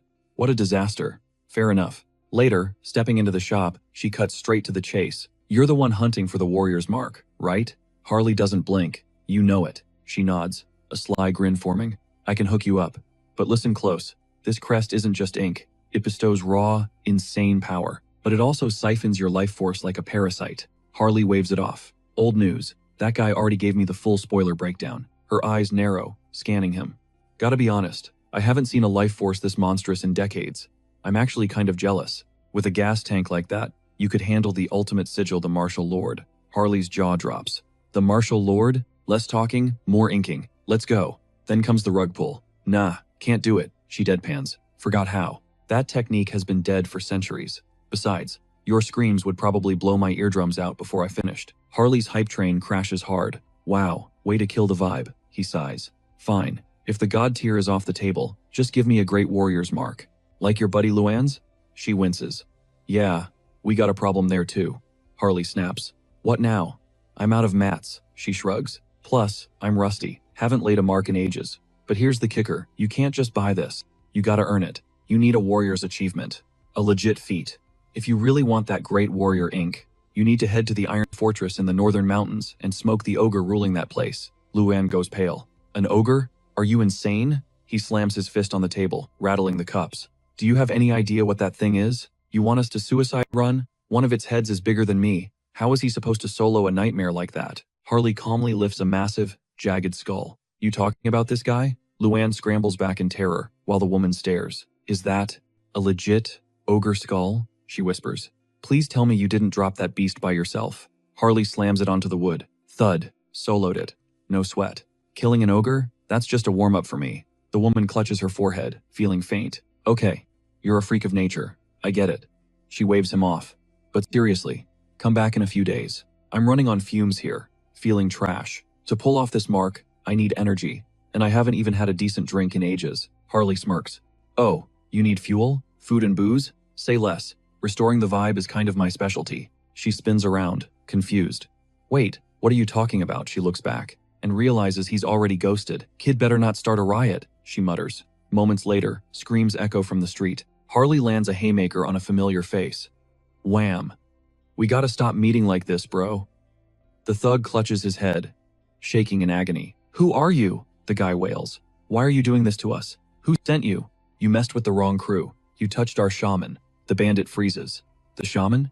That old lady is a southern shaman? Dude, mercy. We didn't know. We thought she was just some village herbalist. The guy screams, okay, we get it. We won't ever touch her again. I'll stop. Harley ignores him, dropping bodies left and right. Better stick to that promise, boys. Luan watches the carnage, sighing.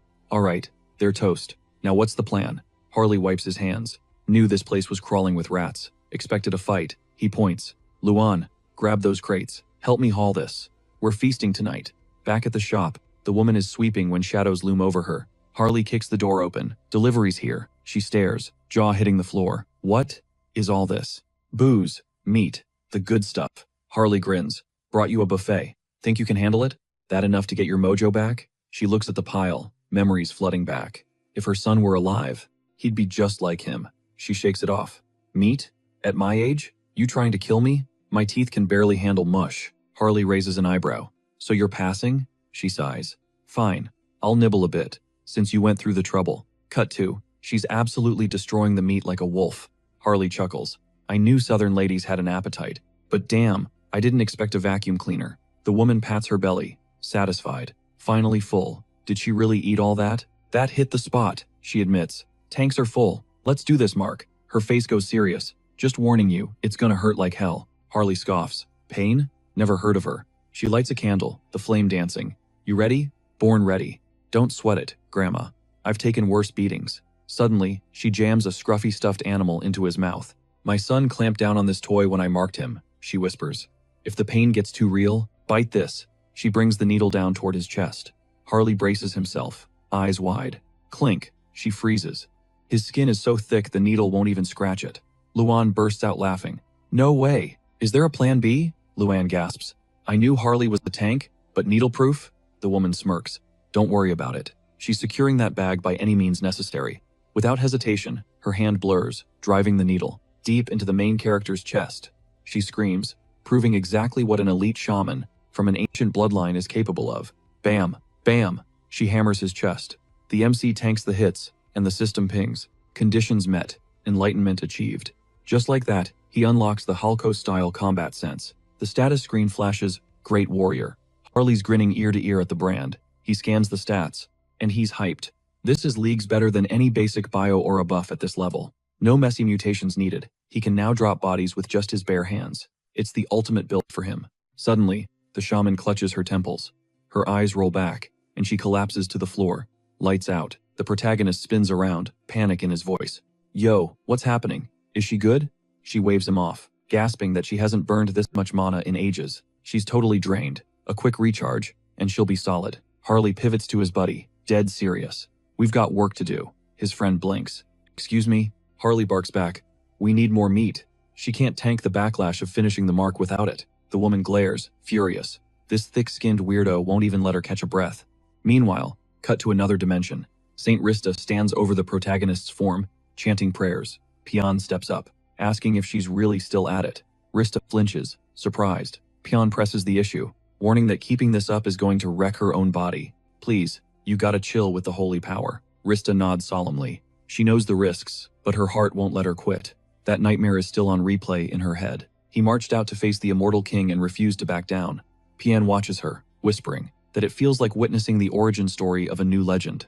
Gasping, Rista covers her mouth, realizing Sir Heinrich is the chosen one. Pian mutters, You're really hyping him up, Your Grace. Suddenly, Heinrich stirs. Both of them freeze. Is he awake? Can he handle the agony? Heinrich rises to his feet, steady as a rock. Thanks to the saint, I'm solid, he says.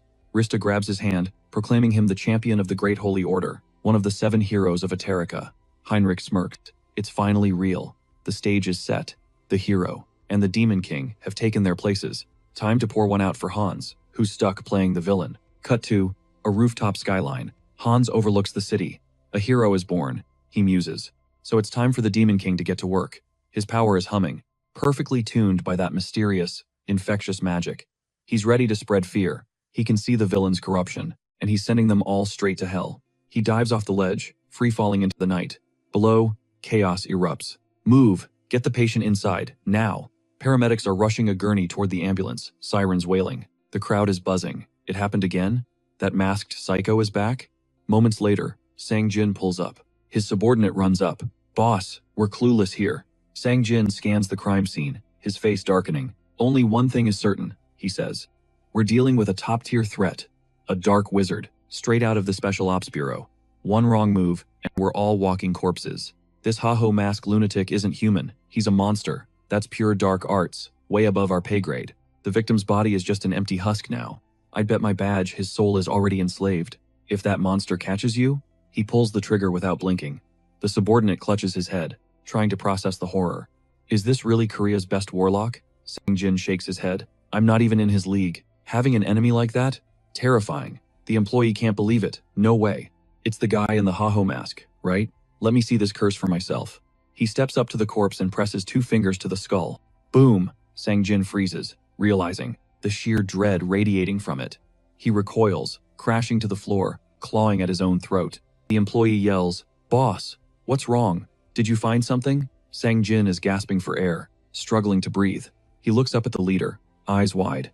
I feel like I need to die, right now. A twisted, creepy smile spreads across his face. The leader shouts, What? What is he saying? What did that freak do to him? Sang Jin keeps rambling, broken.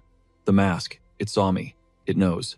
It was practically game over for him. He had 0 plays left. The leader, looking desperate, asked, Do you have a strat to take down the Ha-Ho mask? Song Yoon just shrugged. saying if he checked out now, at least he'd rest in peace. Without skipping a beat, he scrambled up to the window, ready to end it all. The leader started screaming, calling him a total moron. Chill out. The Haho mask only claps villains. You're safe, so relax. Song Yun paused, totally stunned by the info. He hopped back inside with a grin, like nothing happened. Well, why didn't you say so? I'm good. The leader grabbed his own head, letting out a massive sigh. Are you actually brain dead? Song Yun muttered that for some reason, his whole body was turning to jelly. The leader frowned. What's wrong? Before he could answer, Song Yun hit the deck, out cold. The leader shrieked his name, terrified, and frantically dialed for a medic. Meanwhile, Hans was chilling on the rooftop, watching the drama unfold. Interesting, he thought. That guy is giving off serious warlock energy, pure evil vibes. We might cross paths again. Later on, our protagonist was scrolling through his feed, seeing Hans trending everywhere. People were already dubbing him a dark hero, but he wasn't sold on the title. That kind of clout brings heat. He pushed back from his desk, elbows on the chair, grinding his teeth. His head was pounding like a drum. What's the play now? Suddenly, a knock echoed through the room. He cracked the door open, suspicious. Who is it? A tall guy shoved a bag in his face. Chicken delivery. Song Yun froze, eyes wide in disbelief. Wait, is that you, Taezan? The guy smirked. Been a minute, hasn't it? How have you been? Song Yun ushered him inside. You look solid. Taezan laughed. We haven't linked up in ages, and that's your hello? Song Yun stood there, dumbfounded, then cracked up. He tried to read the situation. Sure, Taezan was his boy, but he was also the last person he needed around right now. Taezan took a seat. See, he wasn't just a friend, he was an agent for the Special Ops Bureau, Investigation Division, but he was also Song Yun's ride or die from childhood. Even when Song Yun went off the grid, Taezan never stopped looking. Real homie status. Taezan popped a soda and got real. You seem different. Finally found a reason to keep going? Song Yun grabbed a drumstick, mumbling, can't stay stuck in the past forever, right? My parents wouldn't vibe with that. Taezan's face lit up. For real? Do you have any idea how stressed I've been about you this whole time? Song Yun waved him off. Relax. It's not that deep. I've even started touching grass recently. Taezan's jaw basically hit the floor. No way. You? Song Yun just thanked him. Taezan blinked, confused. Say what? Song Yun got sentimental. Back when I was at rock bottom, you always showed up. Taezan cracked another soda, looking relieved. Seeing you like this, I can finally get something off my chest. Song Yun looked puzzled. Taezan handed him a drink and asked, you know why I joined the investigation department, yeah? Song Yun's expression darkened. He stayed quiet. Taezan broke it down. I was basically a son to your parents. After they passed in that accident, I signed up. Everyone said it was just bad luck, some random monster attack. We all bought that story. Until now. I know it's bogus. There's a crew, operating in the dark. The Divine Retribution Society. Super secretive, and zero paper trail. But you saw the news? The Haho mask just dropped the first real crumb. Song Yun suppressed a chuckle. He realized he might have tipped off the Bureau a little too hard. Isn't he doing too much? Taezan sighed. I'll keep you posted, but keep your lips sealed. I'm not trying to visit you in prison. Prison? Song Yun laughed. Who am I gonna tell? Then he pivoted. I heard the Haho mask is legit. That's why the Bureau wants him, right? Taezan slammed the table, furious. Exactly. It ticks me off. Why are we hunting a guy? Who's actually cleaning up the trash? Let him cook. Song Yun looked down, hiding a smile. Spot on. He was relieved Taezan was Team Mask. They decided to toast to Taezan's resolve. Drinks flowed. Later, completely wasted, Taezan turned to Song Yun, begging him to quit his writing career. Why? Song Yun asked. Taezan teared up, slurring, Demon King? That's so cliché. And Hans? Zero creativity. Did you name him while waiting for your coffee? Song Yun shot him a confused look, completely lost. What's he yapping about? It's a classic title. Classic is good, right? Taezan shook his head, cutting him off. Nope, it's not classic, bro. It's straight up cringe. If he's gonna pick such a cliché topic, he better spice it up with a cool acronym or something. Like, Hanses for Hannibal Strauss. Short, punchy. The protagonist admitted it had a nice ring to it, but Taezan rolled his eyes. You see the vision? If you actually write this, do yourself a favor and get your big brother to help with the plot. Suddenly, his phone buzzed in his pocket. Ah, that's my cue. Gotta bounce. Song Yun blinked, caught off guard. For real? Already? Taezan nodded, sliding his phone away. Big boss wants me in today. No arguing with the paycheck. Hey, Taezan. Song Yun called out, voice dropping a darker octave. Is your grandma doing okay? Taezan froze, his hand tightening around the door handle. A heavy, suffocating silence filled the room. He slowly turned back, the playful vibe gone. Since you asked, honestly, she's taken a turn for the worse. Like, significant worse. You might want to prepare yourself mentally. Song Yoon's heart sank. What happened? Tell me. How can I fix this? Taesun let out a tired sigh. Listen, Mr. Writer. Just focus on your book. Don't worry about me. I'll figure a way out of this mess on my own. I always do. Flashback time. A core memory hit them both like a truck. Song Yoon holding Tyson's grandma's hand, face stuffed with a steamed bun, muttering a happy, Grandma was smiling, eyes crinkling. If you're hungry, sweetie, just tell me, okay? She treated Tyson's friend like her own blood. Did he get that? Song Yoon nodded. He understood everything. Back then, when they were just kids running around, Tyson's grandma was the MVP. She looked out for him, fed him, cared for him. In a life full of cold moments, she was one of the few warm memories he actually held onto. And now, knowing she was fighting for her life, knowing his best friend, his ride or die, was suffering alone while he stood there useless, it tore him apart. He couldn't do a thing. But then, a light bulb went off. He mentally projected his thoughts toward Tyson. Sorry for roasting your naming sense earlier, buddy. Because ironically, those weird characters Tyson hated were about to save the day. The system interface flashed open. Heinrich. General ability. Reason. Individual ability. Holy baptism. Bingo. The stats didn't lie, he had a specific skill for healing. We're talking a legitimate healer class. Priest-level power. And he had him in his roster, didn't he? A character versed in the faith, recognized by the high archbishops, and packing actual divine energy. Heinrich could cure Tayson's grandma. But here's the snag. How do you summon a guy who ghosted everyone? The second he became an official hero, it would look super sus. He had to be tactical. He'd wait for the perfect moment to drop this card. Cut to the city streets. Aaron was strutting down the sidewalk, grinning like he just won the lottery. Diana glanced at him, concerned. You good, Aaron? That bag looks heavy. Struggling? He waved her off. I'm go rip. Suddenly, apples started cascading out of his grocery bag like a waterfall. Whoa, stop, he scrambled. Diana gasped. Careful. One rogue apple tumbled right toward a gentleman's shiny shoe. You gotta grip that bag tighter. Son, the man said, casually catching the apple mid-air with lightning reflexes. Diana stared at him, eyes wide. It was Mr. Haynes. How are you two doing? Aaron squinted, confused. Is that actually Mr. Haynes? Dude, you look completely different. Haynes smirked, touching his cheek. Had a little glow up, didn't I? Diana cut to the chase. Why show up now? Where have you been? He chuckled, a smooth, confident sound. It's been what, 7 months? Let's just say I've been a little tied up. You know how it is. She narrowed her eyes.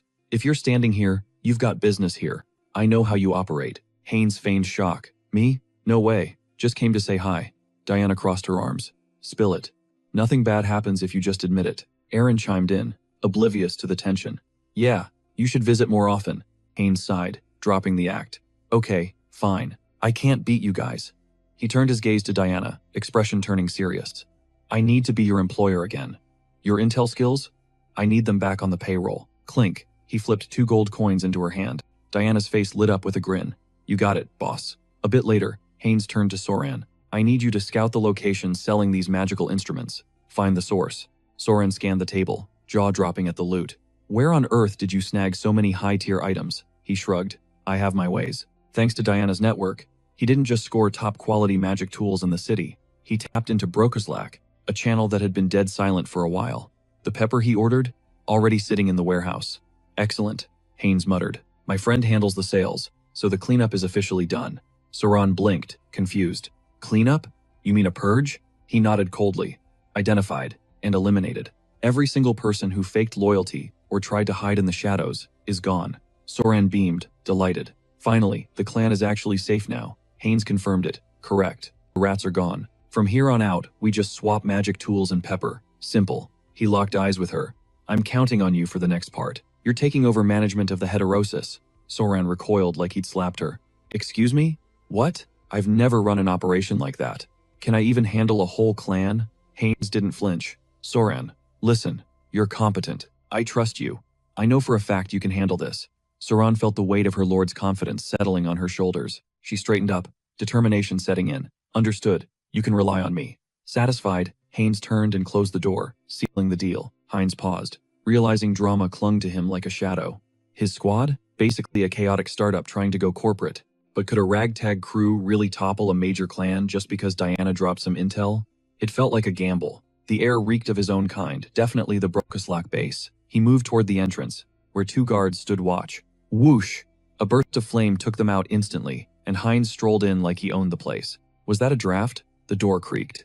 Inside, Rosalicia was downing drinks, looking like a total mess. Mission accomplished, I guess, she muttered, chugging wine. How long am I stuck in this loop?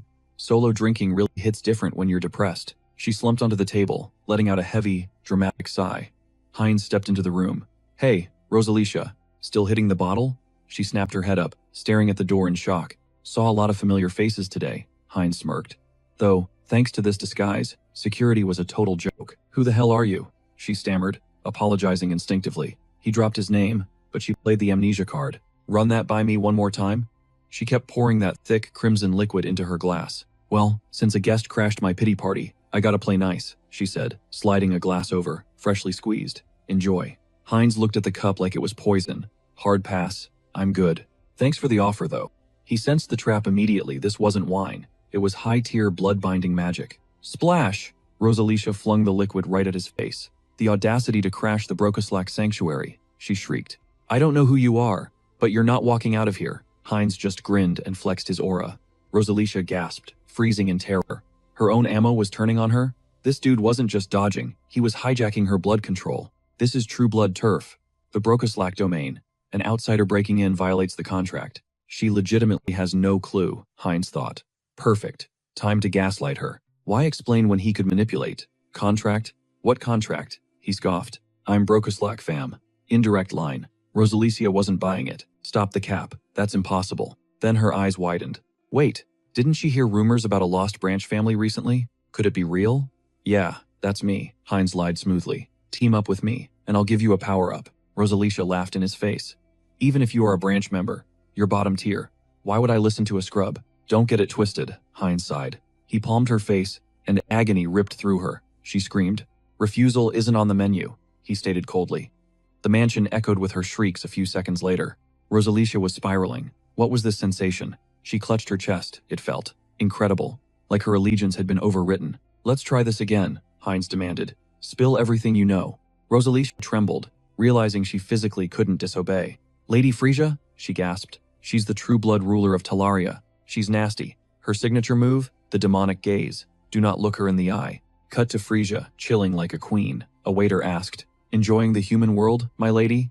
She smiled. Oh, yes. Watching these pathetic humans struggle in their fragile bodies, it's top-tier entertainment. Her lackey continued. We've heard a religious cult is making moves in Rafalashi, though. Frisia waved him off. Irrelevant. This kingdom is already Brokoslak property. I just squeeze the nobility, and problems vanish. It's handled instantly. Snap. Mid-sentence, the butler dropped dead. Silence. Heinz materialized right in front of her. You, Frisia? She stared at him, totally baffled. Never seen you before. He sized her up. You call yourself a pure blood? You don't look the part. You sure you aren't true blood? Let's assume you're a side character. Frisia's face twisted.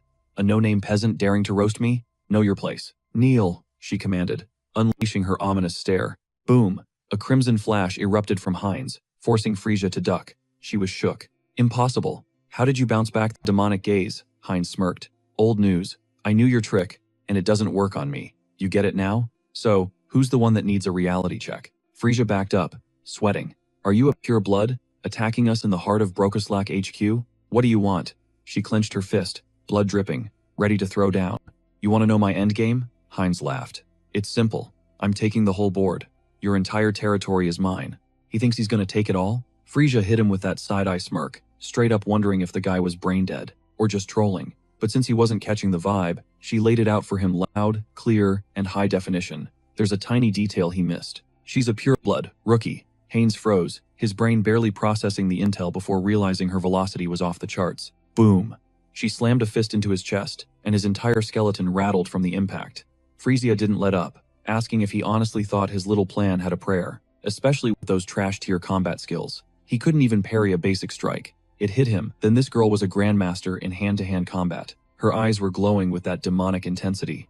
He braced for a magic blast, but she flipped the script completely. No spells, just blunt force trauma. She swung that parasol like a warhammer, launching him backward with zero effort. Heinz's mind raced. Was she purely a physical fighter? A tank build? Frisia glared down at him, genuinely surprised he wasn't paced on the pavement yet. Time for round 2, let's see if he can block this. Haynes scrambled to dodge, but her technique was flawless. That umbrella wasn't just a fashion statement. In her hands, it was a death sentence. Slice. She carved a nasty gash across his cheek, making him hiss in pain. Frisia taunted him, pointing out he couldn't play defense forever, and honestly, he had nowhere left to run. Suddenly, a massive crimson mist exploded right in front of his face, leaving him completely shook. Was this an ultimate move? A visual bug? Whatever it was, he prepared to slice right through it. He locked in, straightening his arms, putting on his best poker face, and readying a desperate defense. Then poof, the blood mist vanished into thin air, and Frisia, ghosted. He scanned the area, totally lost. Too late. His spidey senses tingled, but she was already there, dropping a brutal elbow strike to the back of his skull. He went flying sideways, ragdolling across the ground. Frisia watched him tumble, letting out a sigh. She was bored out of her mind. Game over, kid. He was face down in a pool of his own blood. Until he wasn't. He stood up, shaky but determined, and clapped back. What ending? Who appointed her the referee of his life? Nah, the show was just getting started. His flesh started knitting itself back together at warp speed. She blinked.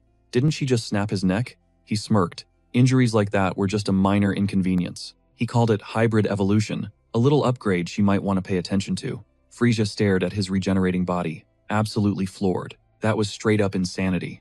Besides the Lord himself, she could count on one hand the number of purebloods who could tank a direct hit from her and keep walking. Okay, fine. She'd give him props for durability. He had potential, but the vibe was still off. Frisia caught him staring and shot him a confused look. Haynes dropped a bomb. He claimed he could power level her stats way beyond her current limits if she joined his squad. Frisia's reaction? Immediate rage. What kind of delusional nonsense was spewing out of his mouth? The audacity to insult her like that. She vowed to turn him into a living pincushion, punching so many holes in him, he'd never stand on two legs again. But mid-rage, she froze. She looked at her hands. Why was her body glitching out? A glowing magical seal erupted beneath her feet, locking her in place.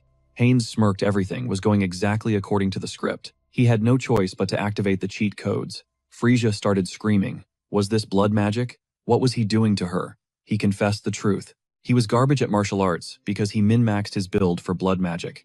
The red energy swirled, swallowing her whole. As he casually mentioned, he was capable of some pretty dark arts. Suddenly, agonizing pain shot through her as he dug his sharp claws directly into her neck. She shrieked, the sound tearing through the air. As Haynes aimed for her core, the crystal embedded right in her throat. He injected a dose of Raffalash straight into her system. Her scream turned into a sob, tears streaming down her face from the sheer overload. It hurt like hell. Haynes offered a half-hearted sorry, explaining that for a top-tier vampire like her, a baby dose wouldn't even tickle. As he spoke, a blinding flash of light exploded between them, and Frisia collapsed, hitting the deck hard. Her mind was reeling. What did he just install in her body without permission? Unforgivable. Haynes sighed, calling her ungrateful. She should be thanking him, not whining like a noob. Couldn't she feel the buff? Suddenly, the realization hit her. He was right. Every single cell in her body was vibrating, with new power. Her strength, reflexes, flexibility, her stats had just skyrocketed. She had achieved a new stage of evolution. He looked down at her. Ready to say thank you yet? Frisia admitted to herself that, yeah, maybe he had a point. He gave her the power to end this fight. Instinct took over. She launched a feral punch at his face, but stopped millimeters from impact. Her brain short-circuited. Why wasn't she moving? Her body was frozen solid, paralyzed, like she was wrapped in invisible iron chains. This was the authority of the Bloodlord. Her free will? Gone. She was his puppet now. Frisia's mind raced. Impossible. Even with the sanctified blood, how could he hack her biology like this? Haynes leaned in with the bad news. For him, nothing is impossible. And now, it was time for the million-dollar question. Where is the lord of your clan? Frisia stood there, totally paralyzed by the question. She tried to lock her jaw, to bury the secret deep, but her willpower snapped. Against every instinct, she screamed, Duke Bright's estate. The moment the words left her lips, she froze, betrayed by her own voice. Haynes smirked, patting her head like a prized pet. His voice dripped with condescension as he called her a good, obedient girl. Frisia's mind screamed one word, psycho. Then he dropped the bomb. So that's the Duke's crib? Honestly, how did the clan leader miss that his precious purebred got snatched? Time to wrap this up clean and quick. Cut to the palace gates. Frisia steps up, playing her part perfectly. She announced her arrival, claiming she had critical intel for the boss. Permission to enter? Requested. The doors creaked open. She stepped into the gloom, squinting. Hey, can we get a candle or a lamp? It's pitch black in here. His voice echoed from the shadows. I'm not human, girl. I don't need light. Now, spit it out. What's the report? Frisia opened her mouth, but the Lord cut her off cold. Save the breath. You're here to talk about the intruder. Standing right behind you, aren't you? Frisia flinched. Right on cue, Heinz stepped into the room. Just as predicted. Heinz smirked. It would have been embarrassing if the clan leader didn't spot a presence this loud. He deactivated his camouflage, revealing his true form. The Lord's patience snapped. He slammed his fist on the table. Disappointment doesn't even cover it. Frisia stood there, paralyzed by the shame, while the Lord roared. A traitor? In my own house? How dare you even think about flipping sides? Serving a new master? Frisia desperately reached out, hands shaking. Wait, boss. You've got it all wrong. It's a misunderstanding. Calm down. Mullo's rage spiked. A misunderstanding? You take me for a fool? We've spent hundreds of years together. Did you really think I wouldn't smell the change in your blood? Die, traitor. He launched himself from the table, claws out, aiming for her throat, but Heinz stepped in, blocking the death blow. Not happening. Heinz parried the strike effortlessly, sighing. What a shame.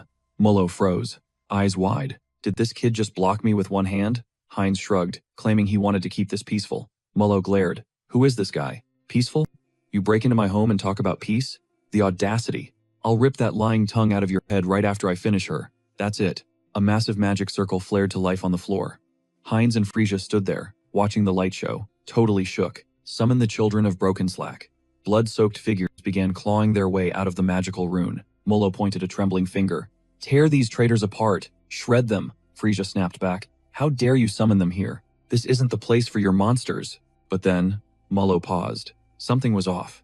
Only 10 guys showed up? Suddenly, a piercing screech shattered the air. Frisia had already annihilated the first wave. Instant wipe. Mullo looked around, confused. Is that it? Is that all left of my capital forces? He turned on Frisia.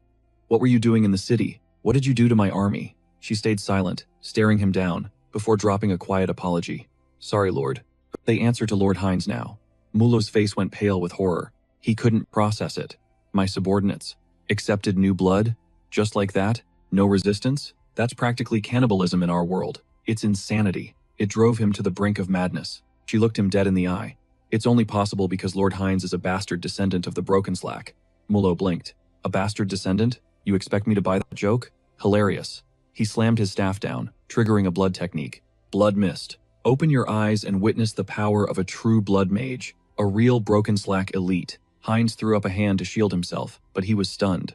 Is this really Mullo's raw power? It felt like a mountain dropped on his head. His body weighed a ton. Mullo laughed darkly. Too late to be shocked, kid. In my domain, they always answer the call. He raised his staff high, commanding the shadows. Answer me. Over. The assassin materialized, clutching his head like he had a migraine. Why are you summoning me now? Heinz eyed the newcomer. Who's this player? Mullo screamed. No time for chat. Toss these freaks out. Over. Over chuckled, casually picking his ear. Loud and clear. Boss. Done in a second. His body began to glow with mana. Hold up. In a blink, he teleported directly behind the traitors. Heinz and Frisia froze, pure fear kicking in. Heinz's mind raced. Is this guy over? He's fast. Insanely fast. That's a purebred assassin right there. Over lunged at Frisia. Heinz knew he couldn't tank this. He triggered his acceleration skill instantly. Suddenly, Over froze mid-air, locked by invisible chains. What the hell? A binding spell? How is he using blood magic inside the Lord's domain? Heinz let out a savage war cry, and Over panicked. Where is he going? Heinz closed the distance, right in Mullo's face. Mullo watched as Over blurred into motion, intercepting the blow meant for his master. Heinz spun around instantly. He caught the attack cold, staring right into the guy's eyes. Game plan? Knock this freak unconscious, fast. Triggering his acceleration skill, he became a blur, tearing across the room. Mullo watched the chaos unfold, jaw practically on the floor. It looked physically impossible. Over's agility was god tier, not just for a Brukalak vampire, but for literally anyone. The guy was lightning. A lethal dance erupted between Heinz and Over, neither giving an inch, trading blows at supersonic speeds. Out of nowhere, Frisia crashed the party. A split second later, a massive explosion shook the entire room to its foundation. Frisia snatched Over by the skull, hissing that she despised his reckless vibe. He needed to learn some boundaries. Why not have a little fun with her? Watching them, Mullo realized with horror that Frisia was actually keeping pace with Over. It didn't make sense. Was she cannibalizing other minions to boost her stats? Where was this insane power coming from? Heinz decided it was time to drop the defense. In a flash, he launched himself from above, diving straight for the Lord. Totally stunned, the Lord couldn't believe his eyes. Did this idiot walk into the barrier willingly? What a moron. He'd never deflect an attack in this domain. But just as the Lord struck with total confidence, Heinz grinned and asked a question. Repel? Who said anything about blocking? He wasn't playing defense, he was going for the throat right now. Bam! A devastating blow smashed into the opponent's chest, spraying blood everywhere. Mullo clutched the wound, screaming in agony. Did he just sacrifice his own hand? Mullo confirmed it. But did he know how pointless that was? Instantly, the severed limb materialized back on his body. Mullo realized he'd instantly regenerated the cut-off hand. But Heinz just smirked, telling him to relax. He wasn't trying to kill him. Mullo blinked, confused. Doesn't want to kill? Heinz leaned in close and whispered the truth. What was the endgame here? Suddenly, Heinz roared at the top of his lungs. He was taking the title for himself. Time blurred after that showdown.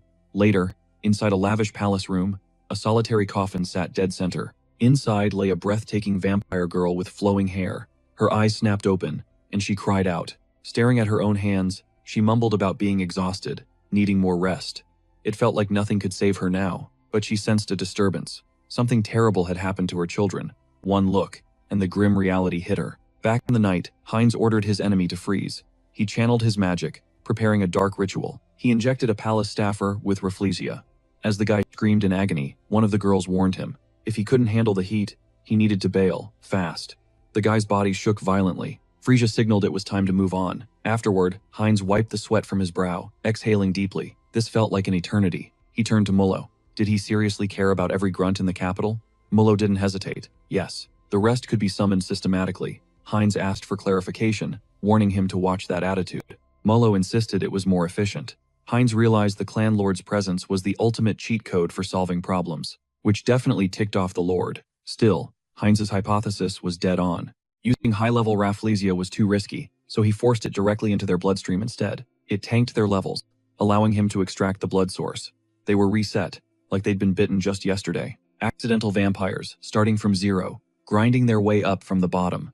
This world operated on different rules. Suddenly, he pivoted to Mullo, who snapped to attention like a loyal soldier. Yes, he ordered him to manage the gathering from all regions. Mullo accepted the mission but added one requirement. He needed intel on the continent. Mullo blinked. Wait, he wanted continental intelligence? Heinz told him to build a spy network or cut a deal with one. Didn't matter how, just get it done. This was critical. He had high expectations. As Heinz exited, the Lord mentioned hearing Frisia's earlier comment about uniting the bloodsuckers and becoming king. Heinz had the skills, so the Lord was fully backing this play. He bowed in respect. Heinz smirked, saying he was counting on it. But the second he left the room, the fear kicked in. Slumping against the door, he panicked. Did he actually say that out loud? He was definitely getting carried away. Still, building an army wasn't the worst idea. That's just how the Vampire King rolls. Time to draft a serious strategy. Sometime later, a new day broke. The protagonist shouted in victory. Yes! He'd chisel that jawline, sharpen the bone structure, finally getting the look he wanted. He was an immortal king. He had to look the part. Everything clicked. Satisfied, he stood up from his computer desk. The announcement drops. The roguelike vampire stage is officially live, signaling the start of the ultimate grind session. First stop, the Karma Store. A glance at the dashboard shows a massive bank. 1,393,934 points. Right there, a temptation flashes. A unique skill upgrade for a cool 900,000. He's been stacking points like crazy, enough to dream of dominating an entire clan. But what happens if he dumps it all into this one skill? He smashes the upgrade button. Boom! Surprise twist. 2 system windows pop up instantly. Wait, a double upgrade? But he realizes the usual perk extra avatar slots is missing. The system hits him with the fine print. This is an average path. Trading quantity for a massive boost in avatar potential and growth speed. His gut reaction? Absolute denial. No way. 900 grand for this? That's a total scam. He was just falling in love with his race collecting hobby. What a disgrace. And what is this essence projection? The system flashes the skill name, while the protagonist shields his eyes from the blinding holy light. The glare fades, and he scans the stats. His jaw drops. Say what? Here's the kicker. Once a day, he can overwrite his own body with one of his avatars. He's stunned. Does this mean what he thinks it means? Can he channel the full power of his clones through his main body? He runs through the mental roster. Hans, Heinrich, Haynes, Harley, and Kiris. Seeing the whole squad, he feels a surge of pride. The essence projection window glows, ready for use. Mechanics check. Can he literally morph into his clones? He starts theory crafting. Does this mean 2 immortal kings could exist simultaneously? That sounds incredibly dope, but one wrong move, and it's a total catastrophe. Hans is off limits unless he wants to trigger the apocalypse. He smirks. Heinrich is the safest bet for a test drive. He taps the icon. A flash of light, and heavy armor materializes on him instantly. He checks his gear. Identical weapons and armor? But his holy power feels different, maybe running at 50% of his etheric peak. Is this the nerf awakened hunters feel when they warp back to Earth? Only downside? A 10-minute timer. But honestly, that's plenty of time to get the job done. Cut to the hospital. Using Hans's stealth, he slips inside. It's go time. He steps up to Grandma's bedside. It's me. Remember Tyson's walking buddy? He apologizes for the delay. He wanted to be here sooner. He promises to visit more often. Then, focusing, he projects his essence onto Heinrich and dons the spiritual armor. Just hang in there a little longer, he whispers. He triggers the divine technique, Otteric. He dumps every ounce of divine mana into her, boosting stamina, purging toxins, pure restoration. Silence. She doesn't stir. The transformation wears off, leaving him back in his base form. Hard truth time. Even God-tier energy can't reverse the clock on age-related illness. It's up to her willpower now. He whispers a promise to bring Tyson next time, and fades into the shadows. Later, in the forest, Cecily presses him. You know Harley, right? Kyrus plays along. Yeah, brief meeting, but we vibed instantly. Basically family. She leans in, taking a deep sniff. Weird. You smell just like him. He freezes. That's exactly what Diana said. Are his cover stories leaking? Do they know he's the same person? Cecily beams. It's that world tree scent. I caught a whiff of it earlier. She's been tracking that aroma all day. Kyrus relaxes. It's just the residual scent from the wood his body is crafted from. Cecily grins. Any friend of Harley is a friend of mine. I've got your back. He nods, thanking her. Rafuri cuts in, suggesting a quick pit stop. Cecily turns back to him. You haven't contracted a spirit yet, huh? She points him toward a quiet spot to practice his technique. They drift from the campsite. She starts weaving magic, totally hyped. Boom, it worked. Check out this water spirit. She turns around and finds him slumped over, looking defeated. Yo, what's wrong? She asks. He stares at his hands, confused. Why isn't anything happening? He maxed out his property stat. By all game logic, this should work. Is the system glitched? Maybe it's because he's not a true elf? Rafuri strolls over, smiling like a wise mentor. Listen, Rafuri says. Spirits aren't tools, they're partners. You gotta vibe with them before you can summon them. Time to unleash that raw, inner potential and manifest it for the spirit to see.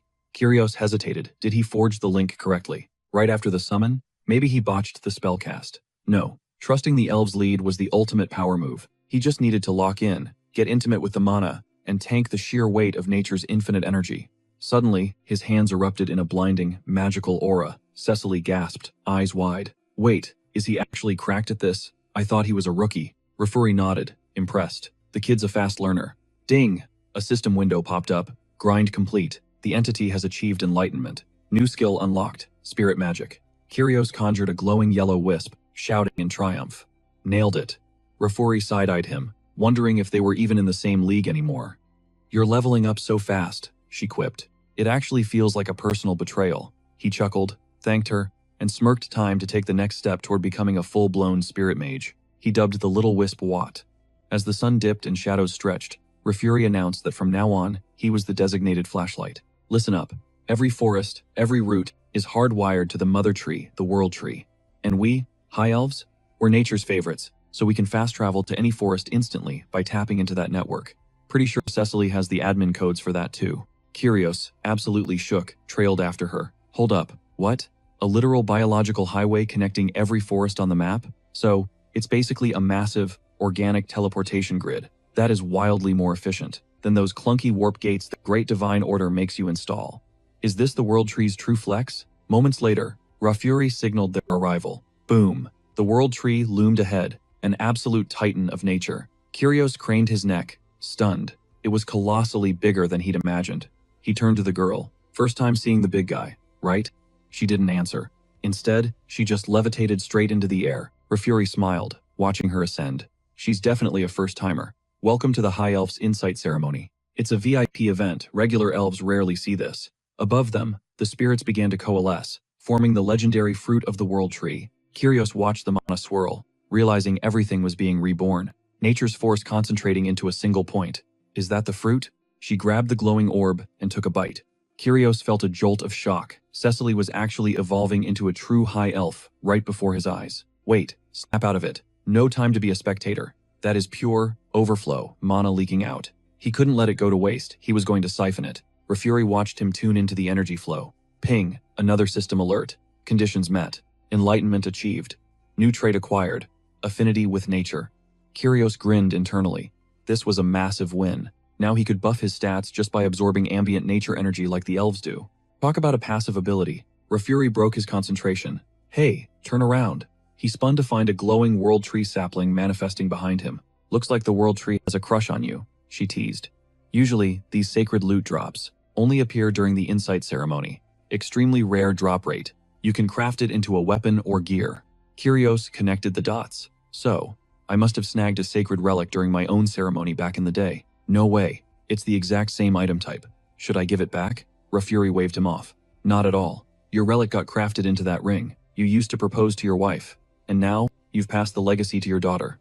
Kyrios stood there, stunned. He proposed with a literal god-tier artifact? That past version of himself was way smoother than he gave him credit for. Absolute romantic genius. Before he could dwell on his past riz, the insight ceremony wrapped up. Elven attendants caught the girl as she drifted down, fast asleep. Let Miss Cecily rest, he whispered. That massive energy spike needs to stabilize. Honestly, what a relief. I'm about ready to file for retirement. And finally, a new high elf shows up. Rafuri sighed. Not that I can quit yet. We're still critically understaffed. Kyrios blinked, totally thrown. Wait, your retirement age? Cut to later. The Elven Kingdom capital, Drasha. He sat there reflecting on how, thanks to Rafuri pulling strings, he was crashing at the academy post-ceremony. And let's be real, the vibe here was nothing like the brochure. He expected Zen fairies living like peaceful moss. Reality check? It was chaos. He was the exotic transfer student, and the girls swarmed him. You're that elf from the continent, right? They demanded story time. One girl chimed in. I heard the continent is total anarchy, impossible to survive there. Another jumped in. Didn't humans kidnap Cecily? Everyone on the mainland is a villain, right? Kyrios started sweating. If he gave the wrong answer, he'd be public enemy number one. He stammered, well, yeah, it can be sketchy, but my squad is solid, so we're good. They pressed harder. Did you travel with them? The interrogation was escalating until wham! Lady Chaperone slammed the table. Silence. Too loud. She couldn't focus. The noise was driving her insane. She snapped, and the elves panicked, apologizing profusely before scrambling out of the room like terrified children. Harris let out a long sigh, soaking in the silence. Finally, some peace. He nodded at her, genuinely grateful for the assist. But she didn't want his thanks. She wanted to roast him. She called him worthless, acting like they'd dragged some random NPC scavenger in from the gutter. Harris stood there, totally confused. Why was she so triggered? There's always that one high-strung elite student in every academy arc, isn't there? Could he actually survive this place? Meanwhile, over in the capital, Lafori was holding a stack of documents, looking serious. He announced that was the last of the intel regarding their dealings with the Great Divine Order. They'd also leaked the rumors about the new immortal king to every other race on the enamel continent. The hype train had left the station. Matilda raised an eyebrow. Was this immortal king really capable of teleporting anywhere? If so, he could drop into their territory at any second. Lafori held his ground, insisting that Lady Cecily's sudden appearance was part of a bigger destiny. It wasn't just random luck. Wasn't it time to hang up the cape? She agreed with a knowing smirk, noting that this retirement plan would fix one of their biggest headaches. By the way, word on the street was that a cracked elf had arrived alongside Lady Cecily. Lafori nodded, confirming the rumors. The guy had already caught the World Tree's attention. He wasn't just good, he had S-tier talent and insane potential. He was a speedrunner when it came to learning. With the right academy build, Lafori was convinced this guy would reach god-tier status. Matilda smiled, teasing him for sounding like a total fanboy. Lafori admitted he was banking on the guy completing his basic training. He hoped the guy was crushing it. A gentle soul like Mr. Harris deserved a win, and he'd be a massive asset. Cut to Harris, vibing on a bench, thinking about how perfect the day was, just living his best life. Maybe it was the World Tree's buff? The weather was crisp, the air was pure, and everything felt high definition. The elves were singing in the background. Honestly, he considered just retiring right now and embracing this chill NPC lifestyle. Suddenly, Chaperone stomped over, shattering the mood. She lectured him, saying he didn't have the privilege to just idle and leech off the World Tree's mana. For a former mercenary, his game sense was trash. Did he not realize they were in the splash zone of the World Tree? That's pure nature energy. Elves with high stats and sensitivity could get mana drunk on the vibes and turn into lazy slobs. Harris blinked. Was that why he felt so relaxed? He just thought he was a nature lover, not intoxicated by magic. Chaperone snapped. asking if his ears were just for decoration. He clearly didn't know the meta. She shoved her textbook at him. She dumbed it down, so even a low-level scrub like him wouldn't crash and burn. If he tanked the class average, she would absolutely destroy him. No mercy. She spun around, flipping her hair in disgust, and marched off. Harris actually flinched. Okay, maybe she wasn't a villain, just intense. Then he saw it, the ring. He stared at her hand. Was that ring channeling the world tree? No way she had a sacred relic. Was she some kind of royalty? She looked vaguely familiar, triggering a massive sense of déjà vu. Then it hit him like a truck. His eyes went wide with shock. Core memory unlocked. That was the ring he gave his own daughter. At that exact second, Chaperon turned back, glaring. She couldn't fathom why her father hyped up this idiot so much. Harris sighed, the irony hitting him. Chaperon was LaForey's kid. Talk about a personality clash. The apple fell miles from the tree. And clearly, she hated his guts. Still, her notes were actually solid. Harris cracked open the book, wondering if he should actually try hard this tutorial. He summoned a fire spirit, Kali, and a wind spirit, Pascal. He'd done this before, it was just muscle memory. Even Watt, the spirit he dominated last time, had ranked up. The XP gain in this place was broken. Coming to the Elven Kingdom was the meta play. Alright, new plan. Keep a low profile, don't start drama. If he didn't trigger Chaperon, everything would be chill, right? Cut to a little later. Of course, they ended up sitting right next to each other in class. Harris wondered what bad karma led him here. 10 minutes in, the teacher dropped a bomb. Spirit connection was key, but there was a cheat code to max out that bond. Singing and dancing. The festival for High Elf Lady Cecily was coming up, and they needed to bring the heat. They booked a main stage in the capital. Harris thought about it. Cecily would probably love a show like that. It had been ages since he performed. Maybe it was time to drop the disguise and show them his true charisma. The teacher killed that thought immediately. Since they had a transfer student, this was now a group project. Mandatory team-up. They had to build a performance from scratch. Their spirit synergy would be judged live on stage in front of everyone. Harris froze, disbelief written all over his face. Siri and Timer coughed awkwardly, turning to introduce themselves. Chaperon looked absolutely miserable, grumbling that since they were stuck in this nightmare, they better not mess it up. They were hitting a massive creative block. 0 dance moves, 0 tracks. If they couldn't find a groove, they'd just have to wing it. Timer flashed a hopeless grin, admitting his mind was completely blank. The girl nodded in defeat. Kyrus cringed internally. These guys seriously lacked hustle. Frustration started bubbling in his chest. But remembering the professor's lecture sparked an idea.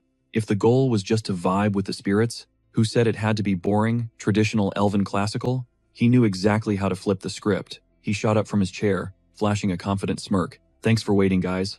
I just unlocked a memory. I got a song. I used to belt this out back home all the time. Timer tilted his head, confused. Does that mean it's from overseas? You know it, Kyrus confirmed. My folks had this track on repeat. It's burned into my brain forever. Chaperon eyed him skeptically.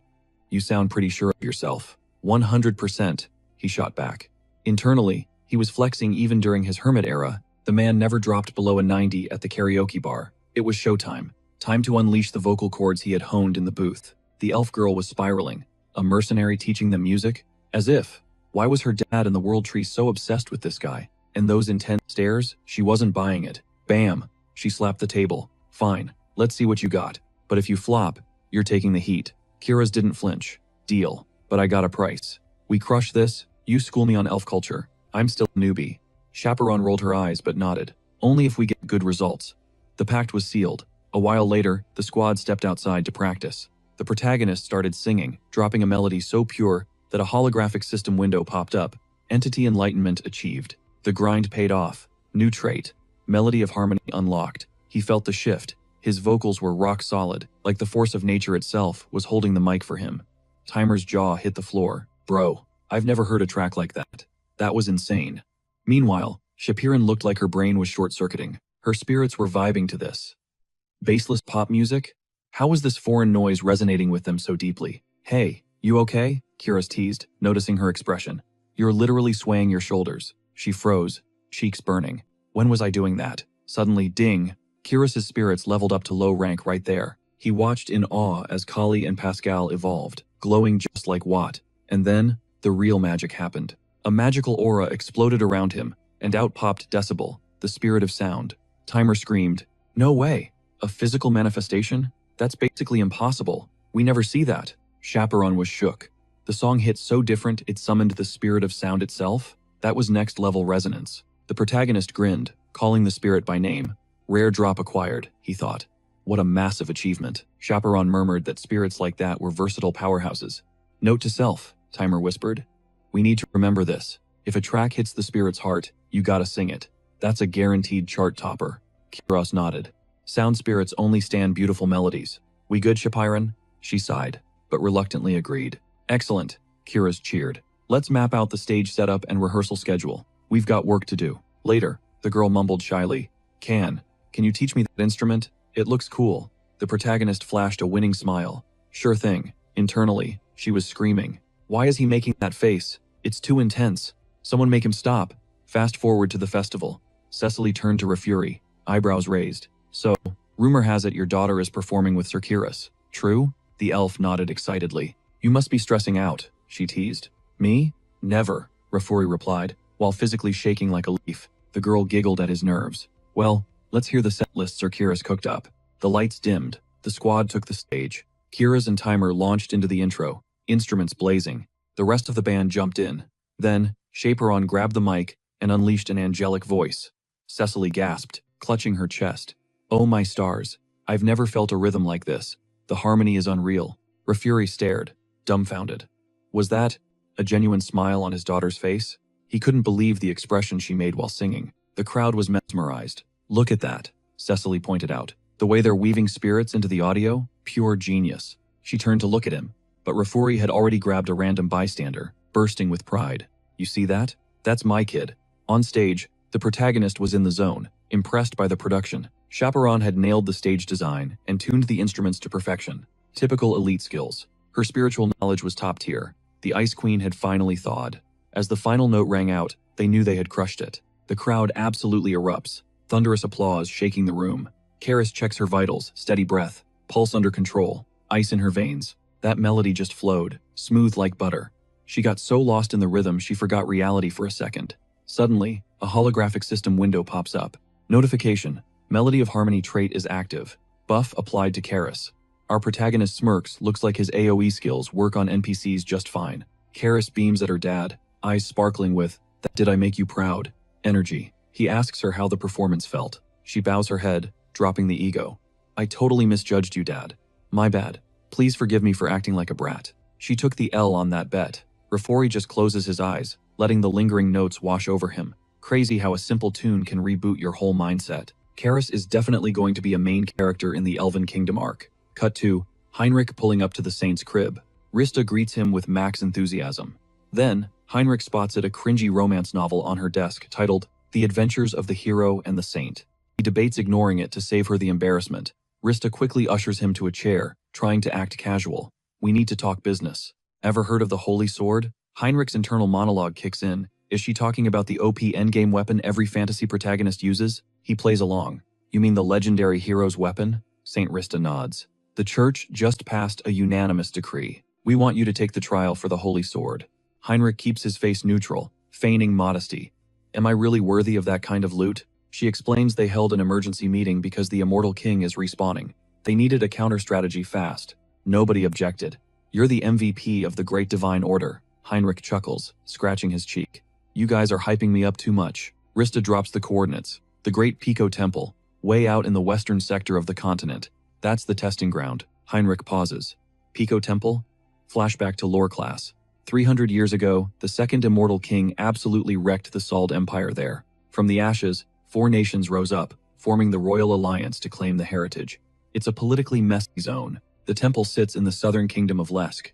It's built right on top of the boss arena, where the hero subdued the Immortal King. Rista drops some dark lore. The previous hero won the fight, but he couldn't destroy the king's heart. DPS wasn't high enough. The abyss started spreading like a virus, corrupting the land. The hero had to stab the holy sword into the ground to act as a purifier. They built the temple around it to protect the seal. The old hero set it up so only his true successor could unlock the sword. Heinrich raises a brow. Wait, if I pull the sword out, doesn't that disable the firewall? Won't the abyss leak out? The saint waves it off. It's been 300 years. The land is scrubbed clean. 0 toxicity left. We're good. It's time you inherited your rightful gear. Heinrich switches on his acting mode. I'll do my best to live up to your trust. When do we roll out? Rista smiles. Right now. Fast forward. Heinrich stands before the massive temple. He's genuinely shook. The scale is massive. The atmosphere here hits different, heavy with ancient magic. Suddenly, A tank of a man walks up. Cardinal Donovan. You must be Sir Heinrich. Here to speedrun the Holy Sword trial? That's the plan. Heinrich nods. Appreciate you coming out to meet me, considering you're probably swamped. Donovan slaps a heavy hand on Heinrich's shoulder. No sweat. You're the new hero the saint vouched for, right? I had to check the specs myself. Rumor has it you're the real deal. Heinrich analyzes the touch. This guy is a paladin main, for sure. You can tell by the build and the grip strength. Donovan grins. Honestly, if I knew I wouldn't get to see the saint, I wouldn't have taken this job. I wouldn't be stuck here as a cardinal. I'm just worried some random scrub might try to slide into her DMs while I'm gone. You feel me, kid? Heinrich puffs out his chest. If any creeps show up, I'll handle them personally. But right now, let's talk about the sword. Donovan gets serious. Listen, I gotta give you the disclaimer first. This trial is a once-a-year event. Tons of paladins have tried to grind this quest and failed miserably. You really think you got the skills to clear it? Heinrich flashes a confident smile. Don't stress about it. I'm walking in there with total faith that God is watching my back. The cardinal looks stunned. Damn. Didn't think kids these days had that kind of devotion. You really are hero material. Heinrich crosses his arms, thinking, yeah, God, aka my plot armor will carry me. They start heading down into the temple's basement. It goes way deeper than expected. Heinrich wonders if the depth is part of the containment protocol. Donovan asks, you know the rules? Yeah, Heinrich confirms. The saint briefed me. The dungeon generates a custom level for every hero. The cardinal nods. Exactly. Some speedrun it in a few hours. Others get stuck in there for weeks, grinding. Since it's procedurally generated, I can't give you a walkthrough. They arrive at a set of colossal gates. Donovan repeats the warning time is relative in there. Weeks or hours, nobody knows. No cheats, no guides. They stand before the enormous entrance. This is it. The point of no return. Last call to bail out. If he had cold feet, this was it. Heinrich just flashed a confident grin, wondering if he was staring at the gates of judgment. He placed a hand over his heart and swore a solemn oath to bring back that sacred blade. Donovan laid it out. The second he crosses that threshold, the clock starts. May Lady Luck watch his back. Promising to pray for the rookie hero, Donovan blasted the gate open with magic. Heinrich stepped into the void, and ping a system window materialized. Quest updated. First trial of the sacred sword. Mission objective. Reach the finish line before the timer hits 0. They said these tests were tailored to the hero, but man, this was brutal right out of the gate. The exit vanished. Gone. Just an endless path forward or backward. Which way leads to survival? Heinrich triggered his blessing jump skill, launching into a lightning-fast sprint. Okay, so it is a speed run. He spammed the skill again and again. Nothing changed. Heinrich paused, totally baffled. Is this thing glitched? With that velocity, he could have crossed multiple cities by now. Yet the finish line was nowhere in sight. What is the endgame here? Just running? Or is there a hidden mechanic he is missing? Flashback to the Saintess. Her voice echoed. The trials reflect the hero. She swears it is the literal will of the divine. Classic scripture stuff. God is always watching and never drops a quest you cannot clear. Heinrich skid to a halt.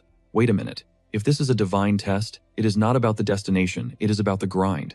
It is designed to break his limits. Regular jumping is too easy. If he wants to zero out his stamina bar fast, he needs the bunny hop. Crouching down, he felt like a raw recruit on day 1 of boot camp hell. Stage clear. But get this, it took Heinrich a solid 40 days of hopping to finally spawn the exit door. He collapsed, totally drained. Talk about breaking limits. But seriously, 40 days? Is that not a bit extreme? He figured it out halfway through time dilation. 1 hour here is barely anything back in etheric, a 10-to-1 ratio. And compared to Earth, a staggering 100-to-1. He only caught on because his avatars were syncing the time difference. For normal paladins without a clock, he would hard pass. That is a one-way ticket to insanity. This was definitely the boss level of endurance. His sanity almost cracked halfway. Without his center of mind perk, he would have lost his marbles. Heinrich pushed open the door, and boom, instant full HP and stamina recovery. He blinked, surprised. Was that the reward for crossing the finish line? He felt buffed, way stronger. Wait, if time is slowed by 10 times, does that mean he gets 10 times the training gains? Grinning like a maniac, he dropped back into a squat. Time to grind. He decided to bunny hop for another 10 days before leaving. Meanwhile, the Immortal King's cultists were busy sacrificing innocent souls. One fanatic cheered, eyes wild, screaming that the continent was about to be swallowed by the void. The Immortal King is back online, and he just needs a jumpstart to wreck everything. Once that abyss cracks open, the world hits its knees, all for an oath that spits in the face of heaven. Cut back to Heinrich. He stepped into the second trial zone, a solemn, creepy chapel. A chapel? Gotta be a prayer test, right? Right on cue, the system window popped up. Second trial. Pray to the god. Heinrich clasped his hands together, analyzing the setup. This felt like a recycled question from a past exam.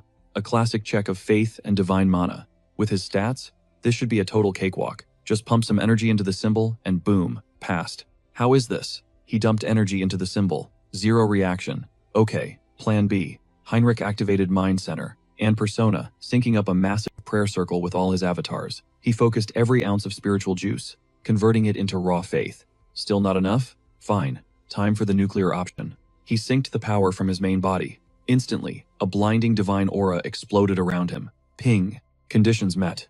Enlightenment achieved. New skill unlocked. Blessing effort. The energy stabilized. His manacap just skyrocketed. He has got to be on the Archbishop's level now, right?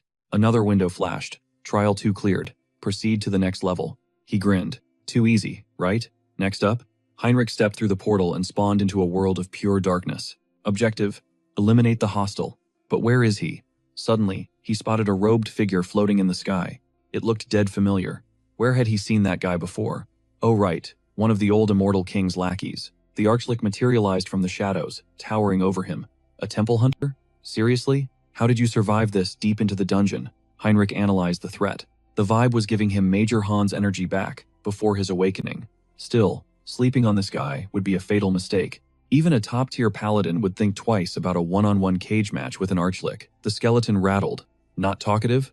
Fine. Then just drop dead. Die right now. Suddenly, a massive legion of the undead spawned from the ground, rushing him like a tidal wave. Heinrich sighed, watching the horde approach. One Archlich is a headache. Now I have to deal with his entire fan club? He cracked a confident smirk. You were probably expecting me to panic. Sorry to disappoint, but this isn't my first rodeo. The skeleton tilted its skull, genuinely confused. What are you whispering? You're about to be deleted. Your delusion ends now. The undead mob closed the gap, but Heinrich was untouchable. He started weaving through attacks, smooth as silk. The Archlich watched in disbelief. How is he dodging everything? Just crush him already. The undead army shifted gears, accelerating into a full-blown frenzy. But Heinrich just grinned. You think running away is my only move? He gripped the hilt of his blade. Flash! A burst of divine energy erupted, vaporizing a squad of monsters instantly. The skeleton gasped. Is this guy an archbishop? Heinrich teased. Whoa, since when do skeletons get scared? The Archlich roared in fury. Don't get cocky. That was nothing. I'm just happy I finally get to unleash my full kit. Is this it? Let's see you handle this. He slammed his staff into the earth. Dark spirits screamed into existence, swarming the air. Heinrich didn't flinch. He charged his sword with blinding holy light. He swung, countering the darkness with zero effort. The Archlich froze. He nullified all of that with a single hit? No way. Did he read my entire attack pattern? Heinrich shrugged. I wish I had hacks like that. Would make life easier. But I did have a cracked mentor, the strongest one-hit master the undead ever produced. The Archlich scoffed.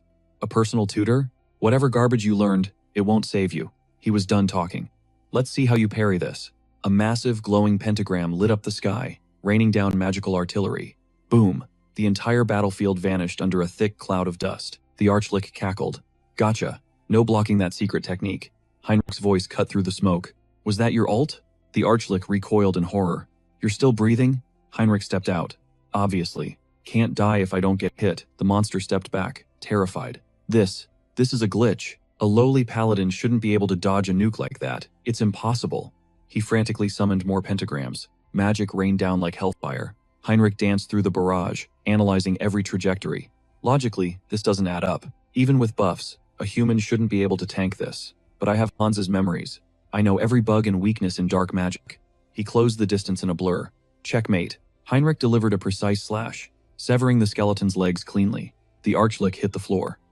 Not bad, kid. But you can't kill me without breaking my core. I'll just respawn over and over again. Meanwhile, hiding his consciousness deep in the core, the Archlich thought, the Order really trained a beast. But once I resurrect, oh, I'm going to make his life a living hell. He'll pay for this humiliation. Suddenly, Heinrich popped up right next to the hiding spot.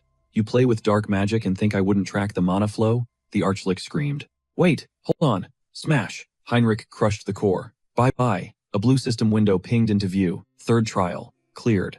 It was time to head through the gate. The sacred sword was waiting. Heinrich grinned. Just as I thought. Slaying monsters and getting loot, that's the grind I live for. He dusted himself off. All right, let's roll. He stepped into a blindingly bright chamber. At the far end, hovering in silence, lay the weapon. Heinrich realized this wasn't just a room. It was an abyss crafted by the immortal king, specifically to house the sacred sword. Another notification popped up. Draw the sacred sword. Become its master. He gripped the handle. It's time. The second his skin touched the metal, raw power surged through his veins like electricity. Visions of past heroes flooded his brain.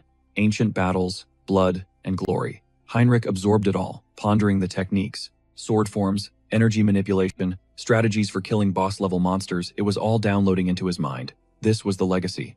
It wasn't just skills. He felt their rage and sorrow too. He immediately triggered his mind center skill to keep his sanity check in the green. Other holy knights might crack under this pressure, but not me. He gritted his teeth and ripped the sword from the pedestal. Ding! A system window flashed. Conditions met. Enlightenment achieved. New trait acquired. Blessing of the holy sword. He looked at his palm. Is this a stigma? Suddenly, the weapon vanished into thin air. Heinrich blinked, surprised. Wait, I can use it as a subspace inventory? Nice. That's going to make wielding it way smoother. A holographic screen suddenly materialized, flashing a fusion alert. Paladin combat techniques and complex weapon mastery were melding together. They morphed into a god-tier ability. Holy War of the Logia. He unsheathed his blade, carving the air with a sharp test swing. This is unreal, he hyped. Just think.